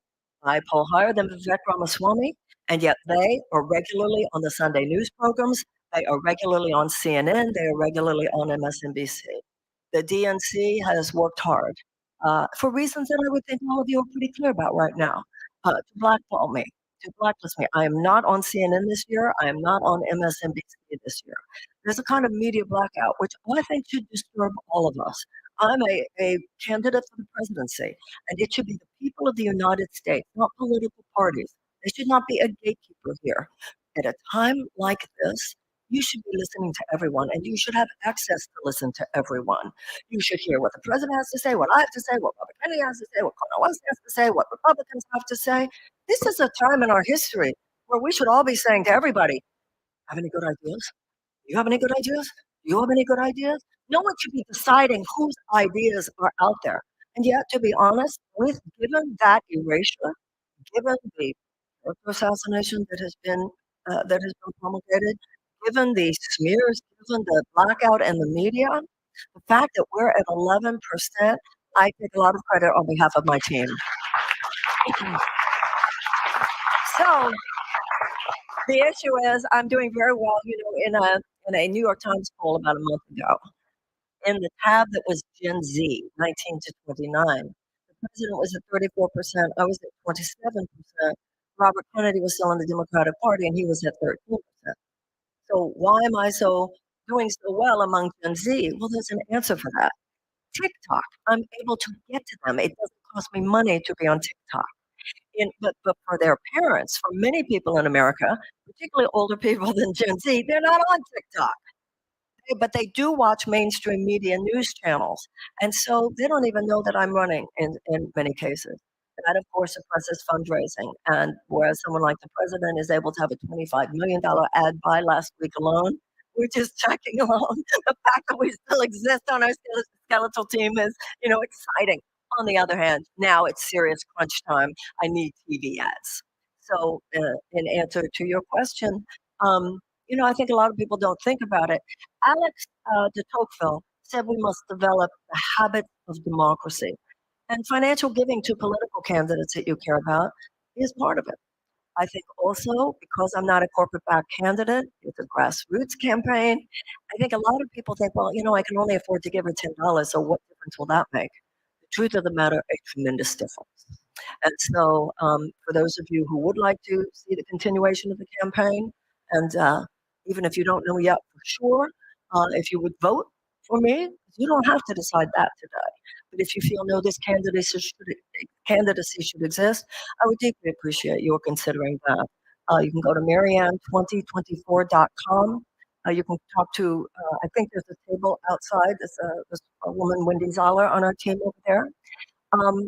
Do what's in your heart. And also, if you want to go further, we need you as a volunteer. We need you phone banking and so forth.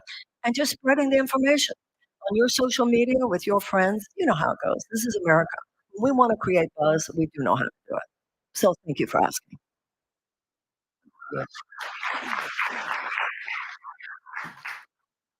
Okay, so I had a question about representation. So I'm sorry about representation. So you spoke about how your representation in the media has been somewhat distorted, and you spoke about how you were able to reach Gen Z. And I think I'm one of the younger people in the room. And so my question is, if you were elected to become president, how would you ensure that the voice of Gen Z is heard in the change that you enact? Well, that's actually not the job of the president to ensure that any one particular generation is represented. Actually, I feel Gen Z is representing itself quite well and quite beautifully. There are issues, however. When I was growing up, there was a law. The same company did not own the TV station and the radio station and the newspaper in the same town, because our guaranteeing the importance of guaranteeing a diversification of opinion, not specifically by generation, but by ideology and so forth, was guaranteed. They eradicated that. During President Reagan's administration, they eradicated the fairness doctrine. So what has happened is that it's much like what's happened to our healthcare system. When any system becomes profit driven, its higher function is diminished. So what the conglomeratization, and then under Bill Clinton, there was the Telecommunications Act of 1996, where just a few media conglomerates own most of our mainstream TV stations. I'll give you an example. When I was growing up, let's say a newspaper journalist, an investigative journalist, went into their editor and said, you know what? I'm hearing a lot of scuttlebutt that factory down the street is spewing carcinogens into the river of this town. The newspaper editor would very likely say, go after it. If that journalist came back with a series of articles about the fact that that factory was spewing carcinogens into the river, and it was a good series, that journalist was likely to win a Pulitzer Prize. Today, this is how it more often occurs. That journalist will go into the editor and say to the editor, we have a problem here. I hear that the factory down the street is spewing carcinogens into the water. Too often, a huge corporate umbrella that owns the newspaper owns the factory. And that story will not be put in. We aren't going to go there. And too often, there are proven instances where when the journalist continued to push, the journalist was fired. That's what's happening in America today. So there are many ways, whether it has to do with the Telecommunications Act, monopolies. This is what monopolistic power is all about. This is why monopolistic power is wrong. But one of the things I would definitely stand for is the repeal of the Telecommunications Act. But you're seeing this. You're seeing this playing itself out with big tech companies now. You're seeing it played out with all kinds of things. In terms of young people, I think because of TikTok and things like that, they have ways to express themselves. To be honest, when I think of groups Americans that would need my presidential protection to make sure that their voices are heard, it wouldn't so much be the young, but it would be certain groups of Americans, and I'd be on it. Yes. I wanted to know, A, what is your definition of fairness, and how are you going to Fairness? fierceness? Oh, fierceness. And how are you going to maintain that in a world full of powerful men? Well, I think that my definition of fierceness is plain for everybody to see. I'm running for president of the United States. And I wake up every morning. I wake up every morning to basically what is online bullying.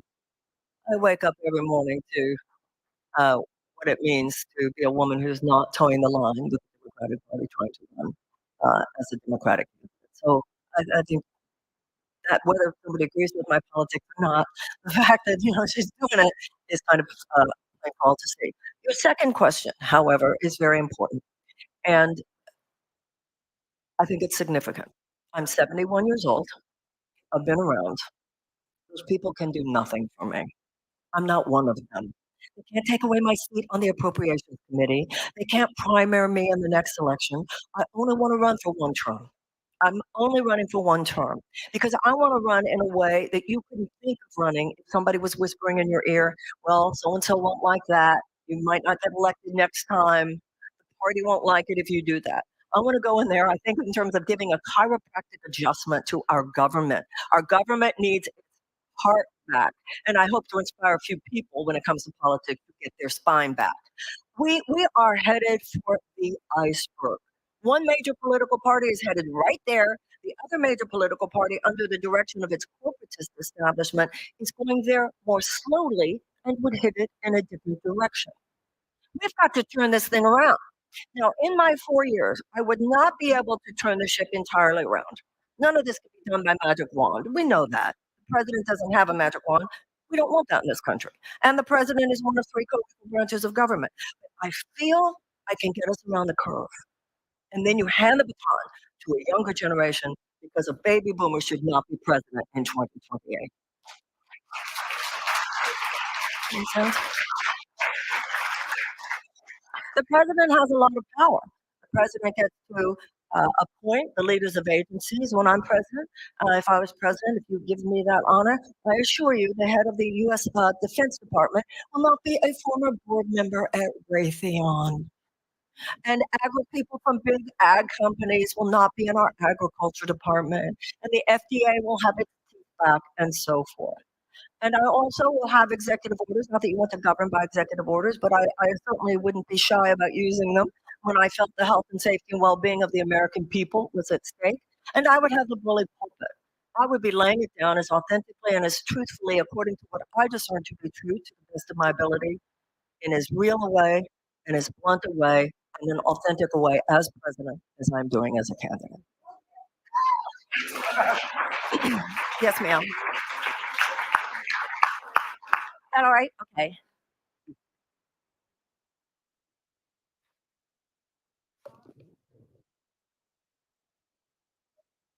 Okay. How do you overcome the corporate stronghold? Well, first of all, there's no one thing. I'm not a politician up here saying, send me to Washington and I will fight for you. That's not what I'm saying. I want to go to Washington and co-create with you a much more beautiful chapter of American history.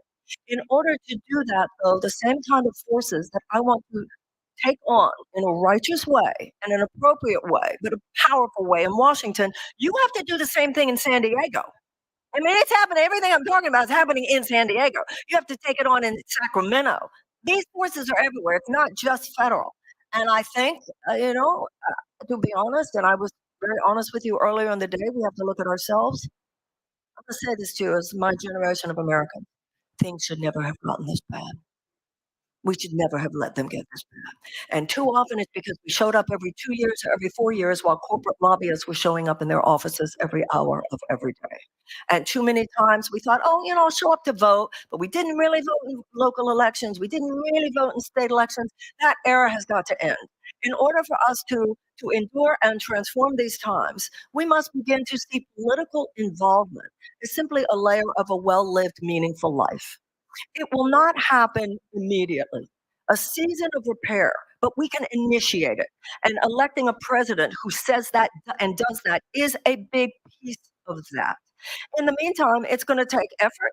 It's going to take volunteering. It's going to take participation. It's going to take running for office. And it's going to take supporting the people who stand for what you want, who are running themselves. If one more person says, oh, I really support you, and I thought, it's funny because I haven't seen a donation from you yet. We are so easy with, I support you, I support you. You can't have a revolution over white wine and brie. This is a revolution at the ballot box we're talking about here. This is a revolution of consciousness. And how do we do it? Sometimes in life, you don't know how you're going to do it, but you take the first step. That's what faith is, You don't always know, but you have so much attention. It's like this. I'm sure many people here have had teenagers or have teenagers now, right? And there's this thing that happens when you have a teenager. And it's usually something around sex or drugs, usually. And there's this fierce thing that comes over you. And you find yourself saying to your child, as your parents said to you, you can't believe you're the one saying it, that will not be happening in this house. Do you understand me? Now, you're actually laughing inside because you don't even know what you would say if they challenged you, but you are so fierce, you're not going to.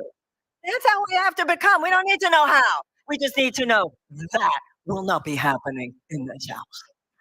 Thank you. Thank you very, very much. Thank you for having me. Thank you for allowing me to be here. I so appreciate it. Thank you, everyone. Thank you.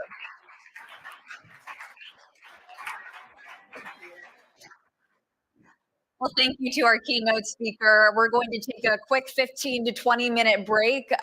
We encourage you to use that hashtag that we've been talking about, hashtag equal future, tag at World Women Fund. It's on Twitter, Instagram, and Facebook. And actually outside, we do have the Project New Village. They're offering fresh produce. So along with these fresh ideas, you guys can get some fresh produce outside. Please enjoy this 15 to 20-minute break. Thank you so much. See you all soon.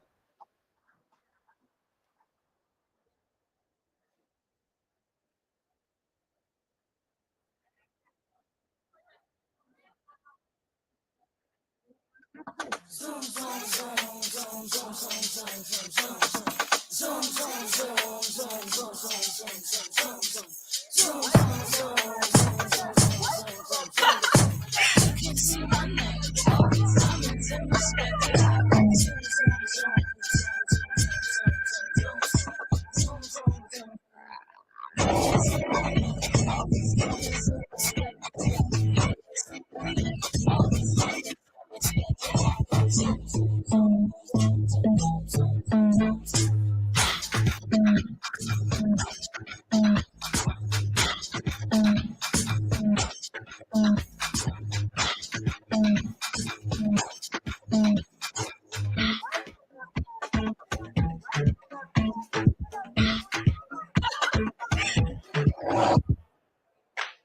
I go zoom, zoom, zoom, zoom, zoom, zoom.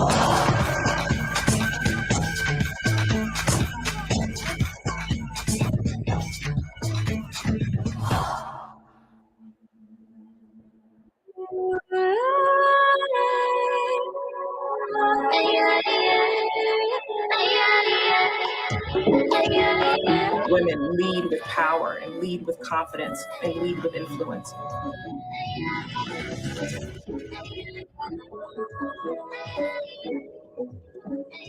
Quite frankly, our leadership is the future. The cardiology community hasn't been very friendly for women.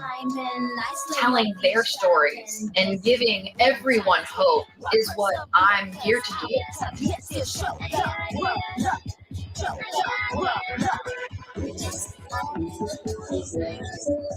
There aren't many Black gay women in the sports business world. Bow down, Your Majesty. I go Raise me to learn from what happened, the mistakes I made. The needs of women have been under-recognized. Women's health matters. I was the youngest person there. I started live streaming on Twitch. Wherever I am in my journey, it is exactly where I'm supposed to be. These women are changing the world.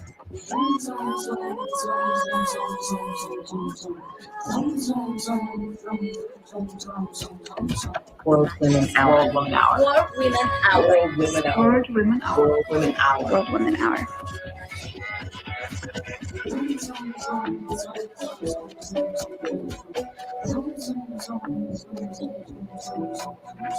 Your Majesty.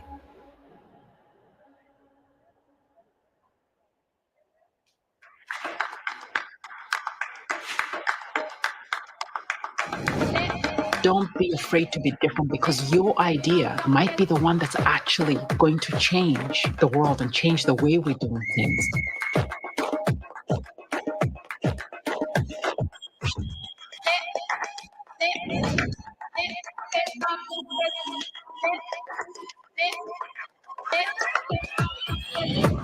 You have to give people examples of how they can be anything.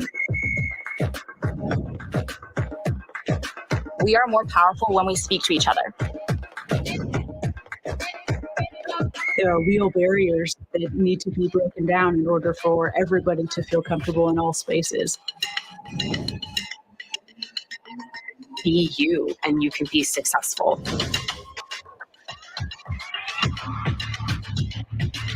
Be a disruptor and change the status quo.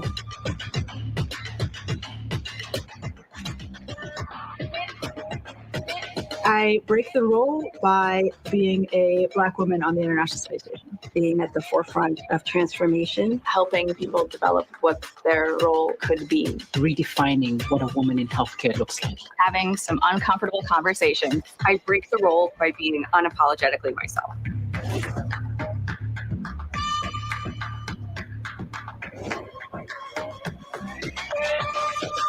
I'm honored. I am honored. I'm honored To be a part of World Woman Hour. World Woman Hour. World Woman Hour.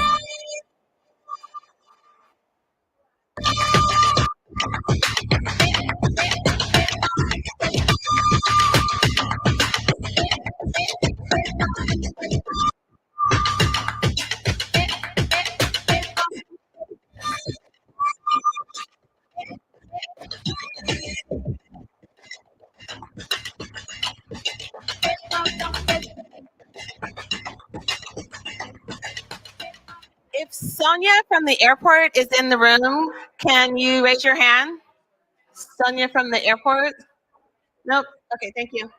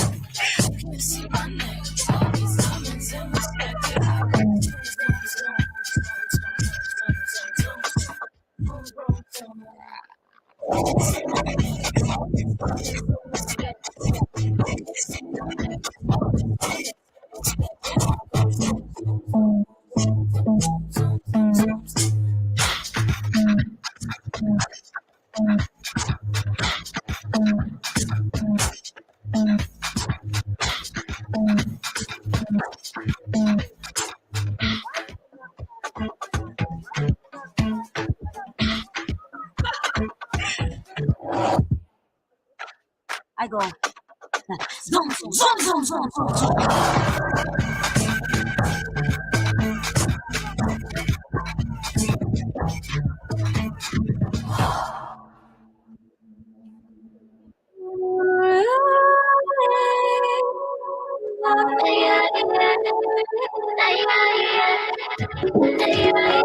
Women lead with power and lead with confidence and lead with influence.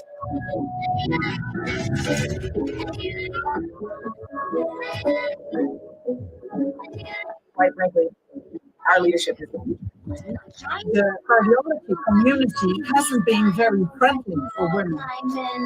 Telling their stories and giving everyone hope is what I'm here to do.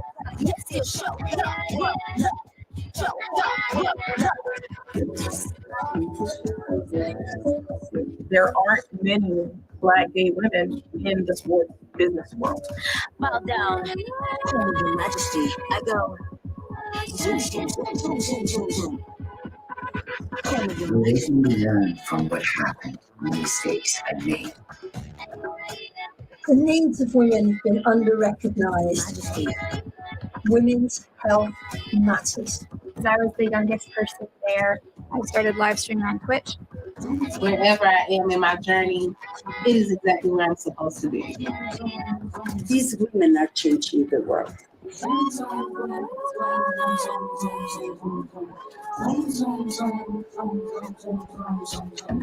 World Women Hour. World Women Hour. World Women Hour. World Women Hour. World Women Hour. World Women Hour. World Women Hour.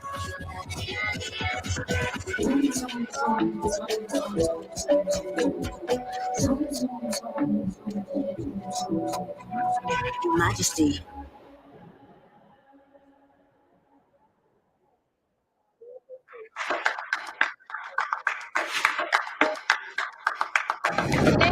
Don't be afraid to be different because your idea might be the one that's actually going to change the world and change the way we do things.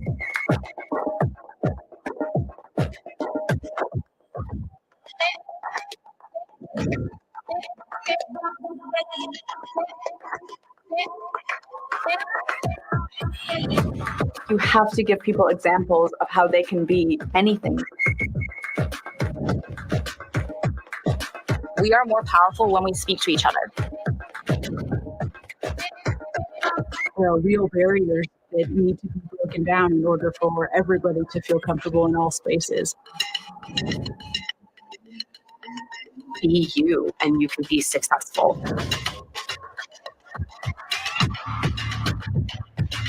Be a disruptor and change the status quo.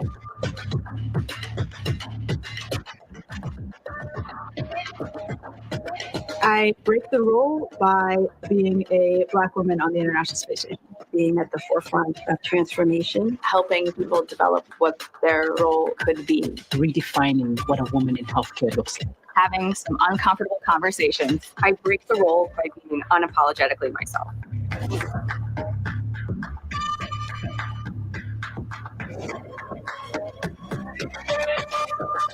I'm honored. I am honored. I'm honored to be a part of World Woman Hour. World Woman Hour. World Woman Hour.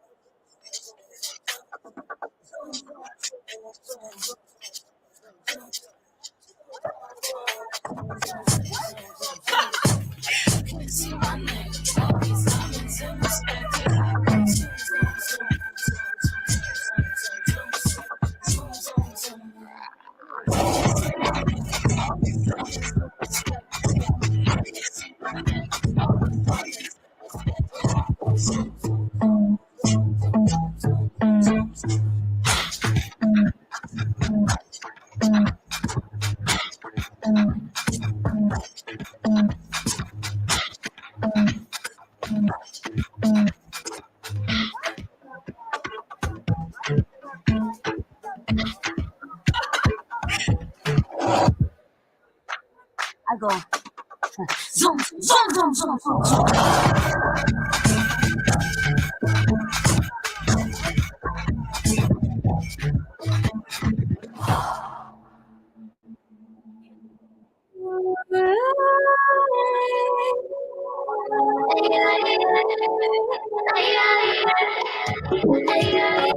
Women lead with power and lead with confidence and lead with influence.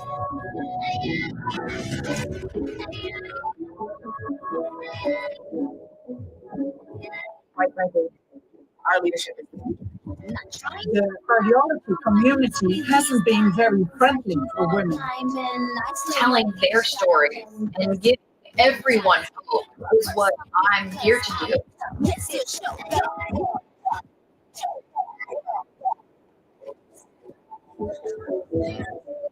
There aren't many Black gay women in the sports business world. Bow down. Your Majesty. I go zoom, zoom, zoom, zoom, zoom, zoom, zoom. Let me learn from what happened, the mistakes I made. The needs of women have been under-recognized. Women's health matters. I was the youngest person there. I started live streaming on Twitch. Wherever I am in my journey, it's exactly where I'm supposed to be. These women are changing the world.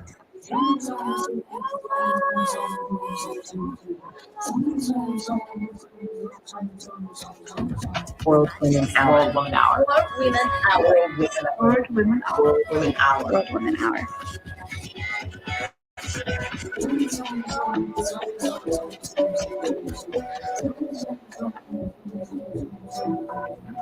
Your Majesty.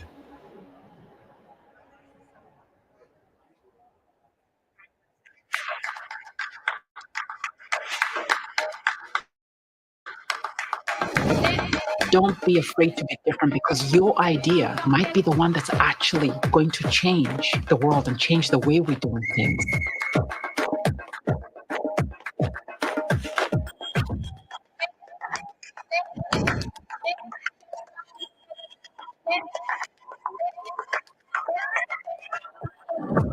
You have to give people examples of how they can be anything. We are more powerful when we speak to each other. There are real barriers that need to be broken down in order for everybody to feel comfortable in all spaces. Be you, and you can be successful.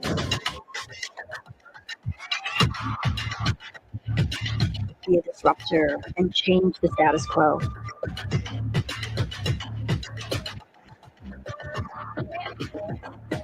I break the rule by being a Black woman on the International Space Station. Being at the forefront of transformation. Helping people develop what their role could be. Redefining what a woman in healthcare looks like. Having some uncomfortable conversations. I break the role by being unapologetically myself.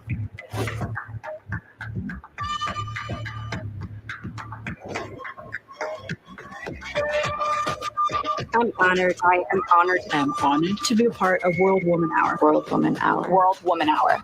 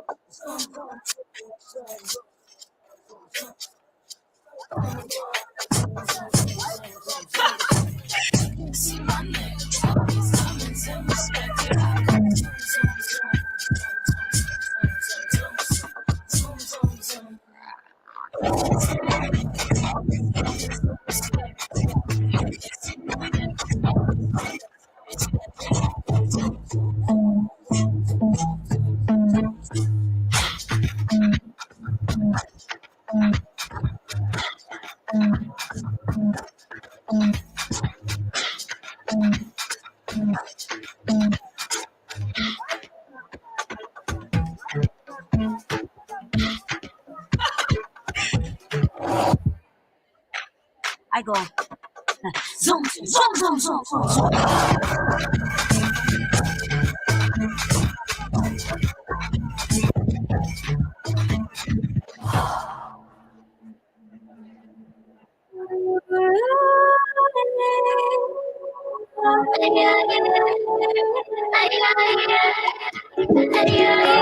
Women lead with power and lead with confidence and lead with influence.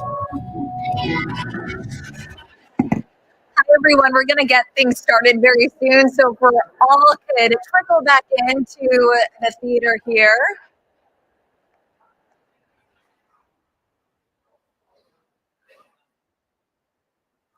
I hope you've had a nice time networking with one another. I just love the conversations that we've been able to share with one another around these tables about what we're kind of getting out of this event and all that we're learning and all that we can carry with us in our communities, in our neighborhoods, in our workplace, in our schools, and how women, both young and old, can work together to forward this message in our communities. So as we continue this wonderful event here this afternoon, I'm very excited to welcome up to the stage Andrea Fox, the strategic advisor, I should say, with the World Women Foundation. Please help me welcome this wonderful human being up to the stage. Thank you very much.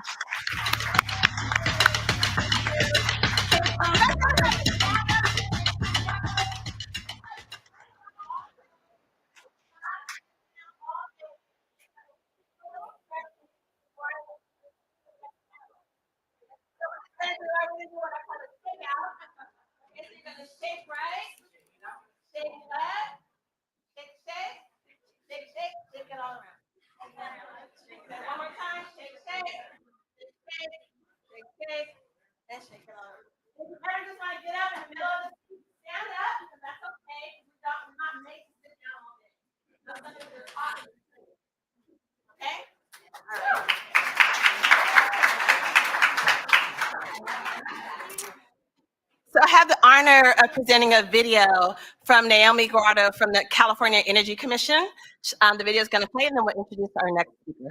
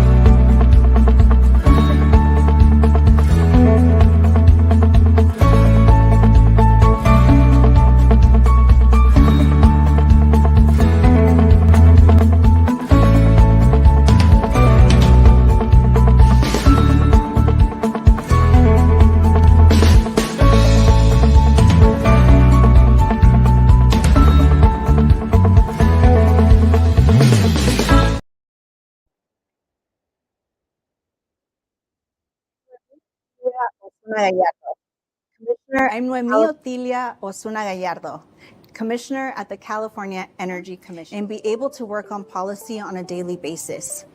And the thing is, California has always been a leader, and they do that because they want to ensure that Californians have a place where they can live with dignity and also have opportunities to thrive and to prosper.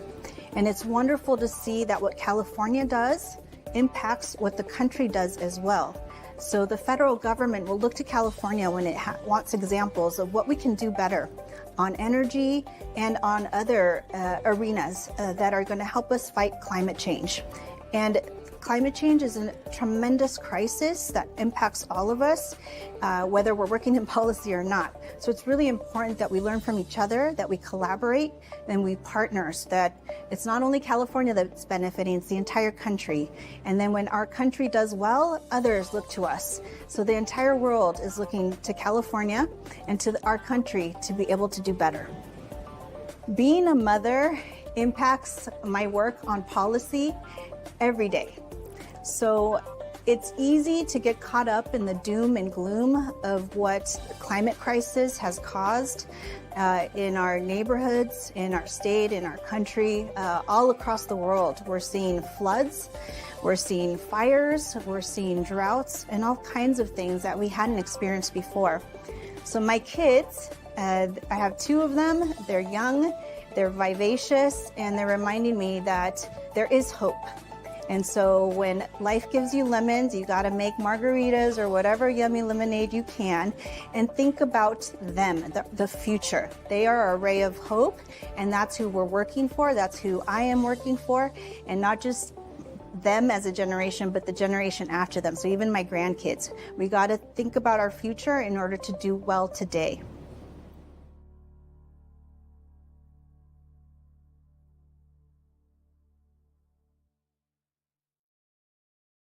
GSZ Life, we're zero energy developers, and our community needs better housing. We need sustainable housing. So we're building a 94-unit off-the-grid community here in San Diego. It's our first project, awarded by the California Energy Commission. And so the reason why we're doing this is because if we don't implement community, we're going to have total chaos. And so if you read Martin Luther King's book, Chaos Our Community, I suggest you read it. That's what inspired me to become a developer, and that's why we're doing this project. So thank you, Commissioner Naomi, for the video, and learn more about our projects out in the lobby.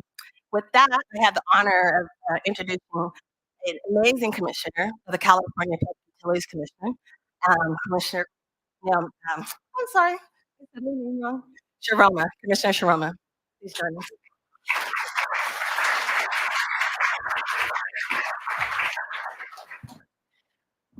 Thank you, Andrea. Well, good afternoon, everyone. I'm very honored to be with you here at the World Women Foundation Sustainability Agenda. My name is Genevieve Sharoma. My pronouns are she, her. I'm one of 5 commissioners at the California Public Utility Commission. Governor Newsom appointed me in 2019.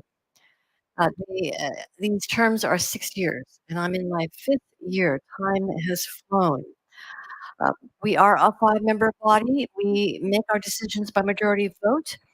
So here's the dull part. These remarks are my own. They don't represent the commission's views necessarily. Okay? I won't be talking about any live proceedings. Okay? Now, the California Public Utility Commission is the largest state utility regulator in the nation. We regulate critical and essential services, utilities, electricity, natural gas, water, communications, transportation. Our mission is to protect consumers and the environment, ensure that Californians have access to safe, reliable utility infrastructure and services. I'm pleased to say that 4 of us are women on the commission. Yes. Our executive director is a woman. Our general counsel is a woman. Our administrative law judge chief is a woman. our internal auditor chief is a woman. So we are leading the commission. Uh, the women are leading the commission, and I think that definitely makes a difference. We've been hearing about that all today. I've been very inspired by the previous speakers, and my own portfolio covers all the above: energy, water, communications, transportation. Uh, it also includes what Commissioner Gallardo was speaking to, and Audrey was speaking to in terms of the uh, energy research programs that are investing in things like housing, microgrids and storage and so forth.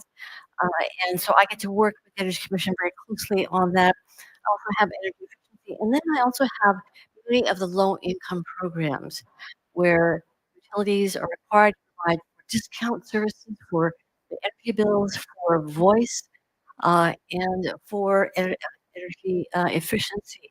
Now, how did I get here? I'm a farm worker daughter. Yeah. I was born in San Joaquin County.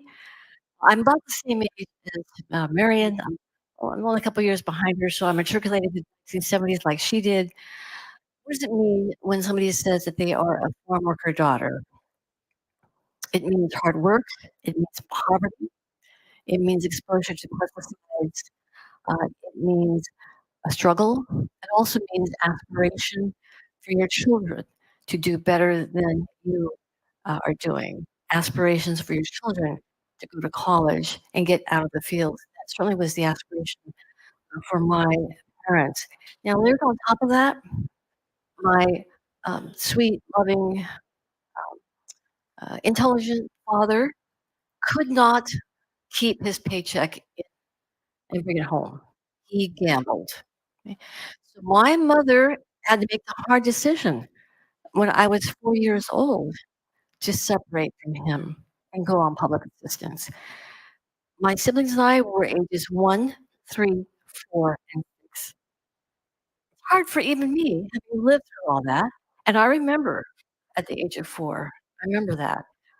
I was daddy's girl. But my mom had to make that hard decision. Uh, and I don't know how she did it. And speaking of protecting your kids, you know, and doing right by your kids, what I remember was the worry. She worried about making sure we were fed, clothed, getting to school, paying the bills, and were we going to thrive? Well, I think she did a pretty good job. So, yeah. Now, I've had a number of careers. I'm in my 45th year as a state employee. I chose public service. I had the opportunity through the strength of my mother, community, folks who cared, to be able to go to community college and then to UC Davis and get a material science and engineering degree. So my first job was at the Air Resources Board as a regulator, working on reducing air pollution. Uh, and I had the opportunity to work on many things, including natural gas-fired power plants, including refineries, including pesticides, toxic air contaminants, diesel exhaust, and to work with a whole team of people to learn from them on how do you develop regulations to actually make a difference. And our air is cleaner in the San Diego area than it was back in the 1970s. So there's that. There's much more to do. We've been counseled all day. There is a lot more to do. Nothing, we shouldn't be our laurels. Now, 20 years doing that. Then I decided to run for office. I didn't run for president. I ran to be an elected director to the Sacramento Municipal Utility District. That is the community-owned electricity provider in Sacramento, and it is governed by 7 elected directors. I managed to win and ran 5 more times. Now that was community service. That was not a career. I also decided to challenge myself, and I applied for the Agricultural Labor Relations Board, which is the Farm Worker Collective Bargaining Board, going back to my roots. Governor Gray Davis at that time gave me the chance. And he not only appointed me to that board, he also made me the chair of that board. So 20 years there, okay, working on farm worker rights, labor rights, and the laws that go with that. Then, as I was winding down, being on the SMUD board, you got to know when to leave 5 times, 20 years. Then the opportunity of the California Public Utilities Commission came along. A vacancy was there. Folks said, "Hey, Genevieve, how about applying?" And I thought, boy, am I ready for another challenge? That kind of a challenge? That was when PG&E was going through bankruptcy. And I went for it. Governor Newsom appointed me in 2019, and here I am. Now, uh, it is a challenge. It's an opportunity. The thing that keep in mind is that everything that we do affects low-income communities, families like my family, like my mom, who fiercely stood up for her kids and made sure we were fed and so forth. So at the CPUC, we have that opportunity through our regulation of the utilities, whether it's energy, water, communications, transportation. And so in my proceedings, I'm working with teams of people and people like Judge McGarry, who you're going to hear from pretty soon on the panel. We have that opportunity to infuse those viewpoints. We also have an environmental social justice action plan that we adopt. One of my first votes was for that plan, which lays out the goals that as we go about doing our regulation, that we are keeping in mind what's happening to disadvantaged communities. What are we doing for workforce development? What are we doing for the environment? Is it challenging as Noemi described? Yes, absolutely. But boy, you just chip away and chip away at it with the view that each step of the way will make things better. Now, the governor has many aspirational and real goals for us as far as having that zero greenhouse gas footprint by 2045, if not before, electric vehicles, solar, battery storage, and renewable energy. And the CPUC is a very major piece of all of that. Now, what I will tell you is that in my career, which is I'm heading towards 46 years, not age, years of working. I'm 69. I just turned 69. So it feels good, by the way. Um, I will leave you with this and counsel this that early on, think about what are you passionate about, or if you're in mid-career, think about what motivated me, what was my passion, what did I care about, what I still care about. Okay, of course, earn the reputation for delivering well-researched, well-reasoned, well-written projects. Okay, you earn that reputation. Um, Recognize opportunities. As I chronicled my own journey, there were opportunities that I decided to take, even to challenge myself. And don't be afraid to fail. And I'll tell you, I have failed along the way. I didn't do a shout out about them, but I have. I ran for city council before I ran for SMUD, and I lost by less than 200 votes. If you lose big, okay, you lose by 200 votes, should I walk to, a few more neighborhoods and knock on a few more doors? Pick yourself up, go on, know your measure, hold your head high, and keep on learning. Keep on learning. That is absolutely what I've done at the CPUC. That's what we are continuing to do at the CPUC. I'm really honored to be surrounded by strong women who have the same core values. And I want to thank you all for the opportunity to share my story with you today. Thank you.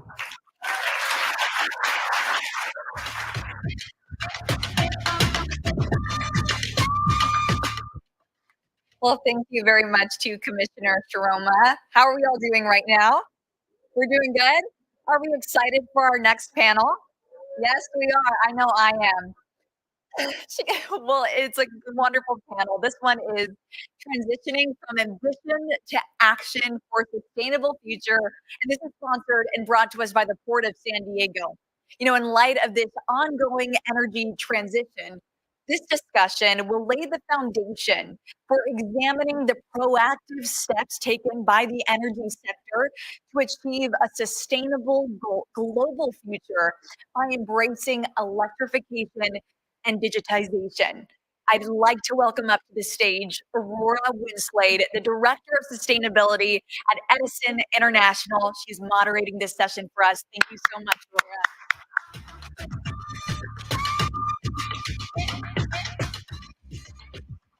Thank you so much for having us here. It's a great pleasure to be here. Before I bring up our panelists, I'm going to do my own boring part after an amazing talk by Commissioner Sharma. Thank you so much. I'm very inspired by your words. Edison, if you don't know Edison, I'm very fortunate to work there, is a company that's helping lead the transformation of the electric power industry. We also own one of the nation's largest all-electric utilities. And while I'm here, we are not proposing to discuss pending issues, rate setting, or any proceedings in front of the CPUC. And I do not intend to file an after-the-fact notice of ex parte communication because of that. If you ask me any questions, and I don't expect you to ask me any questions because I'll be asking all the questions that would lead to reportable responses, I will decline to respond unless they relate to rate setting matters and you are comfortable with an after the fact report. Thank you very much. So Edison is a company that, in addition to owning one of the largest all electric utilities, we also have a global energy advisory company that delivers comprehensive data-driven energy and sustainability solutions to commercial, industrial, and institutional users. And I love to talk to smart sustainability women. So it's my great honor and pleasure to introduce and bring to the stage Judge Andrea McGarry, Administrative Law Judge for the CPUC, Renee Yarmy, Program Director at the Maritime Sustainable Development Port of John Annette, Director of Planning and Environmental Affairs at San Diego International Airport, and Courtney Jenkins, Vice President, General Manager, and Head of Distributed Energy Solutions for ENGIE North America. Please join me in giving these amazing women a warm welcome.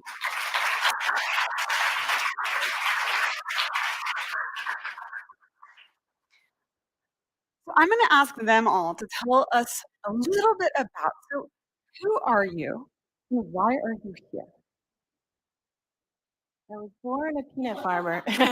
That's from a little joke we had when we were planning. So a little levity for us, stretching and happy. So my name is Andrea McGarry. I am a administrative law judge at the California Public Utilities Commission. I often partner with Commissioner Sharma. Is the camera okay? Okay. I preside over. I'm gonna go to my notes for this. It's so long. Adjudicatory rate making quasi-legislative proceedings related to privately owned electric, natural gas, telecommunications, broadband, water, rail safety, rail transit, and passenger transportation companies that are regulated by the state of California. I'm going to give you my disclaimer.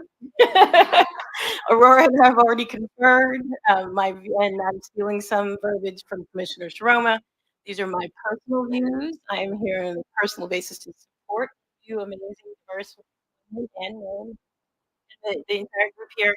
And what I say today does not reflect the views of the California Public Utilities Commission. So with that disclaimer in there, I'll just move on. I also recently completed what the state calls a career executive assignment appointment at the California Energy Commission. In that capacity, I was actually chief staff and special legal advisor to Commissioner Noemi Gallardo, who you saw the video from. And I also, in that capacity, and her predecessor was Courtney Vaccaro, who is also now at the CPUC. So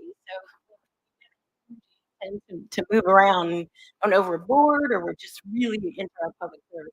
But And in that capacity, I also had very amazing experiences, which have given me some well-rounded ideas, and I think going to make me an even better judge. And there I worked with power plant licensing, siting, transition, and environmental protection, which is a huge piece of what Commissioner Sharoma brought up is where are we putting these plants? What is the effect on the everyday person?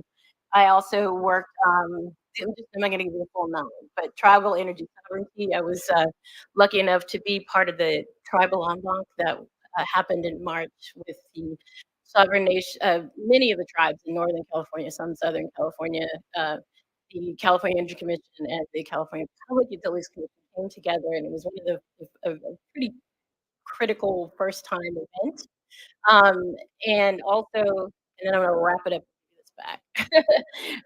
I did a lot of work with the Disadvantaged Advisory Community Group, which is either called DACAG or DACOG, whatever agency you're with. There is a dispute over the pronunciation of that. And so in that also is near and dear to my heart, which we'll get into a little later about how what we do impacts people on the ground. Hello, I'm Renee Yarmy. I'm a program director for Maritime Sustainable Development at the Port of San Diego. I started my career in architecture, which, as you can imagine, is a very male-dominated field. And throughout my career, I've worked predominantly amongst men. And so the energy sector is no different. My master's is in sustainable development. And if you can imagine, when you work in sustainability, you're either going to become a specialist in energy, water, or waste. And in my particular case, energy was a clear nexus with buildings. And I've grown in my career at the port for 8.5 years. I've grown from a senior environmental specialist to a program manager for energy and sustainability, now a program director, which I was able to create my own title because I asked for it. And that's, kind of an unusual space. I understand in a lot of other agencies, but thankfully I work within an organization that honors leadership amongst women. And I've also started to create my own branch of women that are supported under my wings, if you will. And whether voluntarily or directly or indirectly, people will ask me for advice and I try to offer it. So my role at the port really is looking at the nexus between clean air and health equity for all and electrification, the infrastructure that's going to get us there. And if you don't know, the Port of San Diego in 2017 was designated under Assembly Bill 617 to address portside community impacts disproportionately affecting communities like Barrio Logan, National City, and other communities surrounding our maritime operations. So my goals and objectives in fulfilling the Port's Maritime Clean Air Strategy and Climate Action Plan really are centered around equity, health, and how we can move the energy sector. Thank you. Good afternoon. My name is Jana Nack, and I'm the Director of Planning and Environmental Affairs at the Airport Authority. We operate San Diego International Airport. And prior to COVID, we had about 25 million passengers coming in and out of our airport.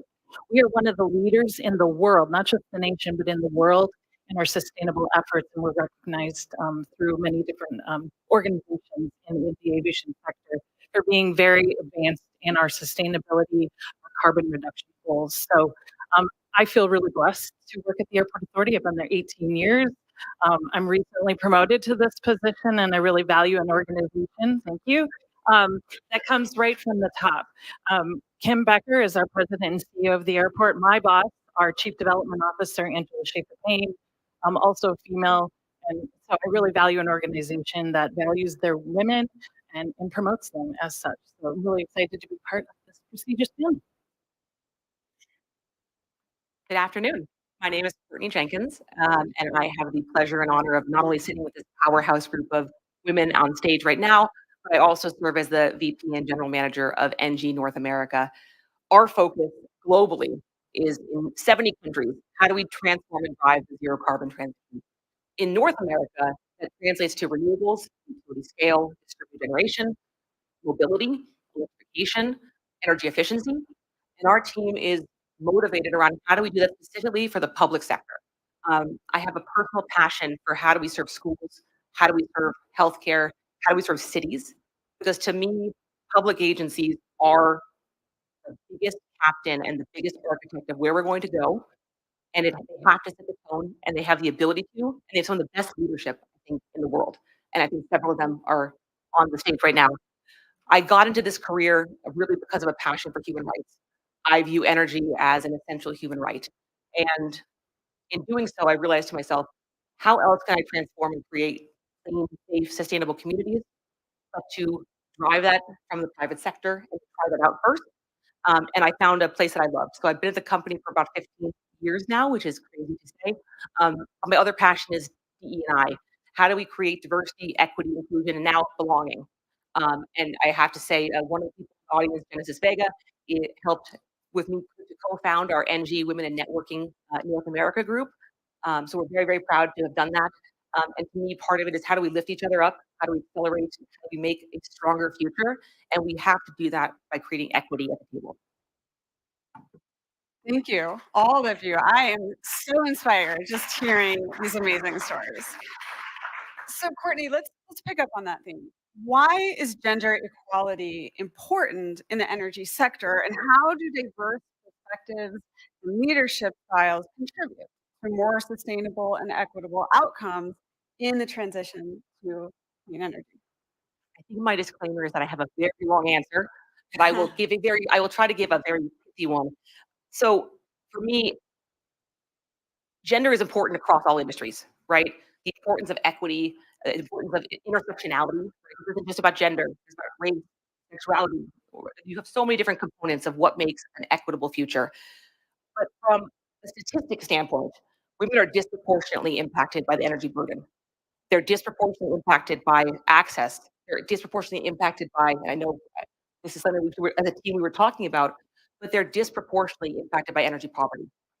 And so in order for us to create a just future, in order for us to create a transformed future, we need to make sure that we are using an informed and intersectional view, but also one that is representative of the communities and the people that we serve. And so to me, there's thousands of studies that show that teams that are more diverse have statistically, they're more innovative, higher returns to shareholders, higher returns to stakeholders. They're more creative, they're more resilient. And so if we're going to design the smart city of the future, we have to have a diversified group doing so. And to me, trying to drive the future is how we get change agents, we bring women to the table, and we accelerate them because women can't be 25% of this workforce and this leadership workforce. And we can't get to that goal without women in power. Thank you.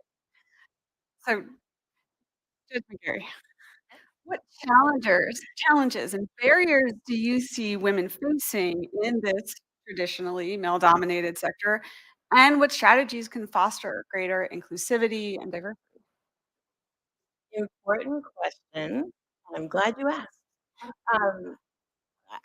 I firmly believe that the first step/barrier, right, is being in the room to have that voice. When I started in energy in the 90s, I was in law school. It did not look anything like this diverse set of citizens of the world that we see right now. And I didn't let that stop me from my passion in continuing to work in energy. And this was like, I'm gonna date myself. This was 1997. So I am proudly 54. But once you're in that room, using your voice to speak up when you have something to add to the conversation. It's not always just the people in the room that aren't used to seeing you that keep you from speaking. Sometimes it's your own confidence, whether you have something to contribute to the conversation. And, I know Taylor Swift is all over the news right now, but that's one of those things where you're gonna need to shake it off because what you think matters. It may be that your idea, your factoid, your amazing solution to a problem that everyone's trying to fix, you might be that solution. You might be the nexus for that conversation, and somebody in that room may never have heard your unique perspective before. Because sometimes the DEI problem is it's actually ignorance or lack of information, not a purposeful exclusion. inclusion. And as a woman of color, I know some people might say, well, what about this and that? And those things are all there.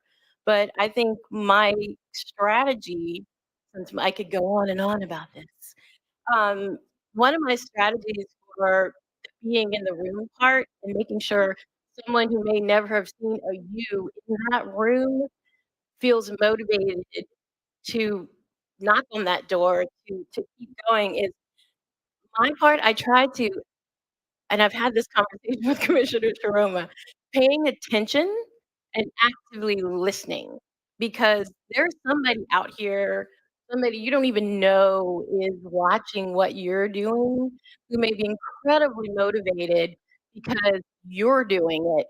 And just the act of you noticing that person might change their life, asking them for their opinion, for their voice on the thing that whatever the issue is. And you said, "Wait, me? I matter? You care about what I think?" And also creating those opportunities for those conversations. I think all of us as women and men and just folks in general, we get so many invitations in our inboxes, things that we're like, "I'm not going to that." Your interns would love to go to those things. Going to, and I'm gonna wrap it up, but going to, uh, public interest fairs, going through, these schools and being on a panel and taking questions from these people, you're giving them an opportunity to see you and to know that they have options. So that's one of my many strategies, but I need to give other people a chance to speak, so that'll wrap it up. Jana, building on this, getting more women into the energy sector. What steps can we all take? Can governments, can businesses, civil society? How can we encourage, how can we support more participation, more careers, more leadership? How do we do this? Well, the judge stole one of mine. I did invite 4 women on my team who are incredible. They are making decisions daily and doing things daily at our airport that make it not only better for this environment, but better for all of you that travel in and out of the airport. So I think I totally agree and couldn't agree more with that. I also think working with your human resources, I think someone spoke about it this morning, and getting more internship programs. We have a great summer internship program. We are launching a program where we're going to be hiring people straight out of college, even though a position might have 3 years of necessary experience. We're working on ways that how can we take them straight out of college and train them to meet those qualifications. And as I mentioned earlier in my intro, I think also making sure your organization walks the talk and making sure that you are looking and really, it's important to me. I always like to legacy build. I'm always looking at my staff to figure out who can I teach to do my job so that I know that if something were to happen to me, someone can step into that role. And so legacy building is really important, and I think everybody should be doing it. I do have a bias. I look at my women maybe a little bit more, but I also really value the men on my team as well. So I think it has to be that partnership. Renee, you've been educator. The Port of San Diego was doing electrification ahead of many others before it was mandated. So can you add to this? And also, can you bring in the perspective of partnering with industry as well?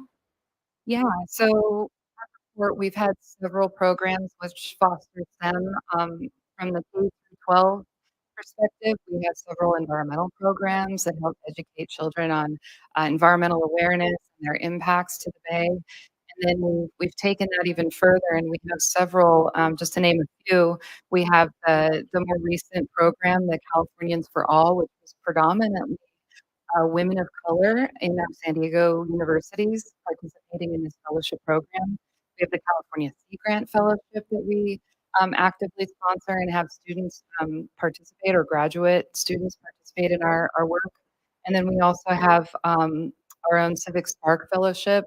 And so we're creating all these pathways to jobs. And right now we're in this massive transformation in terms of the energy sector.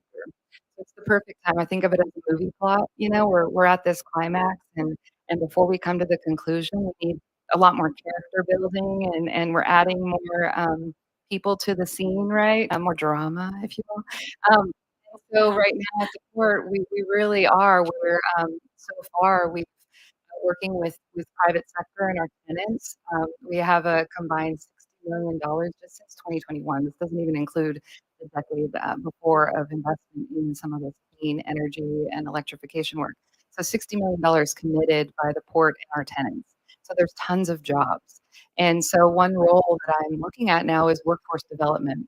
So how do we work with the local universities and academic space to create opportunities not only for our existing staff, but for residents within the communities that are adjacent to our properties. And knowing that there are clean jobs in the future. I think we're seeing this crystal ball of a deficit in our workforce.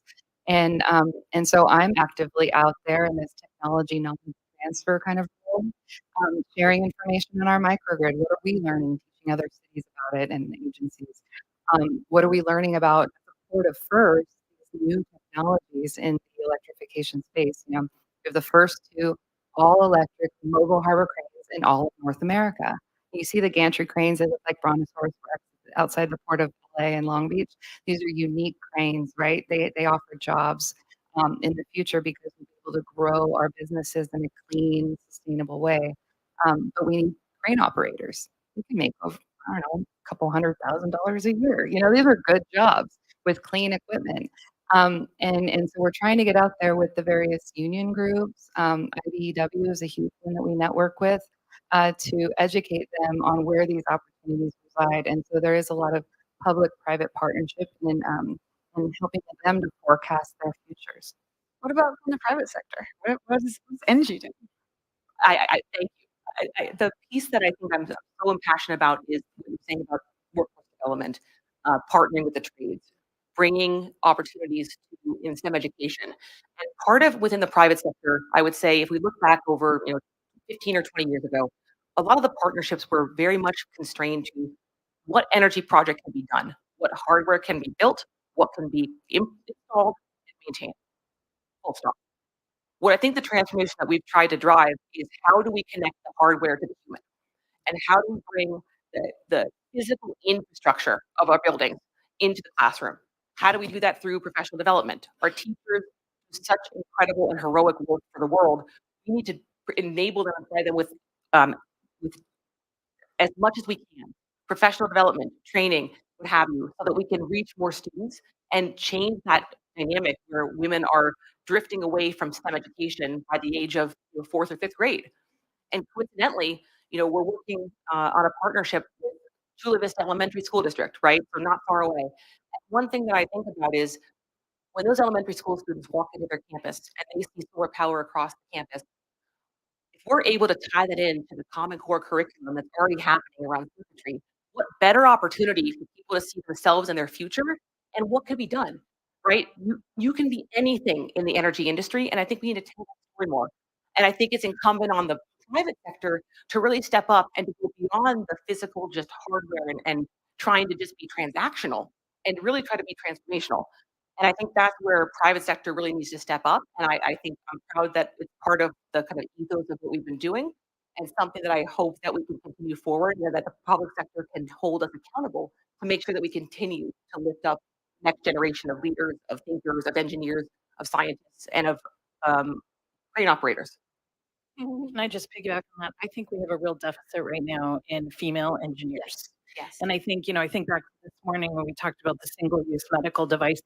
Let's get some female engineers in there, civil, mechanical, electrical engineers to build these new products. And I see we definitely see it at the airport, and I think we all need to do a better job at it.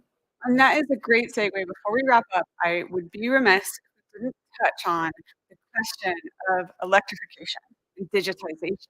Because to get to a clean energy future, we need to ask what role does electrification and digitization play in ensuring equitable access to energy resources in bridging the energy divide for vulnerable populations? You want to start us off? Okay, so these are complex problems, right? That I'm facing in my job right now. As an example, we're trying to communicate how much energy we need to our utilities so that they can grow the utility grid at a rate that's going to be comparable to accepting these technologies. We're already finding at some of our sites we're at bandwidth, we're at capacity with the feed coming off of San Diego Gas and Electric. When you have more people around the table with innovative ideas, think of the user experience, this data can be usable in so many other ways. It can be used to look at predictive air quality modeling into the future and how are we on target with our goals. It can be used by planners to look at corridor planning within our communities. And so I think digitization of this data around the work that I'm doing in energy, air quality, and forecasting feeds into so many other tracks in our world of sustainability. And it's quite right now we're in this modern transformation where everything's becoming automated to some degree. And so I'm dealing with disparate systems and actually just got an MOU signed with 4 other ports across the state of California called the Port Partnership, a data partnership, with the goal really of streamlining data and making us more efficient. So there's a lot of work. That's just the tip of the iceberg, but I don't want to spend all the time. Great, thanks. Anyone else want to chime in on this one? Courtney? I'm happy to build on that. I think you captured digitization and digitalization so powerfully in kind of the power it plays in forecasting, planning, and shaping the sustainable future, right? Maybe I'll touch on the resiliency component of this, because resiliency to me is part of how we also ensure a safe, healthy, and more equitable access to energy, right? Vulnerable populations are much more likely to be impacted by power volatility. They're much more likely to be at risk during heat waves, during massive energy spikes, during public safety power shutoff events, right? That's the commonality that we now deal with in California, and it's going to be the future. So what we have to do is prepare ourselves to tackle that with equity at the heart. And I think so often we think about just the solution, but one of the things that we're working on is how do we bring microgrids, how do we bring battery storage, how do we bring that to bear in a way that is available and accessible to those populations. And we've done so in partnership with several cities, in partnership with a major healthcare network. And for us, the availability of how do you transform all the solar infrastructure that we have in the grid, and how do you enable a more sustainable and more resilient energy kind of ecosystem, that is going to enable a healthier next. Thank you all for these amazing contributions. Let's wrap it up with one sentence. What does equal future mean to you? Me? Okay, this is really hard. One sentence. I think I would have semicolons in it. You No? are in charge. Okay. Okay, I'll be really quick then. Access and opportunity. Because growing up in the Southeast, and you can insert any subject in this, that's what I wanted. I wanted access and opportunity. And so even in the energy space, if we keep the context, for energy, that's gonna be safe, reliable, clean, affordable energy. For opportunity, it's those communities that, whether you're impacted or not, being able to have some say or voice in the socioeconomic impact in their choices and improvement in their lives. So that was not one sentence, but Long that's sentence. what I think. Powerful. I think because I face doubt in myself at times, that an equal future is that all women have an undoubted place at the table, that you're setting the table. You're inviting other people to your table.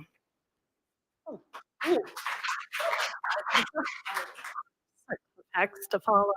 I would say leadership without gender, but rather based on vision, abilities, and determination. What everyone else has said. To me, it's intersectionality, it's inclusivity, and it's belonging. And I think that starts with education. So I'll start with that. Let's hear it for our amazing panel of powerhouse women.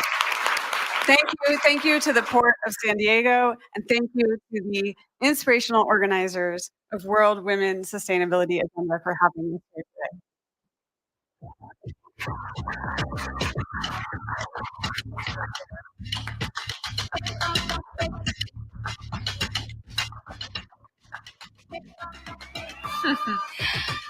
want to like put a post-it note on my bathroom mirror of everything you guys just said. That was one sentence so I could wake up every morning with that layer of positivity.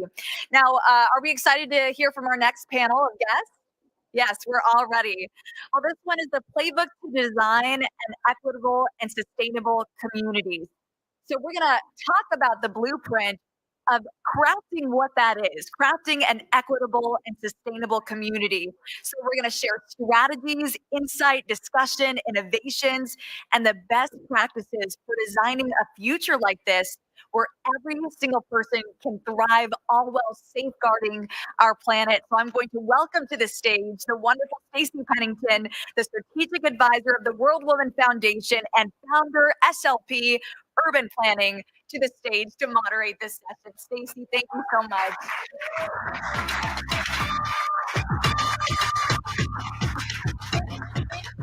All right. Hello. Good afternoon, everyone. Thank you, first of all, for all joining us today. This has been the work of a lifetime to help coordinate this with Adria Fox and Rupa Dash. Off we are. So in today's world, the imperative to forge communities that embody equity and sustainability is more pressing than ever. This panel unites a diverse group of experts from consumer experience, urban planning, environmental conservation, social equity, and sustainability. Together, we will explore pioneering strategies and best practices to pave the way for the future where everyone can benefit from democratic and decentralized services, fostering a thriving economy and a sustainable planet. Without further ado, I'd like to welcome up my panelists. So please join me up here on stage. We've got Diane Moss, CEO of Project New Village, somewhere. Where is she? There she is. Ayana Shah, co-founder of Second Serve. Caitlin Infantino, founder and CRO of Solaire. Edna, I like to call her Patty Hernandez. She is a binational senior advisor with ITJ. And Sister Maria Mohammed with I Am Green. So before I join you all in the seats, I just want to make a couple of, actually I'm going to stay up here. Perfect. Perfect. No, it's perfect. Okay. All right. Today will mark the beginning of a new era, one that embraces the potential for girls and women around the world to celebrate our collective empathy and intuition. Today will mark the urgency of understanding the term sustainability as a complex network of systems. The field and interest that this panel represents mirrors the complexities of sustainability. We acknowledge, I think as a group, which is why we're all here, the urgency of climate change. We acknowledge the power of education, the paradigm shift towards gender harmony, the importance of thinking and acting at a global scale, Adria, the premise that our future must be approached through the lens of human-centered design, and that the nature of this work is personal, professional, ancestral, cultural, physical, and emotional. So let's get going. Can you each all introduce yourselves and tell us a little bit about your personal story as it intersects today? Hello, everyone. I'm Sister Maria. Hello, everyone. Hello. Okay, thank you. I'm Sister Maria Mohammed, and I am the CEO and co-founder of I'm Green, which is a local nonprofit that started here in San Diego and has recently expanded to rural Georgia.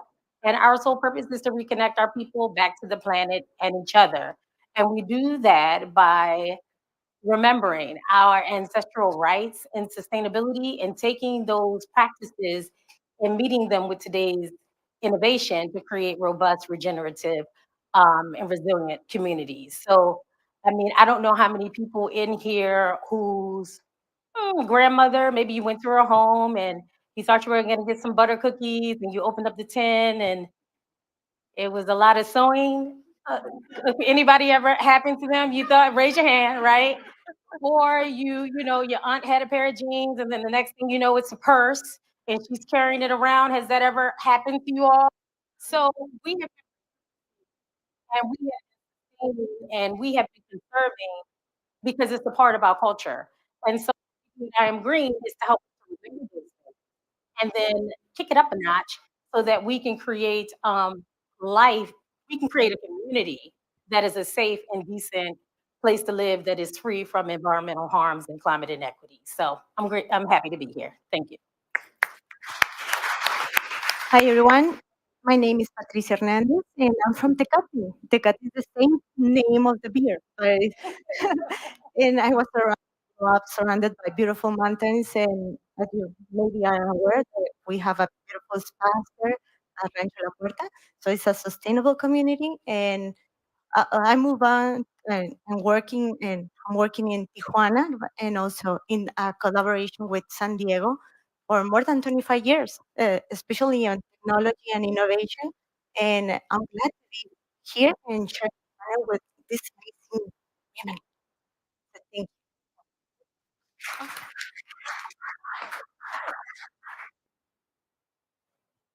Hi, everybody. I'm Caitlin Infantino. I'm from Massachusetts. I think I'm also not a San Diegan in the room at the moment, but we love it here so much. My background is in urban planning and landscape. That's my education. But I I really my career has been in shoes. So I come from a product background. And we are building the first neural network that's going to democratize shopping and how you spend all your dollars going forward.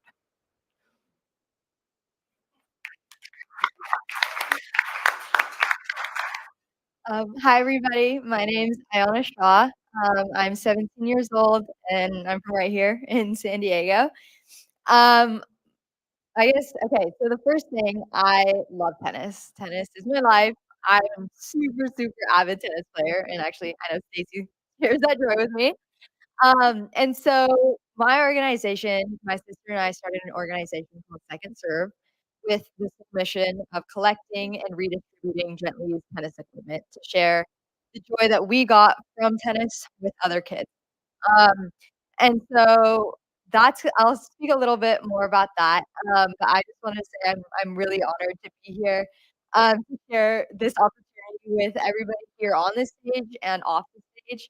I think I definitely have so much to learn from every single person in this room.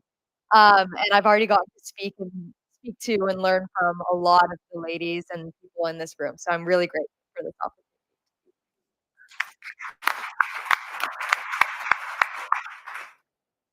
My name is Diane Moss, and I'm here from San Diego. I guess I've been here my entire adult life. I'm a Southern California person from Los Angeles, right? That's where I was born and raised.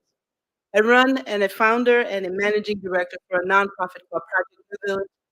It's community rooted, it's resident led, it's in a part of town that's been permanently disinvested. And we've come to a point in our career where we've had minor miracles. We got a major campaign going on now so we can run our own grocery store, our own food processing kinds of place in our neighborhood. And the we I talk about is our neighbors and other partners outside of the neighborhood. So opportunities exist for us to go forward with a food sovereignty agenda, and we're doing it. Let's go, Diane. Well, Diane, I'm going to go right back to you, actually. So you are a womanist and a waymaker. I like that from your bio I found. You are a pioneer and empowering community at the grassroots level to more of a degree than anyone I've ever known of in San Diego. So thank you. So particularly through food systems. So the question I'd like to kick off with you is how can we bridge the gap between the principles of equitable community design and sustainable practices to create fair and environmentally responsible communities?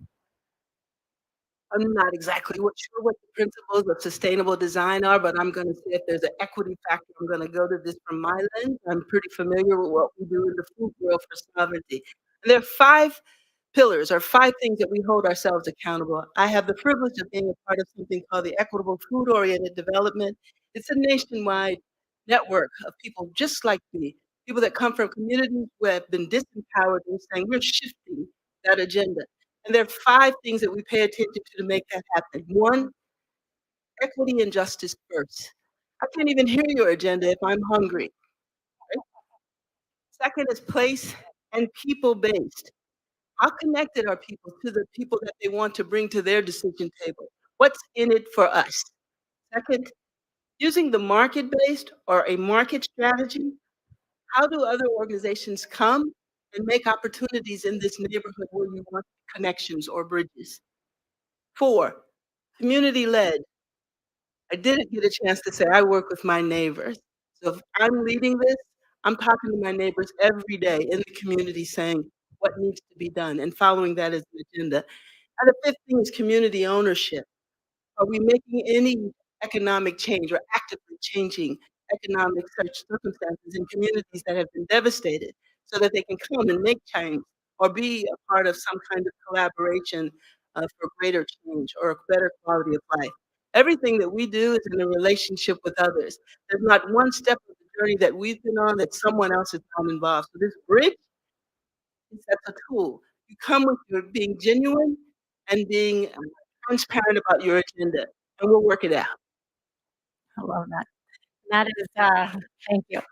That is a great transition to the question I had for Sister Maria. As you've mentioned, actually, in some of our protocols, traditionally, Indigenous communities are intrinsically sustainable, and it comes down to a function of survival. But you use the word thrival. So how can we reset our goals on thrival? Along those lines, can you describe your work with intentional communities, and more specifically, the importance of minding the gap, so to speak, between ancestral knowledge and today's innovation? Mind the gap. If anybody has ever been to London, that's what they tell you when you walk off the subway. Mind the gap so you don't fall, right? And so all communities are intentional. You just want to make sure it's your intention and not someone else's intention who does not have your best interest, right? And so there's not a community that has ever been built that was not an intentional community. I think sometimes we use that as buzzwords to be different, but it's really not. It's really not different. But our thinking has to be different. And so we start with the community and we stay with the community. Just like Mama Monks was saying, it really has to be community driven. It really has to be the core values of the people who want to live there. I can live on the same street as this beautiful lady here, and she could be doing something that I don't particularly care for. And I am maybe talking to you about her, she's doing something that I don't care for. But she's never agreed to do what I care for. So we have to come to an agreement before we can judge each other and start talking, and gossiping. I can't hold her to my value. I have to see if our values are aligned. And then if she gets to acting up after we have agreed that this is what we gonna do, then that's when accountability comes in. And that's when we have compassionate consequences. We have to, even though I know Miss Williams talked about not living in our trauma, but we have to address the trauma. We have to be able to have some be empathetic to one another and the things that we have gone through as a culture, as a community, as a people, right? And so I know that if we come to this agreement, we agree upon the consequences and what's going to happen, and that they are compassionately, demonstrated, then we can continue to grow. And so how we mind the gap and how we bridge the gap and how we grow as a community is by one, coming to an agreement, talking about our core values, talking about our dreams, getting the funding to think, right? Because a lot of times when you talk about survival, we don't have time to think. We're just trying to survive so we can get the funding to match our aspirations, to match our dreams, so that we can begin to thrive, then that is when we can mind the gap. And that is when we can make some serious progress for our own intentional communities. Thank you for that. Ayana, your work is incredibly grassroots as well, and I think very symbolic of your generation. How does your journey represent your generation, and what can we all learn from that? And if you could tag on to that as well, what challenges have you faced in this journey in effectuating change? Yeah, so I think Generation Z, I believe that we're a generation of change makers. I believe that every one of us has an innate sense to do good. Every morning we wake up, we take a scroll through social media, and we just see news problem after problem.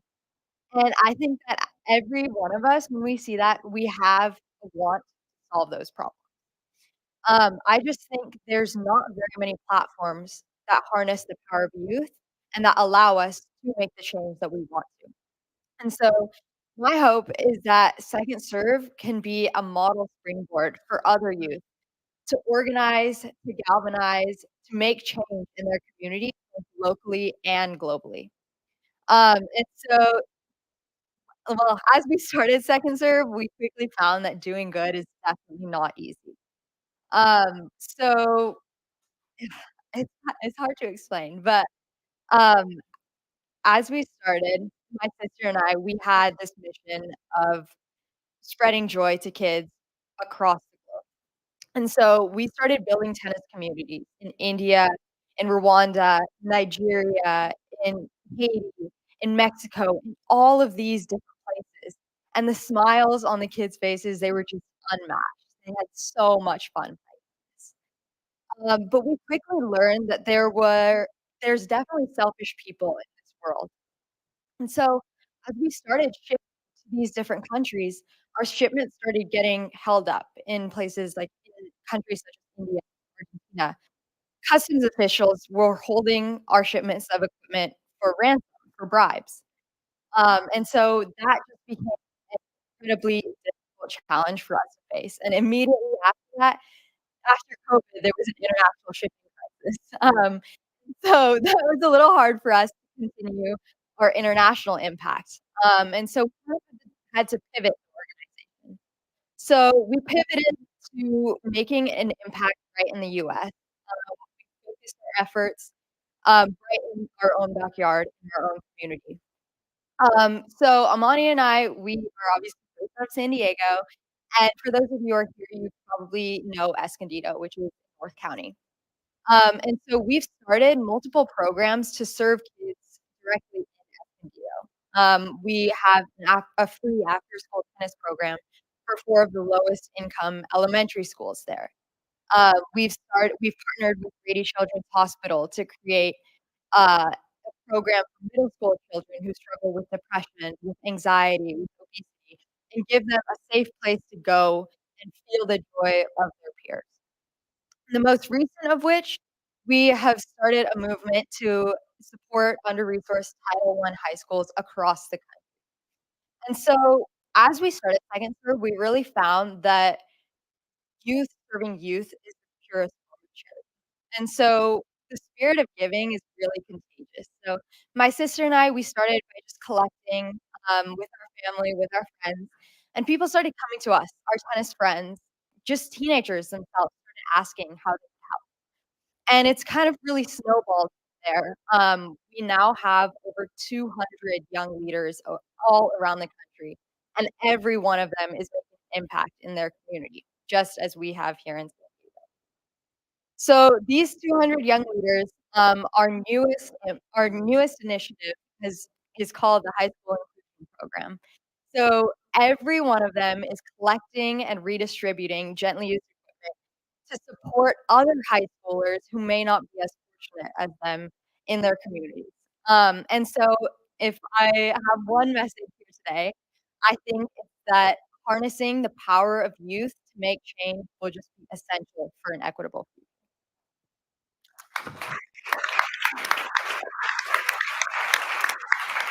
And I'm a little biased. I'm on the board of directors for Second Serve and can speak very personally to just how innovative and extraordinary their efforts are. And Ayana and her sister Amani have mirrored exactly what she just said by creating a leadership structure that empowers pretty much anyone up for taking on the responsibility of being a president, right, within your region.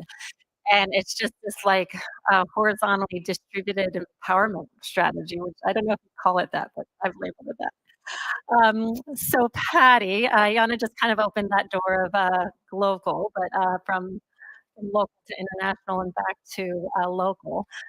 So let's talk about that a little bit more. As we've discussed, our mega region plays a really critical role on the global scale. I'd love for you to unpack that a little bit from your personal experience, but also speak to the urgency of ongoing cross-border collaboration, if you would, and then I'll tag on my part too.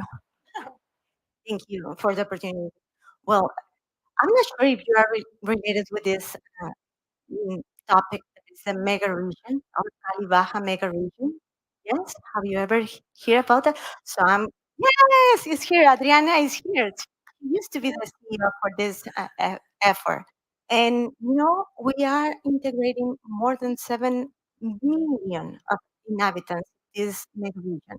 This combined the economy of the not just Tijuana, it's Baja California and parts of California. But we have a 250 billion GDP as a region.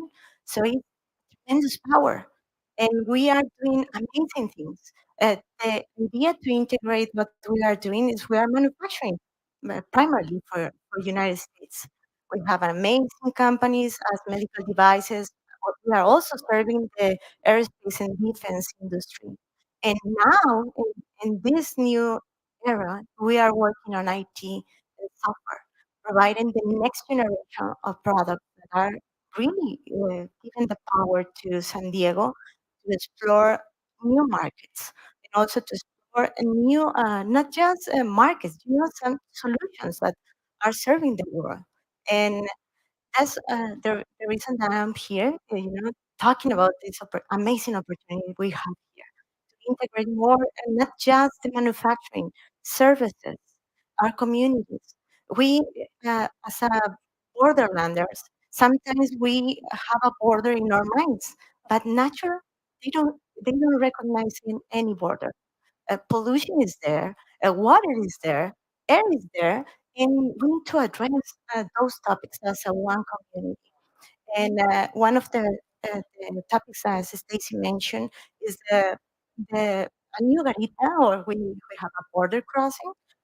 You must be aware, but we have more than 1,000 manufacturing companies in Tijuana. Can you imagine waiting for crossing the border? What the line is tremendous, tremendously long, and sometimes we don't think that is only a CBP problem. But it's also a pollution, and it's not just the idea on contaminating the air. It's also, can you imagine sitting for 6 or 7 hours waiting for crossing the border and then return again as you have to do other shipping for your company? So it's stressful also. So I think we have an amazing opportunity here to continue working as a one community, not just for the topics that we are facing or we can see. So the topics that are not maybe in the surface, is under the surface, and and I hope we can continue doing this together. So you just so beautifully unpacked the essence of it all actually in that example. And I think I've picked up on this in prior panels and discussions, but this is one of the primary points of today is to look at the urgency of sustainability in a complete way where one situation like you just described has a very tangible impact on mental health, greenhouse gas emissions, obviously, physical health and well-being, family structures, cultural structures, and that's I think what we collectively want to be surfacing and understanding that as we embrace the complexity of all these things, we will reveal, I think, really powerful opportunities to make a difference. And Dr. We've nerded out on this quite a bit, so I appreciate the smiles. Uh, so, Caitlin, I'm going to stick to the global scale. I know it's beyond global scale because it's like the global meets digital and then more. So you've been involved in the space of democratizing consumerism, which opens up the potential for values-driven purchasing power, effectively hacking the back end of what has been very, very proprietary. Tell us a little bit about that, please. Or I'm always so excited to talk about this. I think that we have an enormous opportunity in front of us. What we're doing at Solar is creating the first universal shopping cart, which means that you're going to be able to buy everything that's listed for sale on the internet in one place at one time without us having any financial interest in where you ultimately place that purchase. As it stands now, for our more commodity products, you go to Amazon or Temu. That's an easy one. For branded products, you have to compare branded site to branded site. So I know for myself, I often have like 5 web pages up at once just to buy a really simple thing, a whole research project, just to buy a simple thing. There's so many options on the internet, right? So the way that we're going to democratize shopping is by giving consumers relevant, unbiased, and personalized product assortment choices so that you can compare and then ultimately buy directly from your vendor of choice. Well, thank you. I was a little distracted because I was trying to do hieroglyphics to figure out what time it is, and it turns out it's right there. So, well, and go ahead and come. I mean, it's going to be one of the most transformative first integrated uses of AI. Yeah. Right. And so I think that's important too from so for any of us who want to go online and buy anything, if we want to start to connect the dots between our own value systems and the products we're interacting with, you will be able to specify and then enjoy the breadth of those. I could say that I want locally grown produce and then go to Project New Village. Yeah, or locally made shoes or jeans or whatever it is. If that's what you're looking for, we can serve up those results for you naturally. Without AI, we can't build this actually, and I think part of the reason it doesn't exist yet is because before March, AI wasn't available to the population the way it is currently, and will continue to grow to be.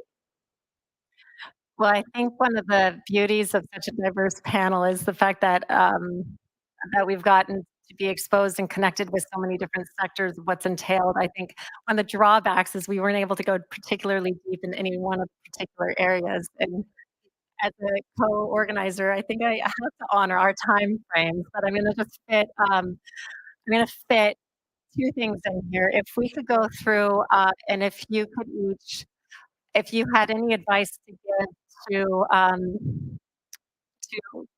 men and women, to girls and women, regarding how to advance these collective missions, but through the lens of your own space, I would love to hear that. And then as you're covering that, please give us one sentence as to what best describes #equal future. Sister Maria, starting with you. Okay, so I'm a farmer, as most of the farmers in the world are women, right? And so I think that all of us have a responsibility to connect with one another. And because that's where the answer is. The most robust solutions are in the diversity. And so what we really focus on is making a connection. We have become very disconnected, even though we have a lot of tools to connect us. So to get out from in front of those computers and phones and get out in the garden at Mama Ma's, get out in your backyard to talk to your neighbors, to connect, to grow food, to crop swap and, get that food, to kind of work in a collection, in a cooperative. That is where all of our answers lie, is in the collective. We have all the genius that we need in the communities where we live. We just have to have access to the resources and representation. And that is what equal future looks like to me.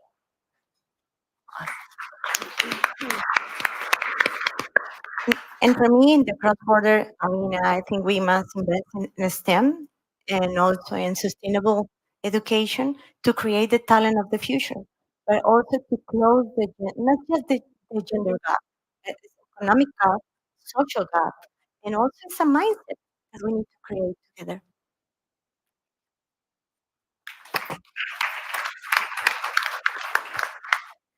I think Equal Future is about having a platform to talk about your ideas and to bring innovations to the population, honestly. Like having the funding and the platform is an equal future for women. Thank you.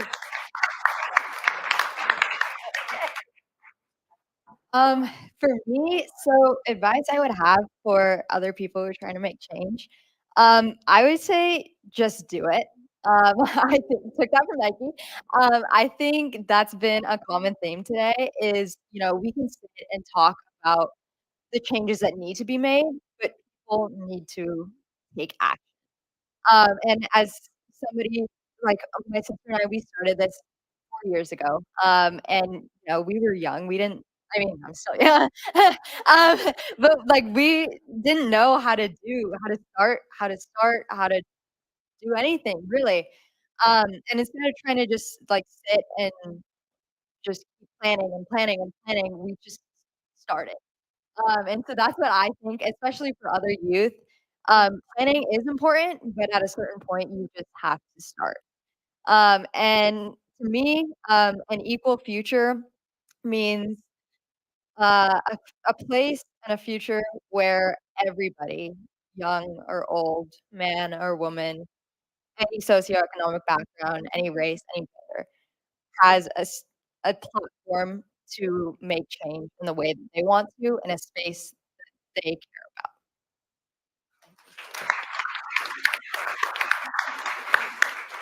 So I sat on the shoulders of my ancestor, Fannie Lou Hamer, and she could reflect and say that we're all interconnected. So going forward, none of us are free until all of us are free, period.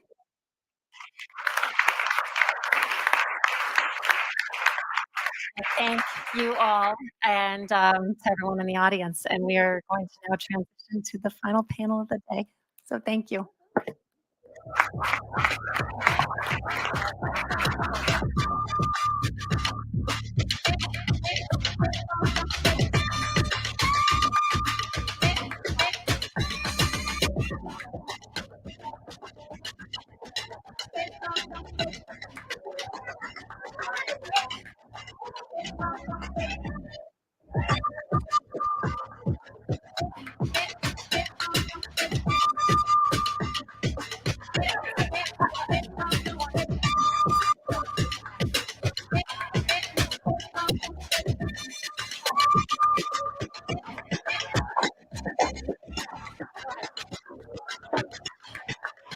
How was that panel for everybody? Did we all enjoy the panel?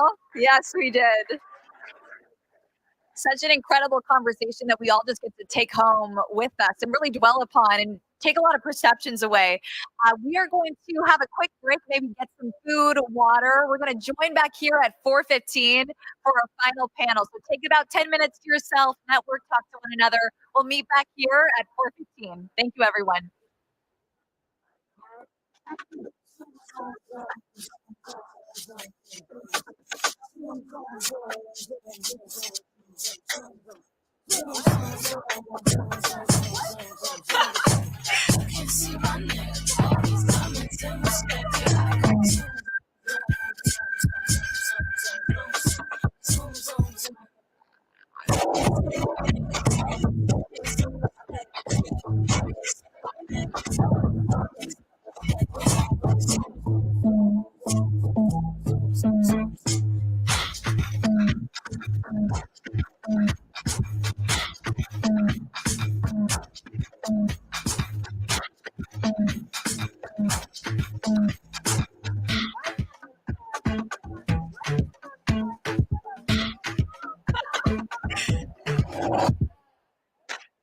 I go zoom, zoom, zoom, zoom, zoom, zoom.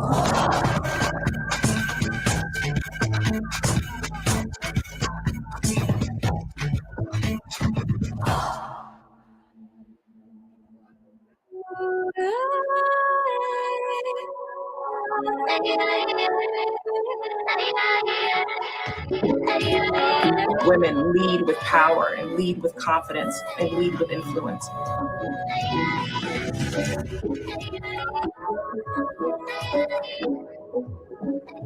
Quite frankly, our leadership is the future.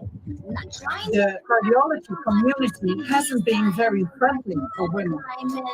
Telling their stories and giving everyone hope is what I'm here to do.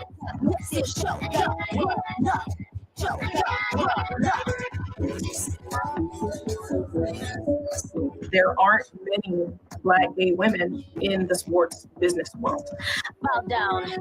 Your Majesty, I go. Let me learn from what happened, the mistakes I made. The needs of women have been under-recognized. Women's health matters. Because I was the youngest person there, I started live streaming on Twitch. Wherever I am in my journey, it is exactly where I'm supposed to be. These women are changing the world.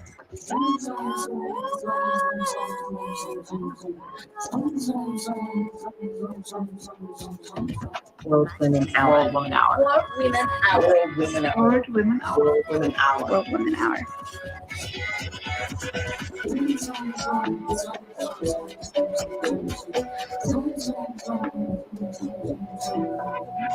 Your Majesty.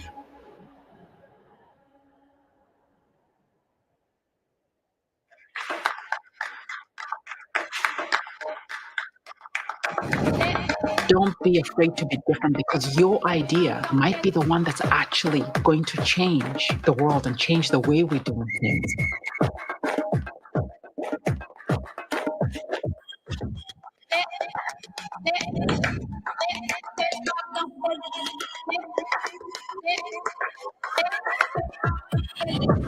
You have to give people examples of how they can be anything.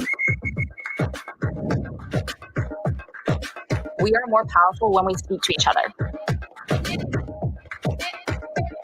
There are real barriers that need to be broken down in order for everybody to feel comfortable in all spaces. Be you, and you can be successful.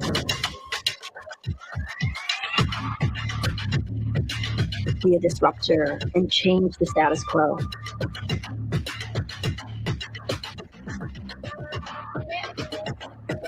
I break the role by being a Black woman on the International Space Station. Being at the forefront of transformation, helping people develop what their role could be. Redefining what a woman in healthcare looks like. Having some uncomfortable conversations. I break the role by being unapologetically myself.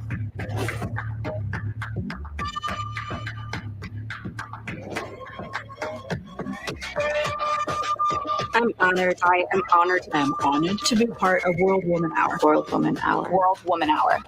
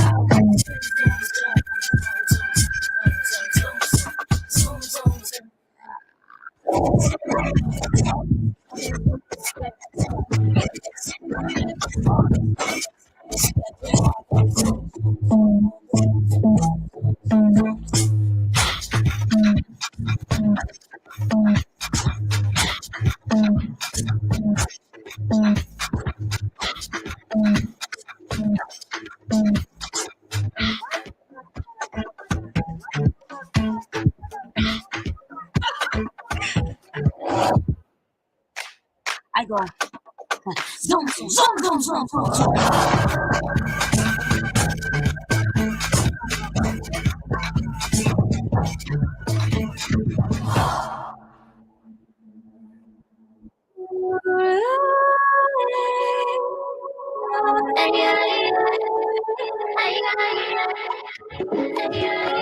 Women lead with power and lead with confidence and lead with influence.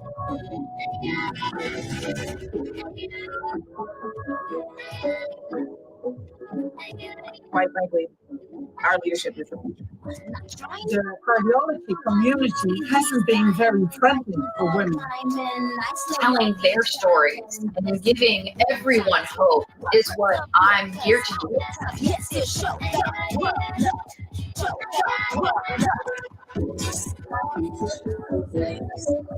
There aren't many Black gay women in the sports business world. Hi, everyone. We're going to start gathering again. If we could all come back into the theater room here and take our seats, because we are going to kick off our final panel. And I'm going to allow everyone that's out in the foyer to come inside and participate. Hello. How's it going? I'm just like soaking up all this information today. I'm just like trying to absorb it all right now. So many good things being brought to the table. Any key standout moments? I mean, there's a lot. It's very hard to pin. Yeah. Hello. Hey, everyone, if we could come inside. No, so many good things. And I just being fierce, being confident, being bold, allowing the younger generation to really have a seat at the table. I think so many things were brought in and how we can make this change here locally in San Diego, further it and take it to the state level, the federal level, and our country, and then taking it beyond. It's so many insightful messages that were shared today. I'm just trying to dwell upon it and soak it up. And I want to remind you all that we could extend this conversation. It's not just a monologue, it's a conversation that we could share online through the hashtag equal future and just get this conversation going within our communities. So it is now my privilege to introduce our next panel. Now, this one is called Financing the Future of Sustainability. And a huge thank you to Stephanie Hughes, the financial advisor of the Tax Financial Group, for sponsoring this session for us. And this panel, it's going to explore the critical intersection of finance, sustainability, and gender empowerment. All three very important things, right? Experts here are going to discuss strategies to bridge gender gaps and access to capital, drive impact investment in women-led initiatives, and foster inclusive development. So join us to shape a more sustainable, equitable future for women and girls worldwide. I'd like to invite to the stage with me Christina Yu, architect, educator, and leader, to moderate this session. Christina, welcome.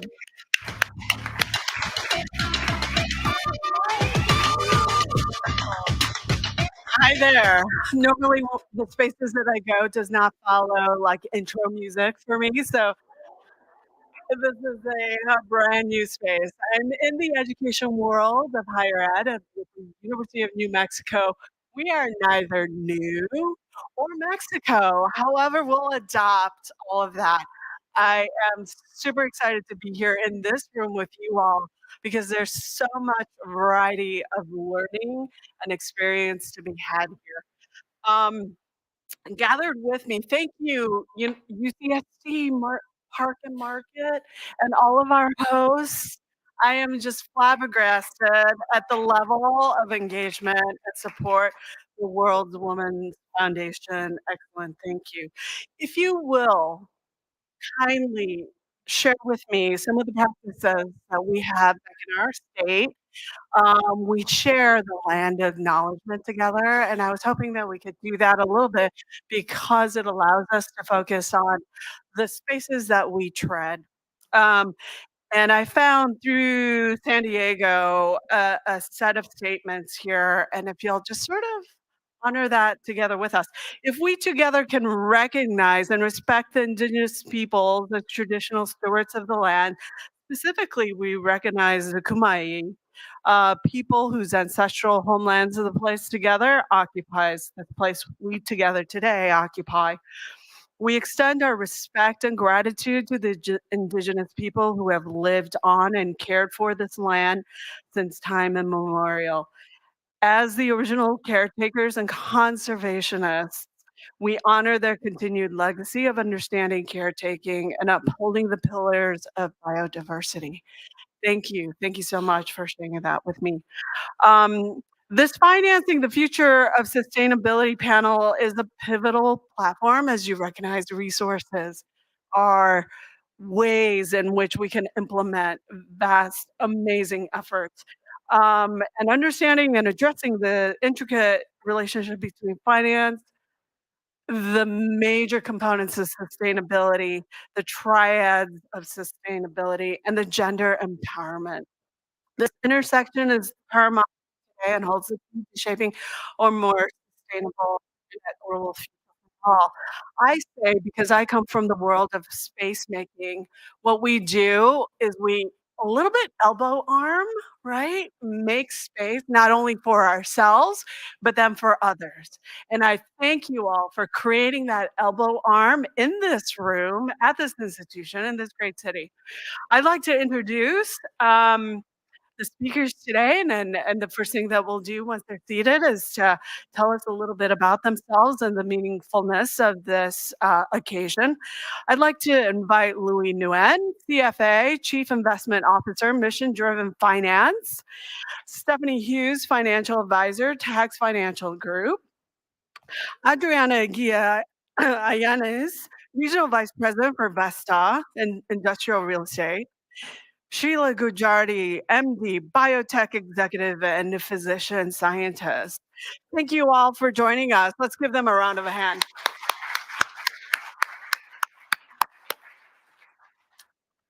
Because Sheila, I'd like to start with you. A little spiel about yourself and this topic.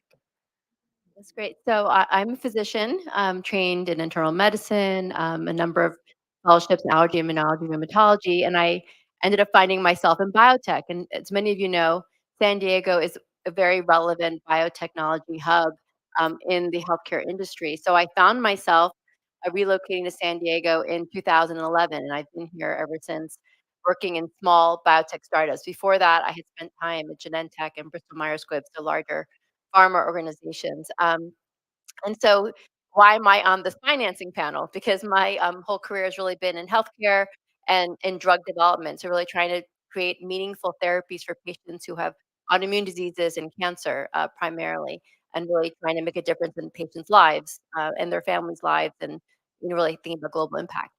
I was successful in my career, and so I ended up when I moved to San Diego, I took my first C-level executive role in a small biotech. I was the chief medical officer, and I quickly learned that my most of my job is not only about developing therapies; it's actually about raising money. I had to raise a lot of money to fund the clinical trials, and biotech is a very expensive endeavor. It's very cost intensive. So I found myself spending most of my time speaking to investors, private investors, and then we ended up going public, so public company investors. And as you can imagine, these were mostly men. So I really found myself thrust in a different world, a world of finance, a world where I was dealing with very powerful individuals, and a world which I really was able to see greed front and center. People were there to make money. That's really what they were. Even those who were investing in healthcare, their primary goal was to make money. So we had a very successful company. I had a very successful exit, they say, and that drug is now approved. And it's basically the drug I was working on is approved and is being used all over the world to treat patients with multiple sclerosis and ulcerative colitis patients, which really makes me very happy. However, I've just gone on to do a lot more in the biotech space, and I'm here to tell you, I went to go on to co-found my own company and become CEO of that company. And now I'm chairing a number of companies and help founding other companies. But I've had a lot of lessons learned, and I really want to talk about gender equality, how important it is for women to not only be excellent in whatever we do, but also be able to have a seat at the table. We absolutely deserve to be at the table. We do have to learn how to interact with other individuals, and sometimes we are the only woman in the room. So my goal here is to try to make it really gender equality, 50-50 women all across the board, whether it's the board, the executive committee, in the companies, every single level. Because when women are making decisions and women with our values are leading these companies, I really feel like we can have a true shift. Part of my other effort has been creating a sisterhood of biotech women CEOs, and we're up to 170 plus women CEOs in our industry, and it's amazing. So we're developing a whole network and community. Thank you. Um, and I really resonated with what Marianne Williamson was talking about earlier today. Like, we have the power to affect change. And so we're creating a whole network community outside the normal biotech and pharma community. We call them pharma bros. And we're the biotech sisterhood. So, and we're just kind of doing so much to support one another. And I'd love to tell you a little bit more about what we're doing, but let me hand it off to my fellow panelists. Hello. Hey, everyone. I'm Adriana Guia. I'm from Mexicali, Mexico. I live currently in Tijuana, between Tijuana and San Diego. I come from the entrepreneurial world. I have a major in business and a couple of master's degree. And I started helping entrepreneurs with this program called Endeavor, which is based in New York, and helping third world countries to grow by helping these entrepreneurs have their mentorships and having funding. And it was was really cool. After that, I became the CEO of Cali Baja Natural Mega Region, which is a nonprofit trying to bring foreign direct investment to both San Diego and Tijuana. After that, I became the CEO of the Tijuana Economic Development Corporation, bringing mostly investment to Tijuana in terms of manufacturing. And currently, I'm the vice president for Bethesda, which recently went public in the US. We're the 11th company from Mexico that became public, which is a really big deal for us. And um, a little bit about gender equality. I'm the only woman sitting at the C-level for our company in Mexico, and the youngest. And in the beginning, it was so hard because nobody believed that I could do and keep with the objectives that the company was putting together. But now, mostly, I mean, 120, 130% of the objectives achieved, and also trying to bring on women to directives as well, and informing them through other types of instruction. And aside from that, I mean, my heart's still entrepreneur. So we're building a company. I mean, we're trying to build a company 6 months ago, trying to help kids to also become entrepreneurs. And we have like this little box and trying to help them with certain activities and in order for them to be exposed and how to talk in public and to learn about finance and marketing.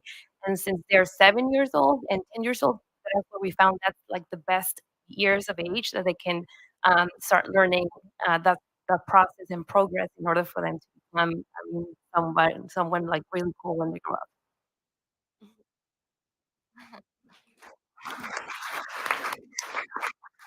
Good afternoon. My name is Stephanie Hughes. I'm with the Tax and Financial Group. I am actually at the beginning of my 8th year with the firm, and we specialize in business transition and exit strategy planning.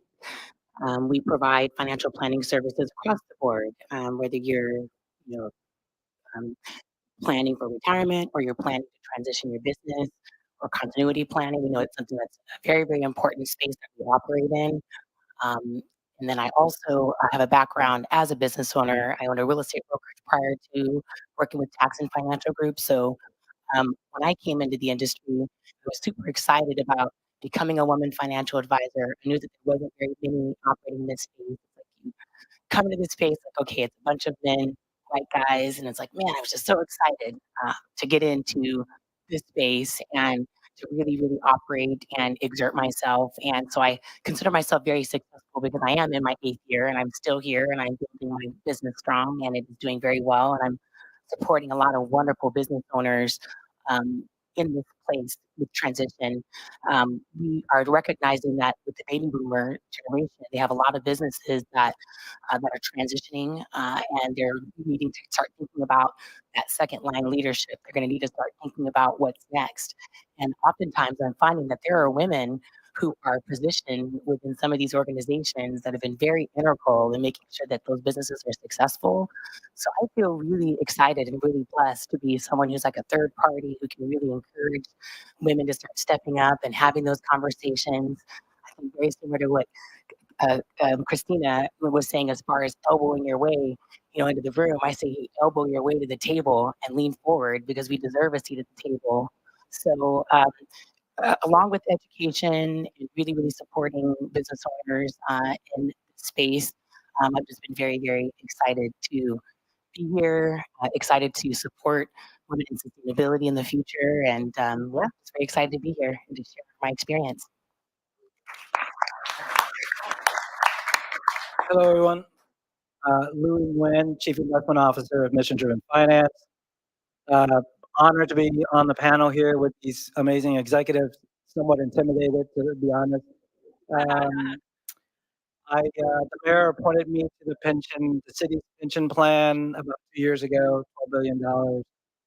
Investing is my gig. This is what I do. The California Healthcare Foundation, which is a $1 billion foundation focused on providing healthcare for the underserved and underprivileged. They appointed me to the board about 5 months ago. I sit on their investment committee as well. I came to the U.S. as a refugee, grew up in Oklahoma, housing insecure, food insecure, surrounded by incredible women, a lot of incredible role models. At Mission Driven Finance, we deploy capital to entrepreneurs who are solving social pain points. Over 60% of our portfolio companies are run by women, founded by women, and that's a very important part of what we do in terms of our ethos and how we deploy capital. Some of our portfolio companies are here in this room today. And so we're into the community, making sure that capital flows not to where it used to be, where it used to go, but where it ought to go. And a large part of what we do and bring in terms of opening the door, inclusiveness, having people at the table, is changing the face of finance. It should not be a pale white guy. Shouldn't just be a bunch of Asian men as well, but training the next generation of women, training the next generation of asset allocators, investors who are making decisions from a different standpoint, from a different ethos, because that comes out in how capital gets deployed. It comes out the way that risks are manifest itself in deal terms. So our game is a long play. It's system change. A large part of that is making sure that we're training the next generation.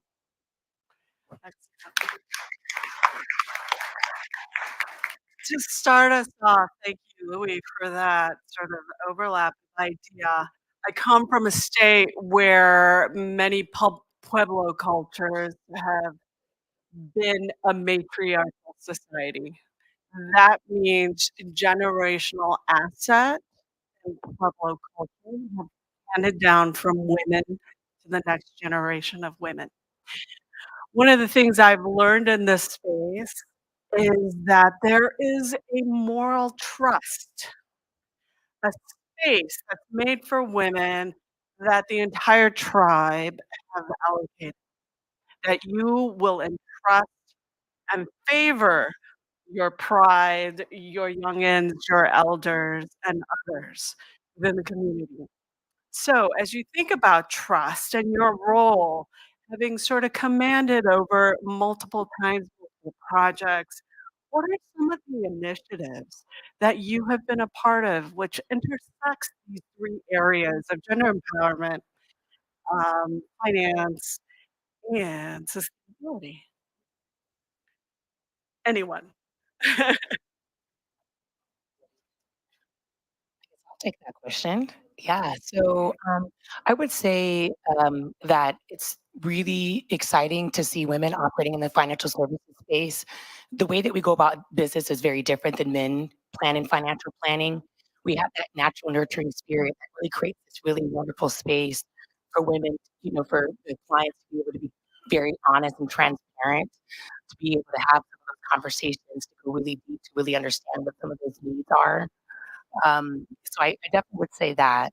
Um, and because we do it different, I think that we produce really, really wonderful optimal results as well when it comes to planning. I want to make sure I get all of your question. It was a loaded one. The intersection of all things with gender equality and and financing sustainability. and sustainability. And I think that when we do that and we're able to really have those deep conversations with our clients and really kind of take that bird's eye view and really take a look at everything that they have going on. And I just, oh, excuse me, I would say that we get really, really great results. The women are able to lean forward and really confidently make decisions about what's next. And I think that's really, really important. And I think it also encourages them to really step up and really take on some extra responsibility, whether it's becoming a shareholder within a company, and really, really making sure they understand what that means and what that's all about, and not to be afraid of that. I think that that's really, really, really important. I don't know, Sheila, if you wanted to add to that. Yeah, no, absolutely. I think I totally agree with everything Stephanie's talking about. So, when I was a CEO, I was one of the few women CEOs in the biotech industry, and it was very lonely. It was a very lonely experience. Again, working and throughout my career, I was usually the only woman of color, the only person of color in these rooms where we were making very important decisions. So, to your question, I mean, I want to come back to this biotech system that we created and talk about this intersection because I think sustainability for me also is something that is a concept that I think I've been trying to address for a long time, but I didn't even realize it. Because when these women, these incredible women that we're now coming together and creating this whole network, community support group for many reasons. One was to share best practices and set each other up for success because we weren't necessarily finding the mentors and sponsors externally. The second was to mentor and sponsor the next generation of women so that we can, close the gap, mind the gap. And the third was to take our leadership to the next level. How do we level up? How do we really continue to break the glass ceiling, push through the boundaries, push through walls? And so I think that's what we started with, but it caught like wildfire. The energy that we have when we come together, where we can be our authentic selves with one another, and we can truly espouse our values and create and manifest them in our day-to-day, very intense business culture and scientific culture, has been to me really outstanding. And so it's lit this fire, and so now we're focused on women's health. How do we fund more women's health companies? It's probably one of the lowest funding therapeutic areas in biotech and in pharma. And why is that? There's breast cancer, but I can tell you all the other areas of women's health are very, very poorly funded, and investors aren't making those decisions because there are not many women investors. Actually, there's very, very few women investors making those decisions. Women's reproductive rights. How do we protect against women's reproductive rights and women's healthcare rights? We have a lot of knowledge. So we've been writing amicus briefs to Congress. We've been doing a lot of advocacy work outside of our industry or within our industry to make a difference. So to me, these are all important topics that are incredibly important for what we need to do as a culture. Also, the women, and speaking about culture, women are very focused on culture within the organization. They're very focused on respect, having being humility, having humility, and also collaboration. And I think that if you have a high performing culture, you will drive results. But it's also changing the whole dynamic of our industry from that perspective because we actually value individuals and we value diversity and we want to create safe, psychologically safe environments. So from my perspective, and we're learning how to raise a lot of money. So we're funding our projects, we're helping each other finance our projects, we're sharing best practices, we're connecting each other to investors. So we're making a lot of difference in that realm as well. So for me, that's where a lot of this intersection plays. Yeah, yeah, yeah. In our company, in our sector in Mexico is very traditional. So it's real estate and it's industrial, so it's men only, and everything has to do like with the governor speaking and then, like everybody being like all uh yeah, yeah, yeah. I mean, everything's like square, right? So a lot of women came into the company and we said, you know what, we're not gonna ask. We're just gonna do everything that like we think it's gonna be better and we're gonna be innovative. We started doing our marketing and everything has to do with reaching the client in a different way. So we adapted this TED format kind of like stages in order for us to engage with our customers, with our brokers, and it was amazing. So now everyone in the company is trying to do it again. I mean, that was like what we did. And now we have a future project, and I'm just trying to also, I mean, after the wine, I'm trying to pick your brains, guys, because we need to do this. I mean, in April. So anybody went to this Van Gogh experience? I mean, anywhere in the world? I think there was like in San Diego and LA. And then there's another experience at the American Museum of History, Natural History in New York as well, which is all interactive. And we're trying to do that in Tijuana next year for the World Design Capital.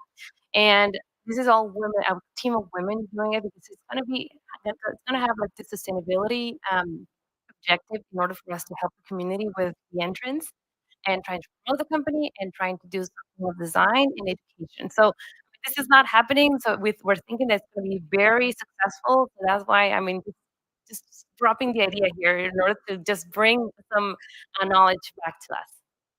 Sourcing and creating a culture of engagement and the way that you all are leading. Louis. Yeah, just to add really quickly in terms of on this side of the table as an investor, trust is a big deal, right? I mean, like when you pitch your concept, you're dealing with asymmetric information, dynamic information flow. Who knows what's going to happen on the other side of that prediction? It's all based on trust. When Bob Jones is sitting across from John Smith, they look at each other and they're like, "Oh, we trust each other because we look kind of alike." And there's that trust there that just comes with it.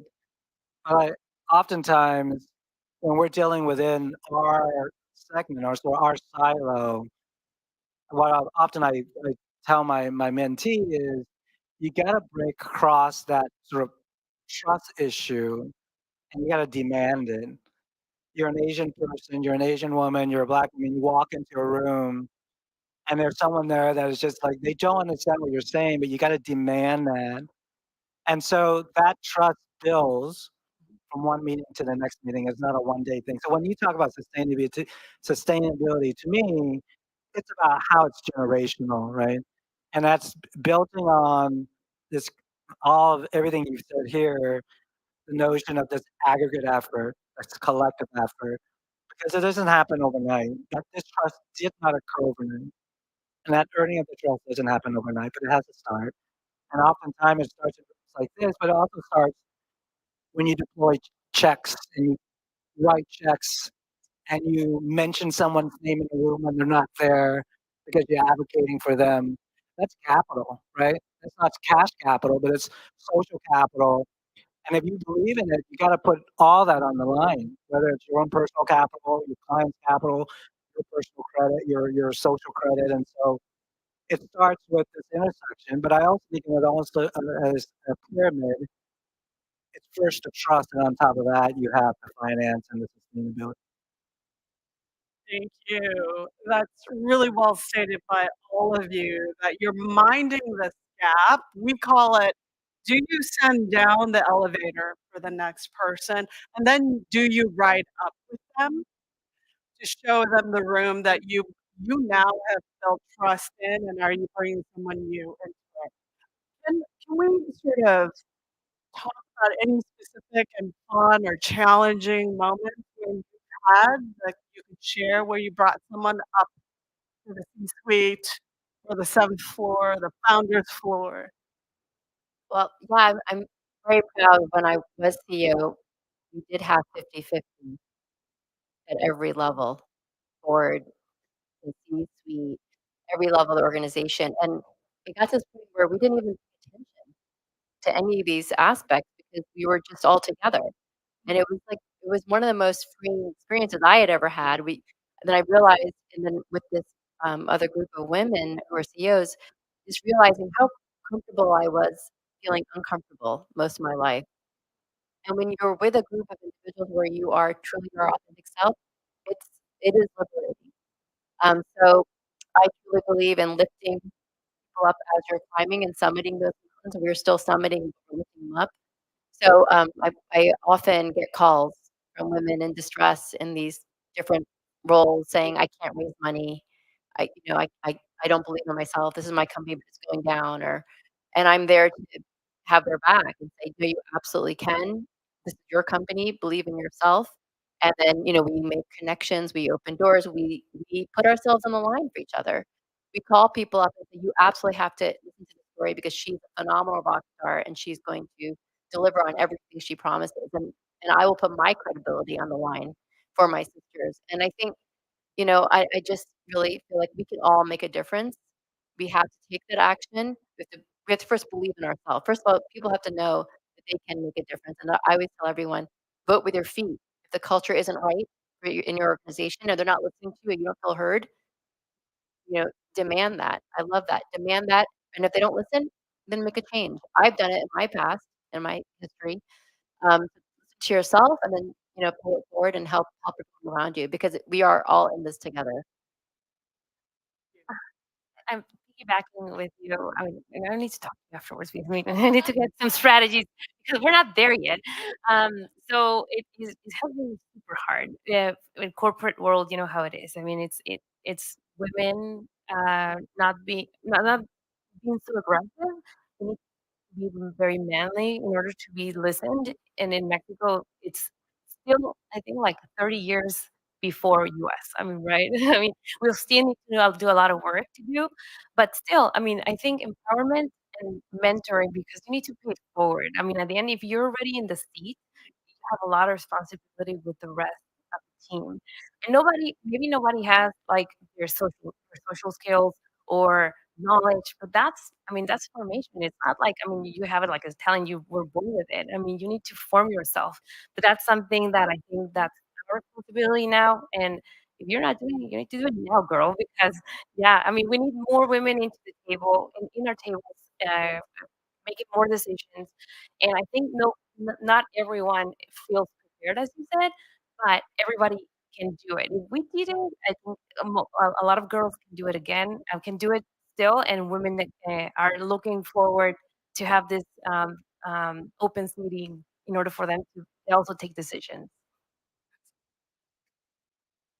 Yeah. So when I think about what we do in the financial services industry, I want to say back in April of 2020, I was asked to join. We have a council, we call it the WISE Council, standing for Women Inspiring and Supporting Excellence.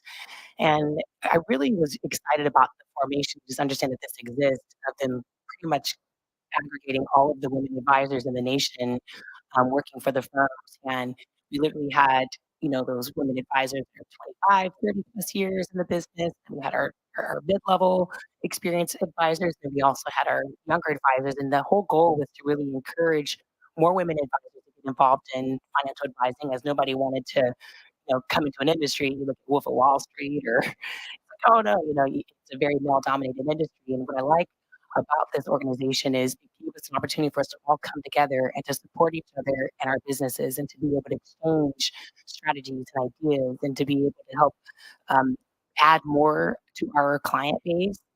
So I want to say from the financial advising industry, that's kind of what I'm seeing as far as really trying to garner and really, really support the excitement and get more women encouraged about getting into this business and being interested in doing this business to know that you have support, you're not doing it alone. And I think that that's really, really key. And even since then, we've actually had a huge, I would say, we would say huge in our industry when we have like a couple of female or women financial advisors in the firms. And I am very grateful and to know and proud that my firm actually hosts some of the larger percentages of women advisors in the firm.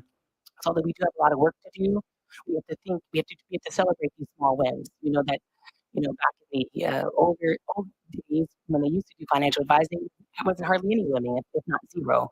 But we do have some. We have quite a few, and I'm very excited about encouraging more of them to get in the industry. So that's what we do for kind of raising us all up.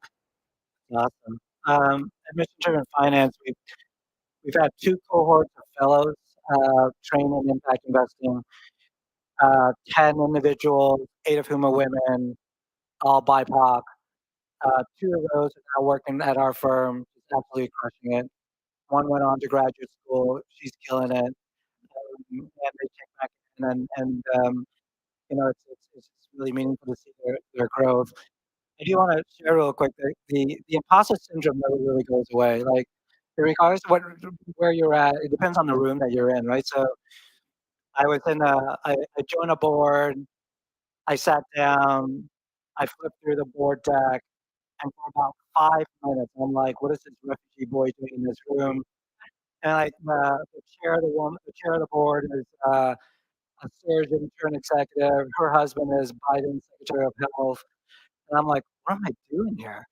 And I'm like, they're gonna find out I shouldn't be here if I say something. So I'm not gonna say anything. And then I flipped through the deck and I'm like, I got to the finance portion and I'm like, okay, I got this. I'm down with it. But afterward, the chair, this woman, came over and she chatted with me and she's like, how's it going? And she's like, I get it. I don't belong in this room either. And so for the last 6 months, she's been my board mom, really. And again, I think it's recognizing oftentimes we somehow ended up where we are through by hook by crook through the blessing of God. But like from there, you got to do more for the others who are coming along, as well as for those who are above you. There are mentors who I now help out because of where they are at, and so it's actually it's a very enclosed ecosystem that we belong to. Thank you. The thoughts that you leave us with are amazing sources of formal to informal kinds of strategies, what you do every day and throughout your calendar year. Um, Okay, some folks in different sessions have used this, what is hashtag equal future as a word, parenthetical thought, whole sentences or paragraphs.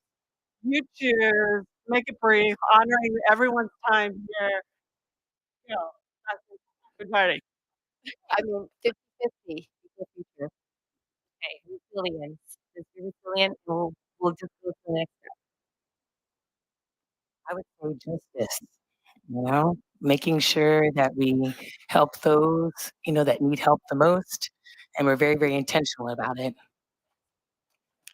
I would say demand your space. All right, thank you, panel. Thank you all for lasting the entire day. Good for you. A round of applause for you all.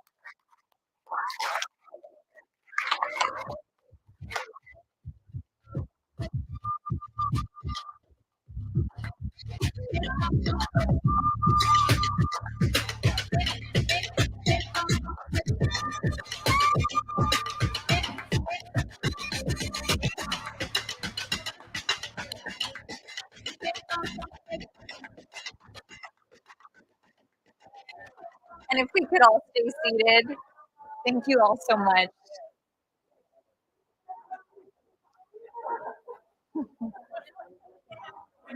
I know, I love it. This is what it's about. Getting new friends, new partnerships, and transforming the world all together. Because it takes a whole entire team in order to do this. Thank you guys. So, no, you're great. Thank you so much. Thank you for everything. So we are closing out this wonderful event. Did we all have a really good time? Yeah. I'm trying not to take for granted being in a room full of such incredible people here today. And as we close this out, it's I have the privilege of introducing a person who unfortunately isn't here today, but someone that deserves to be honored at this event. Her name is Denise Melville.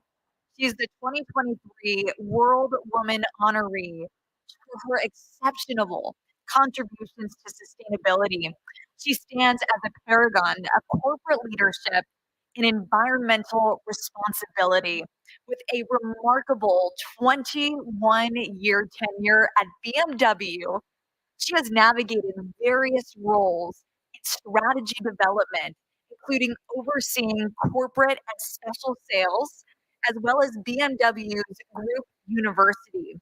However, it's her role at the helm of the BMW US Sustainability Council that truly sets her apart. Now, just to kind of go into what this does, she orchestrates BMW's efforts to strike a harmonious balance between business imperatives and the imperative to respect and enhance the environment. I mean, that's what we're all about here today at this event, right?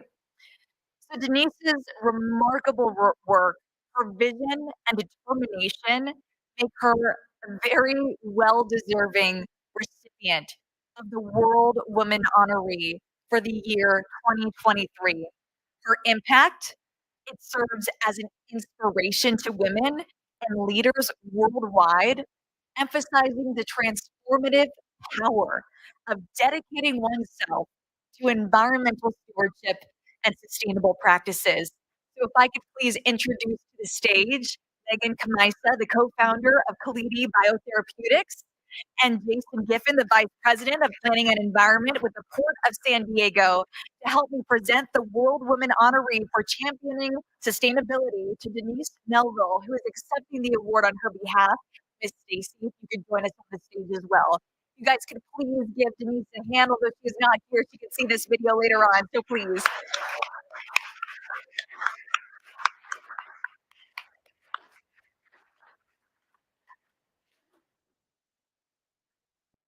Thank you.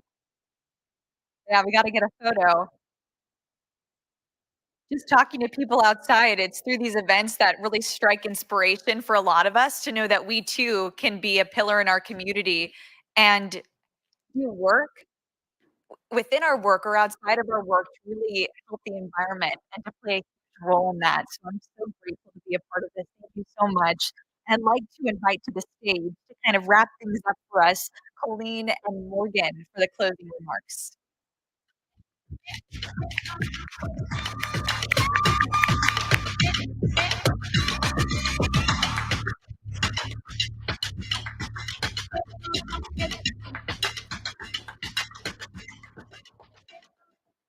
you so much and good afternoon to you all. Uncharacteristic of the academic set, I'm going to endeavor to be brief. I know it has been a long day for all of you. My name is Morgan Appel, and I am the Assistant Dean for Education and Community Outreach here at the Division of Extended Studies. And it is with the greatest pleasure that on behalf of the division on the University of California, San Diego, I offer to you a rather belated welcome, or perhaps an early adieu to the UC San Diego Park and Market campus, and offer an occasion to reflect upon the day. We live in an era in which handheld technologies afford us unique and immediate opportunities to create social capital on a planetary scale. And inasmuch as we are denizens of a dense social media landscape, so many of us feel disconnected from one another, existing quietly in worlds of our own making, and even with lightning fast communication and a millennium of knowledge at our fingertips, the ardent and lonely futurist who lives within all of us is disheartened by the plodding pace of incrementalism, held captive by convention or hamstrung by the stasis associated with the new normal. And our want of change making in support of a more equitable future is too often thwarted by the seemingly prodigious nature of the endeavor. I am but one voice who will listen to me. You may have correctly intuited, however, that this new normal is neither new, nor is it normal, nor has it ever been. And what this conference confirms with staggering clarity is that, in the enduring words of Jim Morrison in The Doors, the time to hesitate is through. Tectonic shifts in cultures and economies emerge as the organic consequence of what appears outwardly to be a single bold and decisive action. But we understand that which comes in the guise of sweeping change is, in truth, comprised of hundreds, if not hundreds of thousands of smaller revolutions acting concertedly. These transformative and oft loosely coupled acts are by nature intersectional, intersegmental, and inherently resource intensive. And our lone voices tend to be infinitely more powerful and amplified when we are part of a choir. Change agentry is intentional, inspiring, and inspired. Arguably, there is a degree of trepidation associated with being at the leading edge of it all. The nervous and joyous energies that all pioneers experience when exploring the depths of the ocean or the vast expanse of deep space. And I hope that you have experienced that sense of neurochemical elation today. As a partner in these efforts, institutions like my own seek to fashion a more seamless interweave between campus and community, one that speaks to innovation, stewardship, and synergy in real time. And this campus in the heart of North America's finest region represents a convening space for all of us: artists, entrepreneurs, environmentalists, community benefit organizations, charitable foundations, policymakers, groups like the World Women Foundation, among others. This is truly an agora for the 21st century and a springboard for valorous action. UC Park and Market is aesthetically compelling, but so too is it dynamic. It is a moving set that plays host to presidents and peoples, to technicians, toddlers, and teachers. I think you get the idea. But relevant to the sustainability agenda, however, is that this edifice represents the future of university education, one that is accessible, more collaborative, interdependent, and custom designed around the cognitive, affective, and metacognitive needs of learners and communities across the lifespan. And as this city and this region undergo their own metamorphoses, we are here at the center of it all as your confrere for positive change. I cannot predict what the future holds, but I am hopeful. And I do know that our home is made better by having all of you present. And I very much hope that you will consider it your home as well. There's a lot of work to be done and not a moment to lose. Thank you.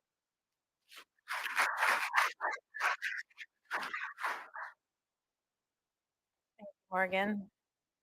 So I'm Colleen Fitzsimmons. I'm the executive director at the San Diego Green Building Council. I use she, her pronouns.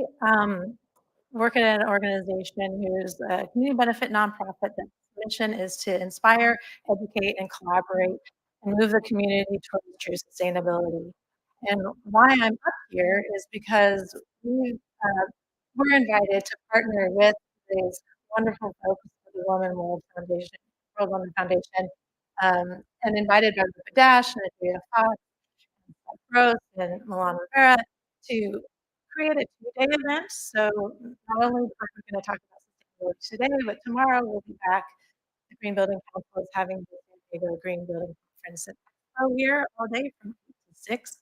And that was inspired by our work with these organizations, but also some of the work that we do internally. We have our Women in Green committee that really is how we try to support women in sustainability, whether it's in the architecture, engineering, construction fields or otherwise. And our Women in Green committee and our Equity Advisory Committee has brought together to come up with a mentorship program so that we can really support bringing more women into these fields. So we can see more women on the stage to talk about sustainability and be inspired once again by a great day of really just incredible talks from some incredible women. So I just really want to thank our partners here so much for making us part of today's event and bringing this together into our two-day event with the conference and expo tomorrow. Thank you. Lead and Morgan, thank you so much. And as we close out today's wonderful event, just filled with so much information, I'm going to welcome back to the stage one last time two important women I know we all love to see again, Adria Fox and Stacey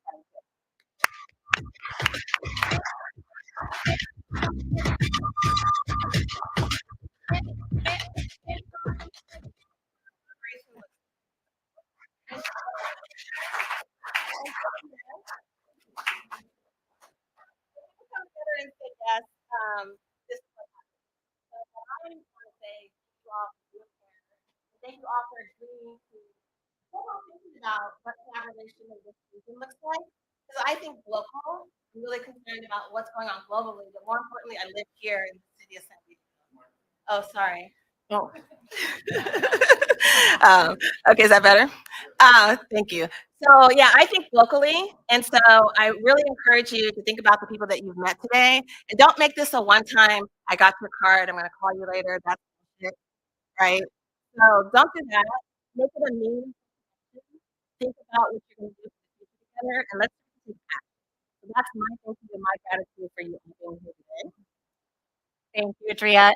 I just want to say a particular thank you to, there's a whole network of people in this room, and you know who you all are, who help expand the engagement and curate the extraordinary panelists, speakers, and keynote speakers for today. So I have Scott, thank you so much. Danny, thank you. Great group of people here. Jason, the port, I mean, it's just been UCSD Health, holy cow, on the Cleveland team. So there I go, mentioning names. And I know you did tell me, I know, and our volunteers as well. And then I think, as many of you know from our individual briefings, but this is just the beginning. This is the launch pad. We will be back next year around this time with a much bigger and even more impactful event, and we'll be doing a lot of things on the international and global scale in between now and then. So let us know how you'd like to be involved, and thank you. And let's all go out and enjoy some refreshments in the beautiful lobby. And thank you, Rupa Dash. Thank you. Thank you. She won't come up. She's so modest, so thank you. And the World Women Foundation. Thank you.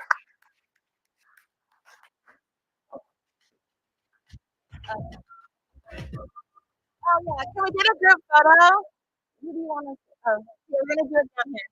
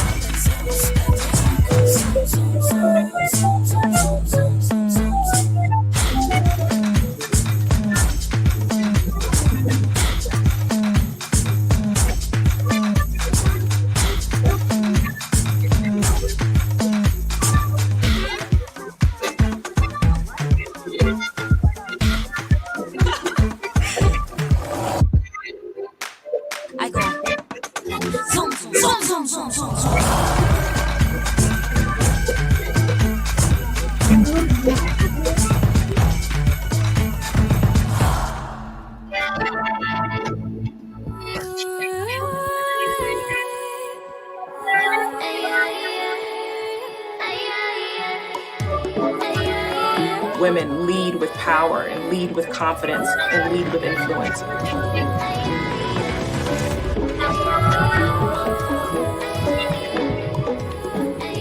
Quite frankly, our leadership is the future. The cardiology community hasn't been very friendly for women. Telling their stories and giving Can I get any everyone more hope is amazing what I'm here speakers to to do. come up on stage, please? Maria Muhammad, if you're still in the house or still can hear my voice, I'd like you to come to the stage, please. There aren't many Black gay women in the sports business world. Bow down, call me your majesty. I go zoom, zoom, zoom, zoom, zoom, zoom, zoom. Call me your Let majesty. me learn from what happened and the mistakes I made. The needs of women have been under-recognised. Women's health matters. I was the youngest person there. I started live streaming on Twitch. Wherever I am in my journey, it is exactly where I'm supposed to be. These women are changing the world.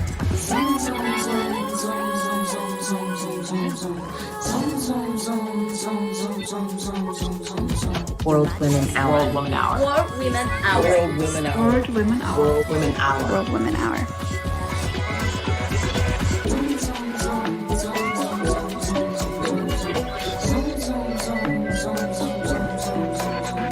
Your Majesty.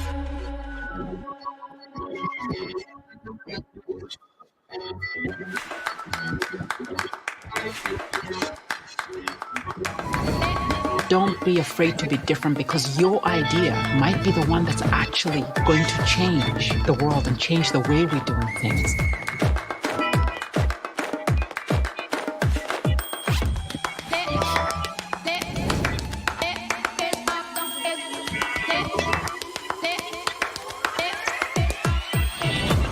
You have to give people examples of how they can be anything. We are more powerful when we speak to each other. There are real barriers that need to be broken down in order for everybody to feel comfortable in all spaces. Be you, and you can be successful.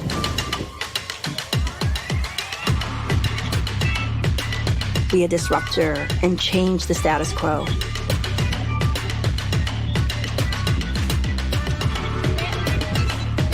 I break the rule by being a Black woman on the International Space Station. Being at the forefront of transformation. Helping people develop what their role could be. Redefining what a woman in healthcare looks like. Having some uncomfortable conversations. I break the role by being unapologetically myself.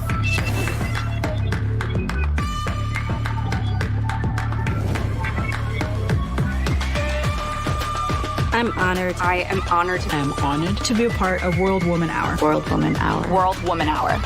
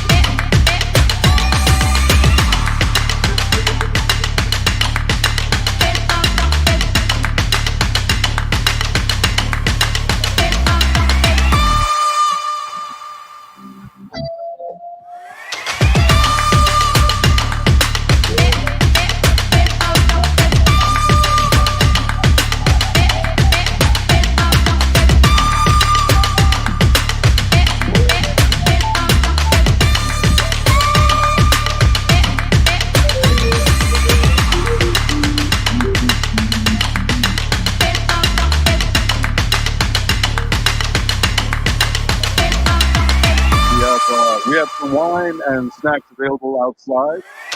Feel free to go. Not too much, but that's okay.